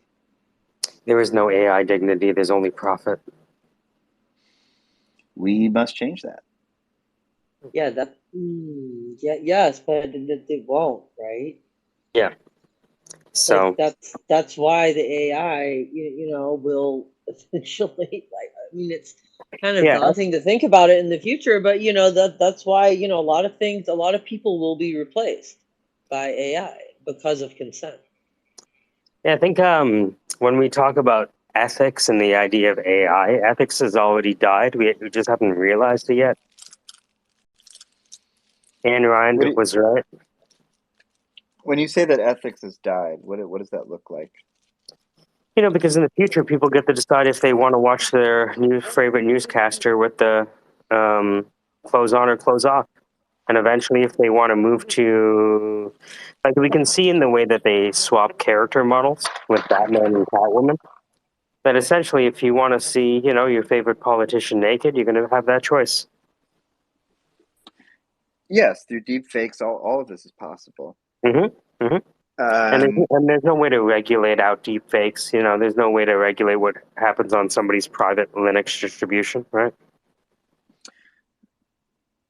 But if you think about the path of least resistance, at least with the meteorology question, if you're able to get in front of that and build an AI meteorologist, or even not an AI meteorologist who is this, but yeah, just to follow through. Like if you're able to have consent at play, it was like, yes, I'm fine with doing meteorology both clothed and naked, and I consent to my likeness being used in an application where folks are going to be able to toggle back and forth, and you get in front I of the think we're market. running into the ability to enforce.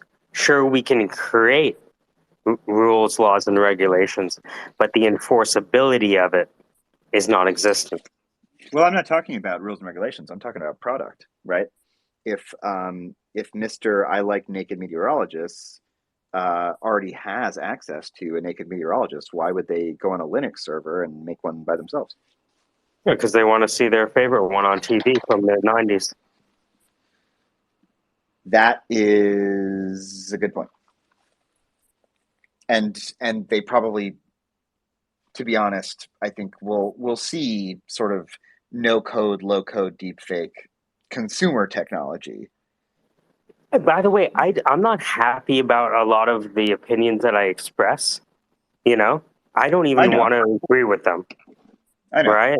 I just say these things, and I hope that you guys can come up with answers. But it seems like we're all on the same page. Well, sometimes it's like that, where you're just like, you're like, please if save somebody us. wants to see me naked, so if some gay dude wants to peg me in VR, that's probably going to happen, and there's nothing I can do to stop it. Yep. Yeah, 100%. There's no consent there. Yeah. No, I appreciate it's a productive devil's advocate in this case because these are things that are on my mind. So I need to have the other voice in the room. It's essential. Keep in mind that laws are only as effective as your lawyer. You know what I mean? The amount of money you have for your lawyer, right? Yep. So, inevitably, it's almost like talking about ethics is something that the proletariat does. Mm-hmm. So, what? So I'm part of the XR Guild, right? And I think this is even the operating idea is, instead of sort of like talking about ethics, we're encouraging ethics, which is talking, but encouraging it to the builders. So the hope is that ethics is part of their decision making when they're building this stuff. But when you deal with open source technology, the creator is a Karl Marx. They don't get to implement their ideas the way they wanted to. Right. So if you're talking about open source, but you have our folks that are forking over technology and doing what they want with it, right? So I guess they hopefully have ethics as well. So how do you? I think that like open source ethics is a really interesting thing. What's interesting to me is I love how you said hopefully, like twice, yep. I think 3 times, right? And that's, to me, is like, oh God, that's not a good sign. Like, when we're all pinning it on hopefully they do the right thing. We all know where that leads us, unfortunately. There's entrapment laws that recognize this, right? Entrapment laws say that, you know what, give or take, most people will say yes to just about anything for over $2 million. So you can't bribe someone into committing a crime over $2 million. We know most people have a price Ted DiBiase. Okay. But I think And I agree. Like my use of hopefully is an agent of my fear, but I think like hope can be reframed, um, and should be reframed as optimism. Yeah, I think there's an idea of realistic optimism, right? Yep. Right, and it's one of those things where if you look at how software is used, even by the people in this room, they use it for whatever the fuck they want Mm-hmm. at the end of the day. You know, if a guy downloads an API and wants to do speech emotion recognition and then like publish the top 10 angry people on Twitter this month, I don't know, might be hard to stop him. Especially if that's they why have like money for lawyers. and what's and like so really it's like it you looking at ethics through the lens of technology is it's almost too late, right? Well, Because I mean, if nuclear weapons are a technology, right? And look how far ethics yep. got us with that. Well, I would say that the very existence of nuclear war technology is, in a sense, unethical, right? I mean, Yet positive net for national security. yes. So, and you can sort of like go back and say, like, okay, well, like what are the ethics of the nation, and Survive. is securing that nation? Well, that's what's interesting because there's a difference between ethics and morality. I guess is really something that I learned at a neurotech con. That they're like ethics is a belief system. So, you know, the whole like I was just doing my job. That is that's adhering to an ethical framework. Well, I mean, if you don't follow an order and you get a gun to the head, is that a Right. choice? Right. And then if my family is depending on me to provide for them, and I do something when I know it's going to get me killed, is that ethical? Or I do something and kill other people to feed my family? It's a tough one. It's like it's a moving target. And that's why Ayn Rand was right. You know, it's the objectivist ethics. When we wipe away all of the fake morality, all we're left with is the need for survival. But the question is why?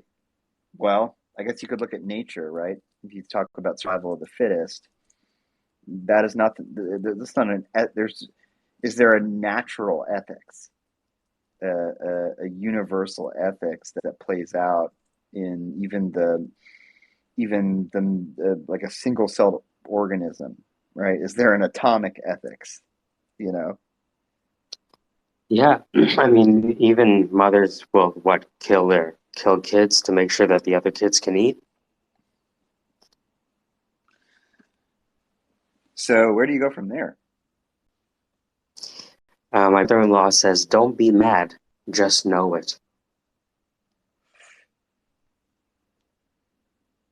Seems like harm reduction is something to think about. You can't eradicate harm in some cases. Yeah, but the idea that perhaps you can reduce it. Well, if you're optimistic, you might believe that risk cannot be destroyed; it can only be transformed. Risk? Mm-hmm.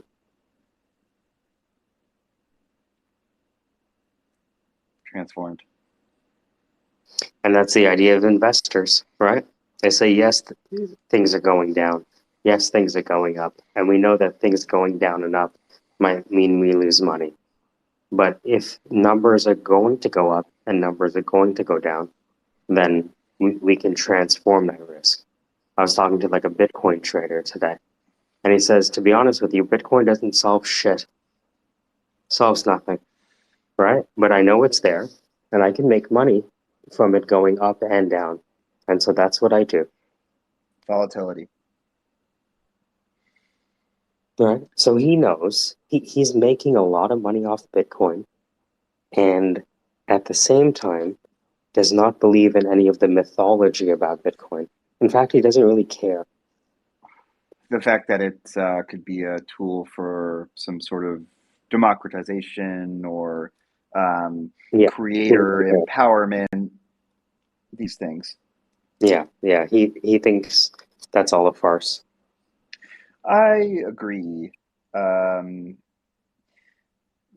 don't know if it has to be that way, but I also know that one of the biggest voices for a sort of countercultural layer one blockchain is just one arm of a venture that is doing a lot around blockchain in China, and some of it is identity tracking and risk assessment, and it's finance, as I understand it. Well, it's also like as technology gets more powerful, national security responds by collecting data. The new oil, as they call it. Although I don't know about that. I think oil is still the new oil, as far as I know. Yeah, oil doesn't seem like data seems like the new oil because we've concocted a scenario where we have easy access to it. But if you don't have like India imports, I think like 90% of their energy, right? You know, so it's I think when people talk about regulation, they don't realize that anyone can download anything and do whatever the fuck they want with it.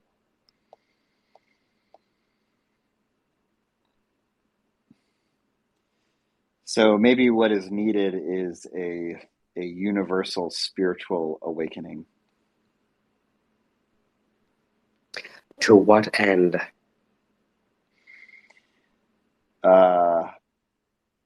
Peace and harmony for all. One might argue that peace and harmony isn't necessarily just our decision.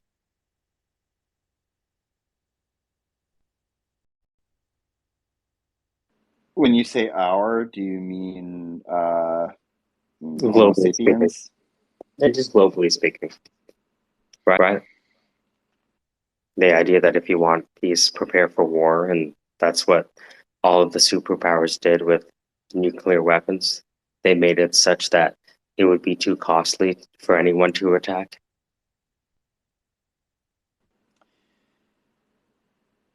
It's interesting. Nuclear war. I guess that is a prevailing existential threat in addition to climate change.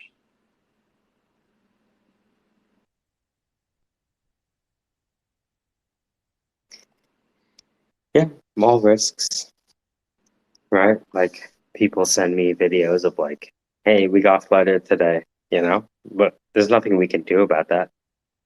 Unless we figure out how to extract carbon from the atmosphere. Because I think Clean carbon's been tech. in the atmosphere for a while.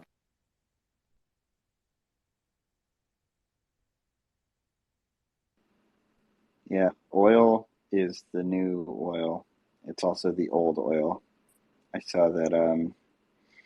It was interesting when Aramco surpassed Apple as the most, I don't know what exactly the way to say it, but the richest company in the world. You know, we that's a reality. You know, as much technology as we create, America runs on Duncan, and so does everybody else. I remember Al Gore goes down to India and tries to tell the prime minister, who was Modi at the time, that they shouldn't, burn coal. And Modi goes to Al Gore, when all of my citizens are making 45 grand a year, I'll stop burning oil. There you go. He's like, how come you get to burn coal for 150 years and all of a sudden it's a crime? Get the fuck out of here. It's hypocritical, a deep hypocrisy. Yeah. And I think, the challenge we have as a country is that we've removed our ability to take the moral high ground on just about any subject, because there's more blood on our hands, or at least as much as anyone else's. But maybe that's the burden of being a superpower.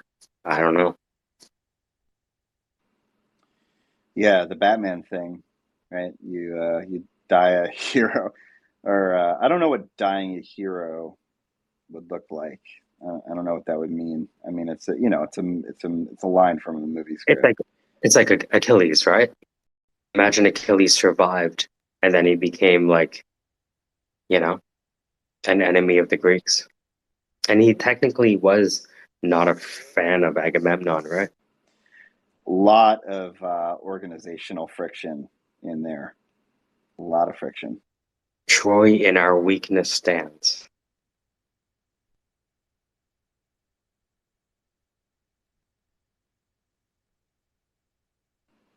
Really interested by that classicist guy. I mean, I'm just interested in classics, I guess. what I mean. I love classics. I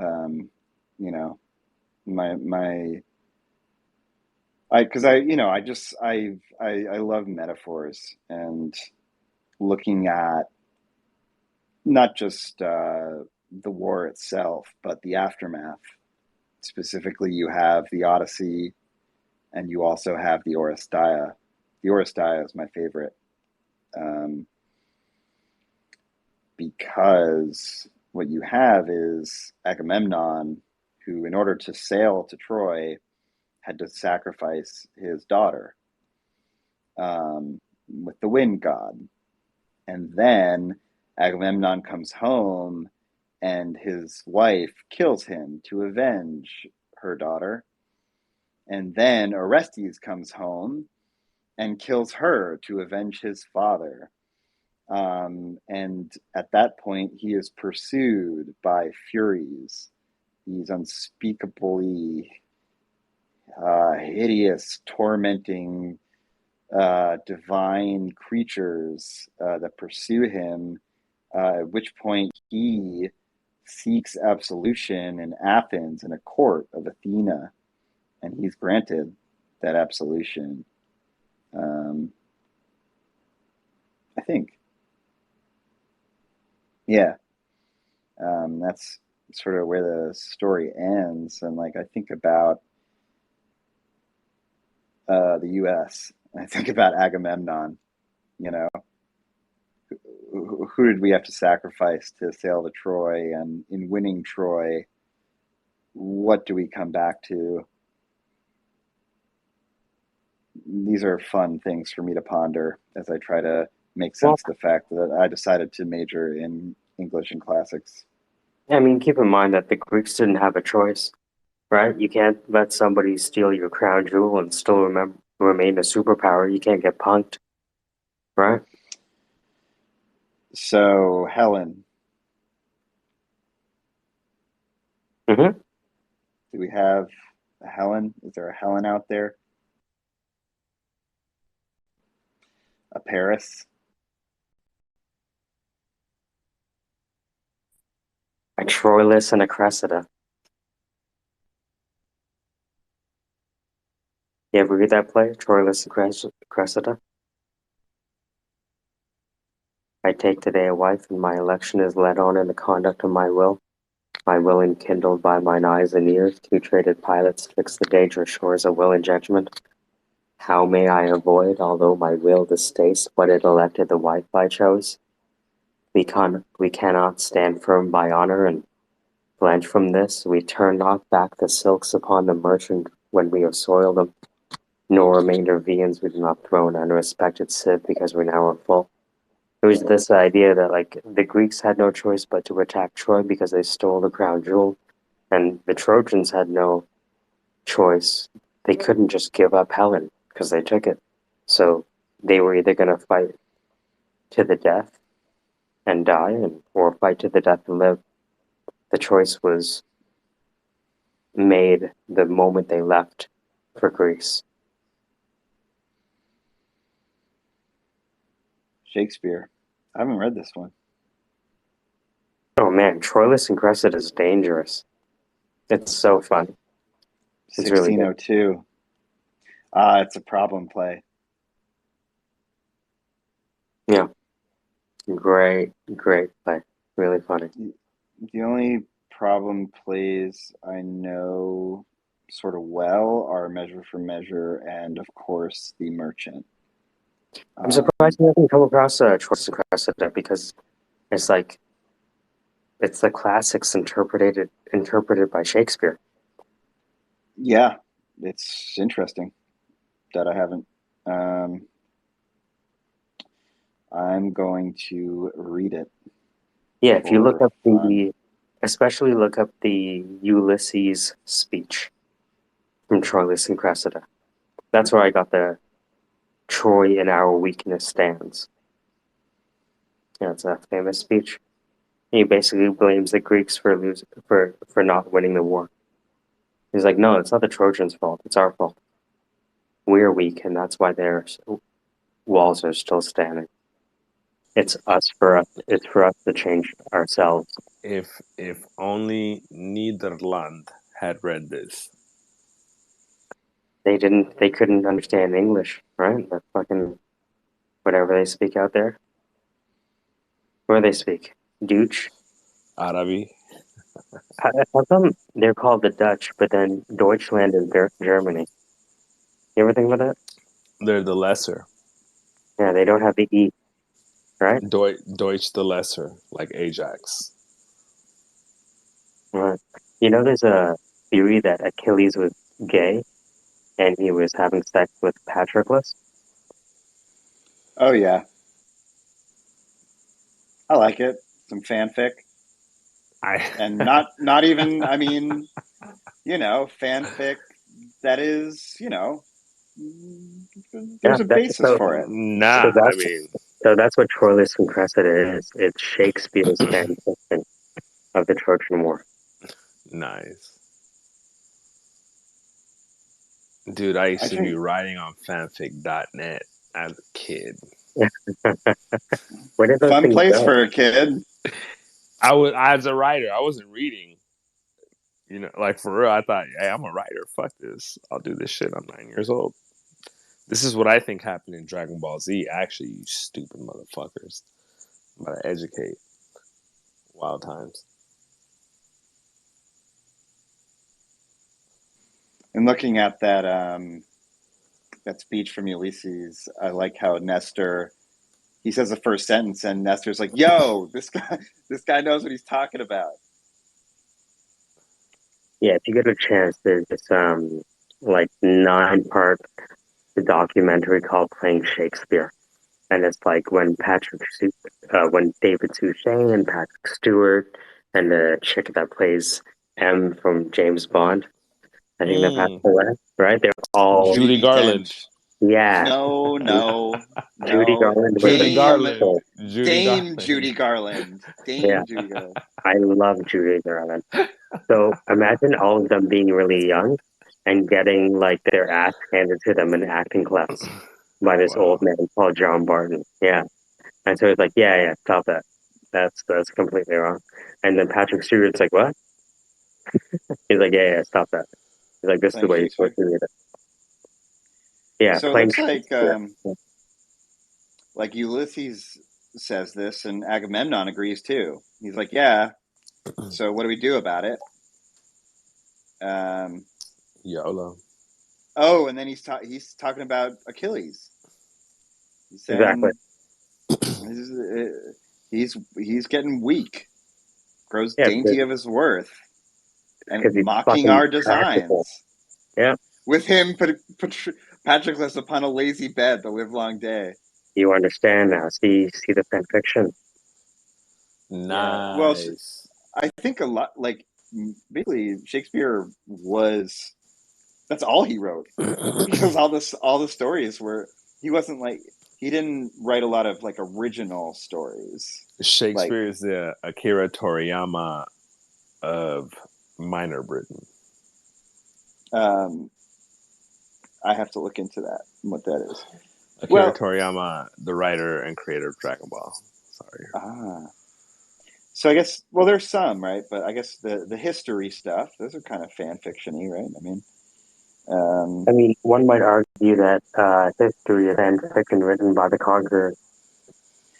That's absolutely, I totally, like, my understanding of history broke open when I started studying classics, because they're like, yeah, so this is a history book, but it's full of bias and gossip and lies. Yeah. It's like, I think it was Will Durant who said, like, how come Herodotus went all the way to Egypt and never mentioned anything about the Sphinx? Like, motherfucker, you never saw the Sphinx? You left that shit out? You were trying to make Greek better, weren't you?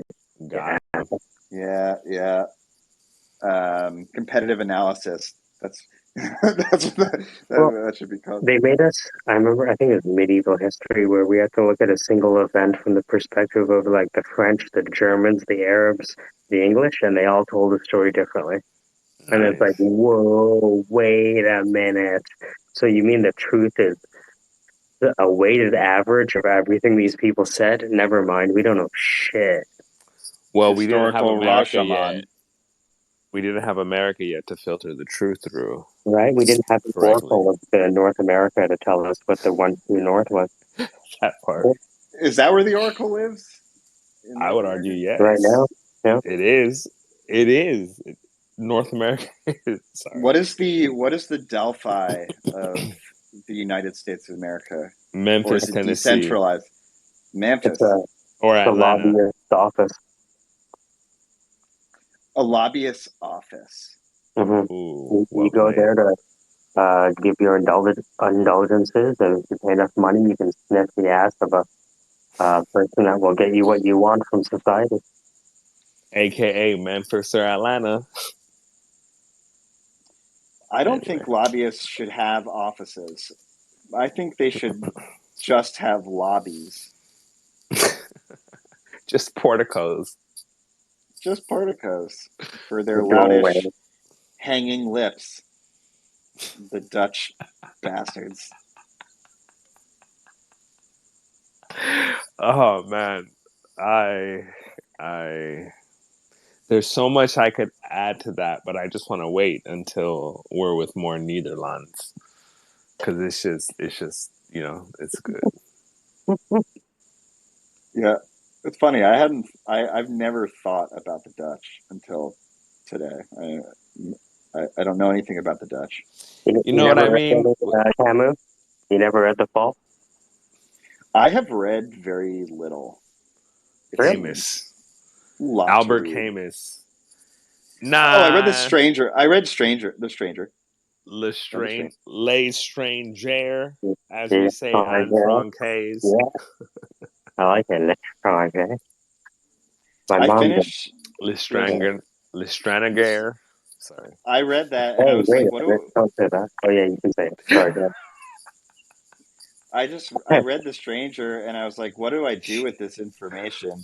I also read The Plague, actually, by Camus. And again, I was like, what do I do with this information? What you do with that information is you have to read his two final books, which is The Fall, where he says that the reason that we judge each other is because we're trying to be like God. And then he wrote The Rebel, and then he was killed in a car accident. What? MI6 is out here overstepping boundaries. The world sighs to me in a long rhythm, bringing me the peace and indifference of immortal things. Whoa. Oh, so all I'm really missing is those two books and the myth of Sisyphus. I mean, there's other stuff. Yeah, that's just an essay, right? I think. Well, novels, he's got Oh. A Happy Death, L'étranger, La Peste, La Chute, La Peste, La Chute, yeah. and Le Premier Homme. Incomplete. Yeah, the last one is incomplete. Hold on, let me find it for you. Damn, that's a fire ass title. Incomplete. Oh, he also wrote the play Caligula. That's a great play. It's so funny because you have Caligula the play by Camus, and then you have the 1970s film Caligula, also by Camus. What? The same It's Camus? No, it's not actually by Oh. Camus, but it's. The second one was a self-fulfilling prophecy, I guess. I guess it's loosely loose. Nice. That's some But abstract French ass shit. Like, I'm just gonna do a take on this because we got the same name. Caligula was a great play. I remember bringing in a monologue from Caligula early on in an acting class, and I decided I wanted to eat an apple during it, and my acting teacher was like, "Can you ditch the apple?" And I was like, "Okay." Wow. Because I was totally distracted by the apple. I didn't know what to do with it. Nah, It would have been a good choice if I was more experienced, I think. Your I'd teacher's like to a hater. revisit. Yeah, they should have let you delve into that a little more. That's some hater ass shit. I know what you mean. His background was fight choreography. All right, it's like the pragmatist. He's a pragmatist. In Shakespeare time, they call it a five choreography. FIE. Phi. But it's interesting. I guess he was thinking like, well, look, you didn't plan out how the apple plays into your scene work, so why don't you focus on the words and the monologue? But I think other acting teachers would be like, let's explore that blood red explore it. fruit. The thing is, it's something with the acting class. As long as you keep telling people they're doing something wrong, they'll keep paying you money. Ooh. Oh yeah. Oh yes. In a lot of ways, that's the way the PhD system works, where they make you defend against a bunch of shit for like 4 years to keep you paying more money. The defense against the dark arts, in which you become a dark artist. Yeah, just black hat techniques, right? Or I haven't met that many people working on PhDs. I met a few, and none of them seemed that excited about their dissertations. Is that a thing? I think they're just so tired. That's what I get. It's like I have to teach, I have to grade freaking papers, and I have to deal with this older person that doesn't understand what I'm talking about, but thinks that they Socialism taught at me work. what I'm talking about. It's at the same time, it's like, you know what? It's if you were gonna pick your poison, you know what I mean? Like, who's not dealing with an old man who disagrees with them at their job, right? Find me a job when there's not an old man that you disagree with. I cannot, because that's what I'm going through right now. Mm-hmm. Yeah, it's one of those things where if there was some magical industry that I could have found that was easier than others, I would have found it already. And turns out there's motherfuckers everywhere.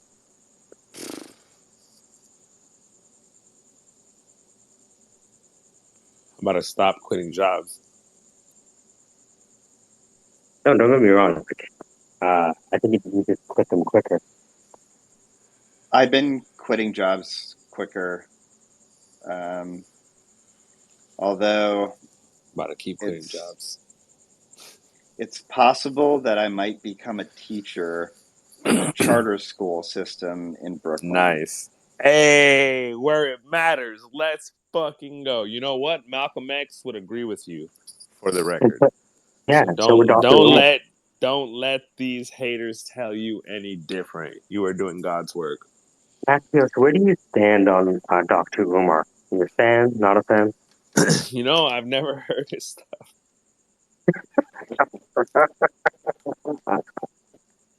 I gotta look into him, but I respect him.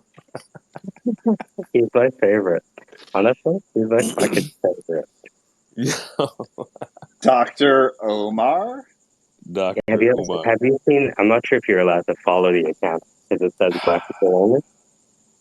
Here, let me send it to you. Okay. You can show someone else and they can explain to you because you're not allowed to look at it. Hold on. I'm not allowed. Yeah, it's black people. I think it's black people only. VPO, got it. Mm-hmm.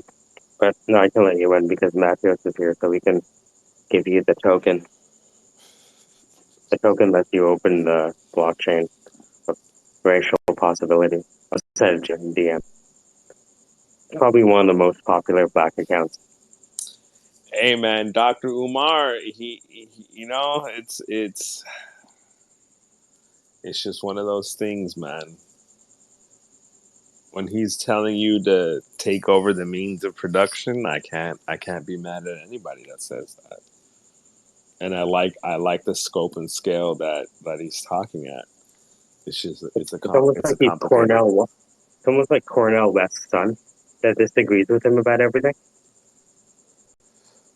Almost, because Dr. Cornell West is a pragmatist, like in the American tradition. After Peirce, it's Dr. West. You ever see the meeting, the lecture with Cornell West and Peter Thiel? No. There's No. a talk between Dr. Cornell West and Peter Thiel. It's fantastic. because Wow. Cornell West is like, wouldn't you agree, Mr. Peter Thiel, that monopolies have a bad effect on society? And he's like, what do you mean, like Harvard? Got him. Oh, And this man. motherfucker was stuck. Yeah, He was exactly. like, can we ask another question from the ladies in the back? So, The Black Parent Advocate, The Art of War for Dealing with America's Public and Charter Schools. The American African parents who need assistance understanding and navigating world of regular and special education policy, process, and culture. Correspondence and documentation. Chapters on homeschooling, meeting conduct, and modifying behavior without medication are also included. $70. Is this Dr. Umar's? This is Dr. Umar Johnson. Yo. Man. Horned horse, you motherfucker. My God. I am flabbergasted right now. Dr. Umar Johnson will have you wearing kente cloth by tomorrow. I'm saying there's just it's just one of those things. Like, I don't know, man. I don't know how to. I don't know. I don't know. Brooklyn charter schools. Me. English language arts. Boom. Middle schoolers.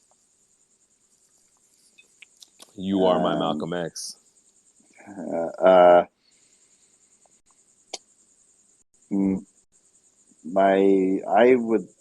I was told by someone who read my chart, they were 100% sure that I was going to be a teacher.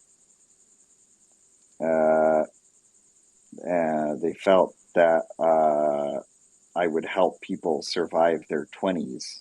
Chart like star chart? Yeah, my birth chart. I'm not like a big. I don't have the same. It's very popular in Brooklyn, but I think it's all useful frameworks for thinking about yourself, which is fine. I do feel that I care a lot about the youth and empowering the youth and making sure that if there's any old people telling them that they're stupid, that I introduce other ideas to them, that they're not, in some cases, it's the first thing I have to do is teach the Sounds like the principal beginning of Criminal Minds with Michelle Pfeiffer. I have to watch. It's an excellent video essay. Criminal Minds, Michelle Pfeiffer. Criminal No, Dangerous Minds. Dangerous Minds. Yeah. It's about a chick who goes to the hood to try to teach people. They made fun of it on South Park. Remember? How do I reach these kids? Yeah. How do I reach these kids? Yeah, that's what it sounded like. Yeah, it's like, but like, I don't like, the kids should reach themselves, and each other, like, it's like, I'm very like wary of the whole, like, how do I reach these kids? Like, if anything, I just want to like teach a class that doesn't suck, and like maybe like boom gets folks interested in literature. Like reaching the kids, is there's a lot of voices in the room around that, and there's a lot of like idealistic thinking about education, and then when you're faced with 30 of these motherfuckers at the same time, you'll realize how, where the idealism goes out the window about the third month. Tired of shit. You're like, you know what? It's and my feeling is that it's like, how do I reach one kid? Like, or like, how do like the challenge is teaching is about classroom management when you have over 20 of these motherfuckers in front of you, right? It's no longer about teaching; it's about classroom management and babysitting.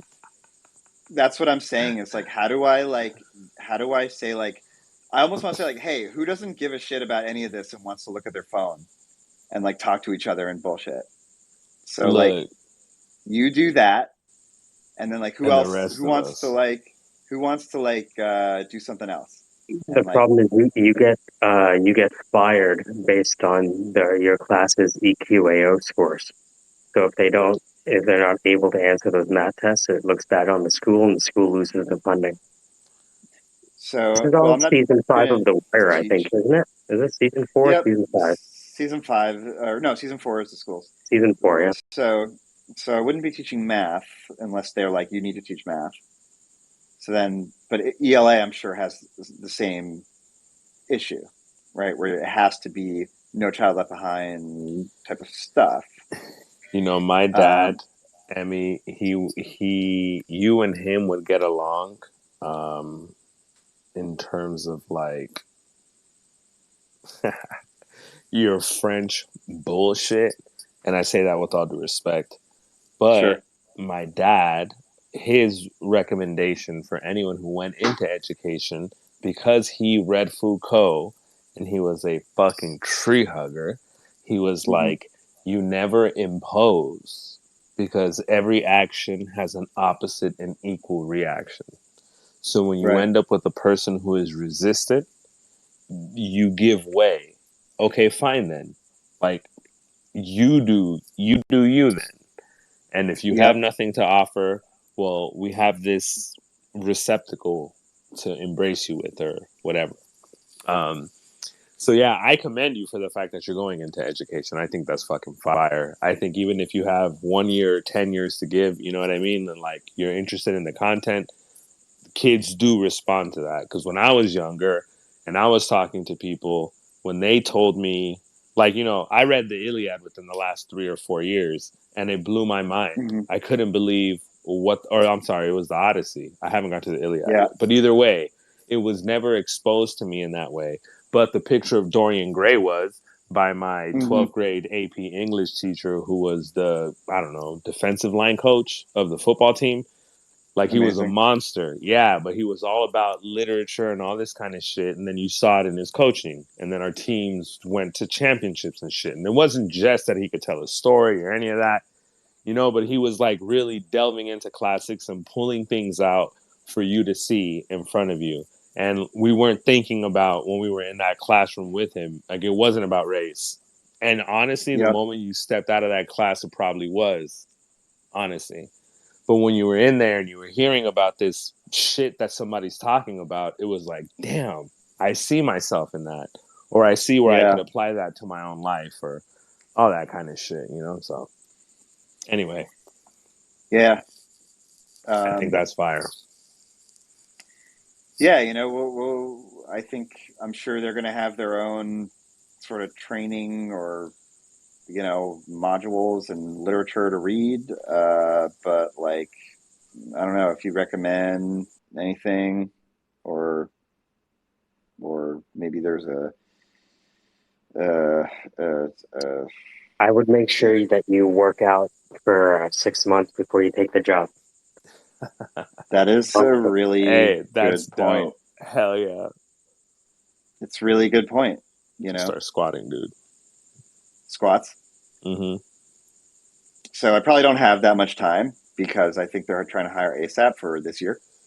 So it's going to Then Zach, be then 3 weeks with Zach. 3 weeks with Zach. Yeah, dude. Hey, you stand underneath a bar, you get to the bottom of your squat, and then, like, the only way is up. Like, there you go. You can't not. And then you walk into a room with a child who's having an emotional day, you know. And it's like, you stupid motherfucker. You can't see how Romeo and Juliet applies to your life. Mm-hmm. He's like, I already have a kid. Yep. Like, you're so let's Papa find Montesquieu, bro. Anyway. There's Montague, my bad. I said Montesquieu. Wrong French. My friend is a military guy. Maybe he can help me. What would be funny is if you end up forgetting about teachers being a teacher and end up in the military. I think if you ended up in the military, you could do some damage. You're an asset for sure. Is that a good joke? Do it. Damage? You think you would be an asset in the military? How dare you? It's 2022. He'd be an asset. So yeah, I wonder what that would look like. My grandpa was an asset in that when he scored a certain amount on some test, they were like, hey, you should go to University of Chicago and learn Japanese and go over there for the occupation. So he did that instead. He was an asset. My other grandpa was an asset because he got to play he got to be in the band on a ship. And so there's a history of the men in my family being assets. Hey, I'm team. At least they're not liabilities. Got them. Nope. My grandpa, at least on my mom's side, saved his he was a liability after the war. He actually, fair game. I mean, it happens, right? He was a motherfucker. He was in the occupation in Tokyo. He wrote a short story about a fictional piece about his relationship with I'm not sure if it was officially a geisha, but basically he wrote a short story and he got published in the New Yorker. He's 21 years old. And damn it, if he wasn't reworking that story at 93 years old, trying to get it Naturally. republished somewhere else. So I'll just say he was chasing that for the next 70 years, unfortunately. But assets, military. But yeah, I don't think I'm looking to enlist at this particular time. Yet. Yep. And my friend who is now in the Guard, I do not think he would recommend it at this point. He And again, he's to a be West. honest with you, when you look at American schools, it might be safer to go into the military than become a teacher. Depending on the At least you school, have you a may gun be in the right. military. Well, I will say that one of the schools. This isn't one. I made a sort of. I had a sort of like a mentor mentee on the music side with my friend Akish, who goes to a school that's right on the border of Queens and Brooklyn, and it was closed down at one point because it was too violent, apparently. Um, there's like this one existing history of the school itself. It's like on Amazon for like $70, or maybe it was even on eBay, where apparently they lit a teacher on fire. Yeah, that was South Park, right? With the supply school teacher on the when they were a kindergarten episode. That's the one. All right, guy. That was good. It was a good show. South Park isn't it still on? No, the show we just had was really good. Oh, this show, The Syndicate. Covered a lot of ground today. We did. You guys, how do you want to close up? Should we go Dutch? uh,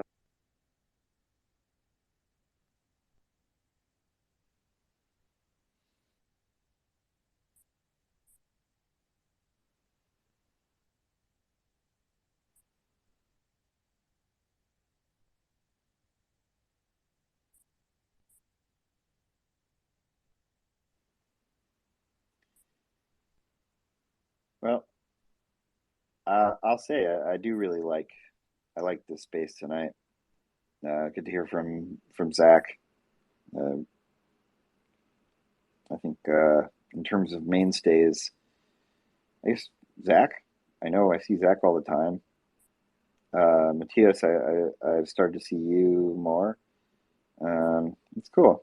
You have these the mainstays that like make Twitter Spaces fun.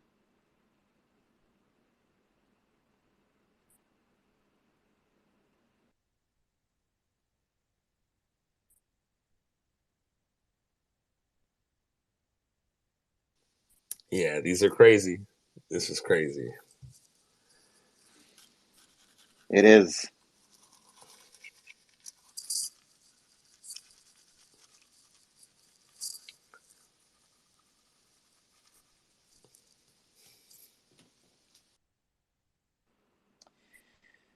Well, I'm going to go to sleep. But I will see you next time on the Syndicate.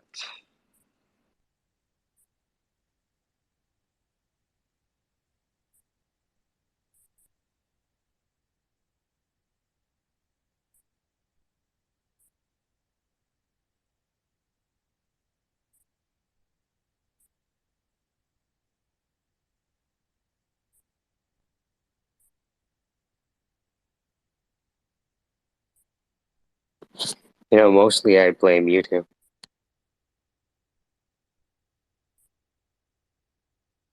You guys are a bad fucking influence. That's what it is.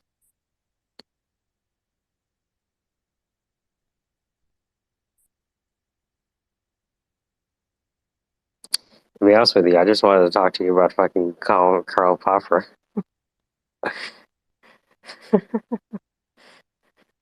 And Schrodinger's Happy religion. New Year. He said Happy New Year.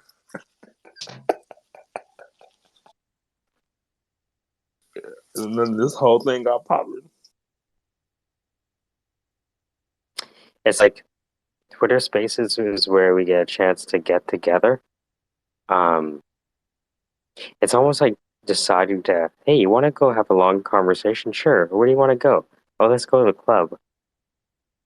Where the fuck would you go to the club to have a conversation? Don't you know people are going to be yelling and screaming, getting in the way, and throwing bottles at each other, and now you can't get a beer, and there's a lineup for the bathroom?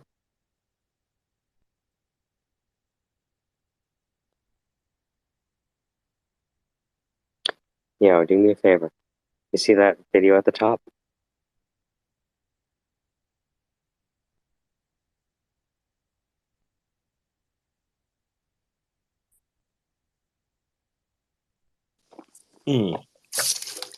My bad. Yes.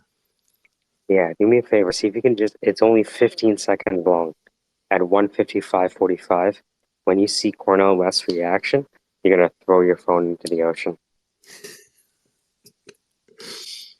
It might be the funniest moment in Cornell West's entire career.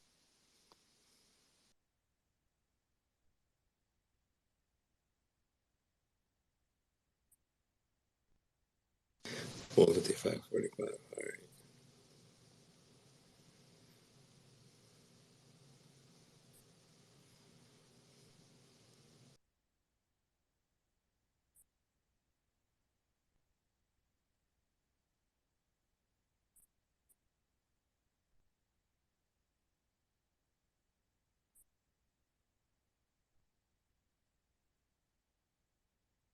What's the timestamp?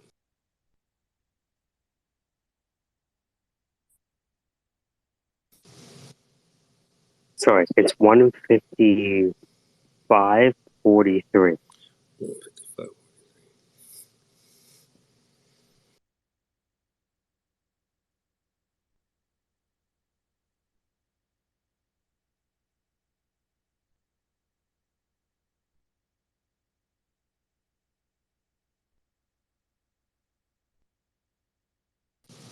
Can you hear me now? It Yeah. only goes up to 1:52. Oh, that's weird. Hold on, what am I looking at then?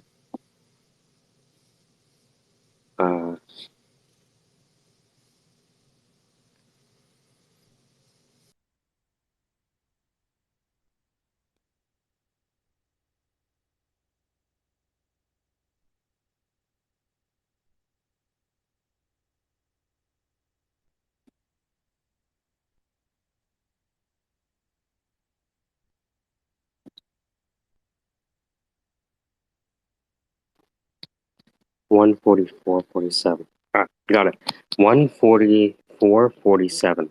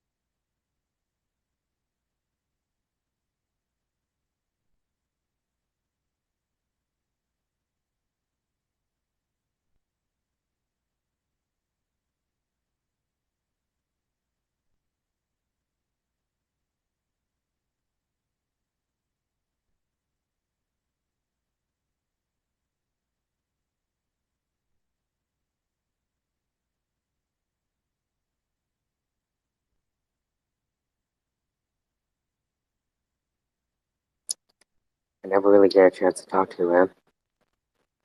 There's usually other people here.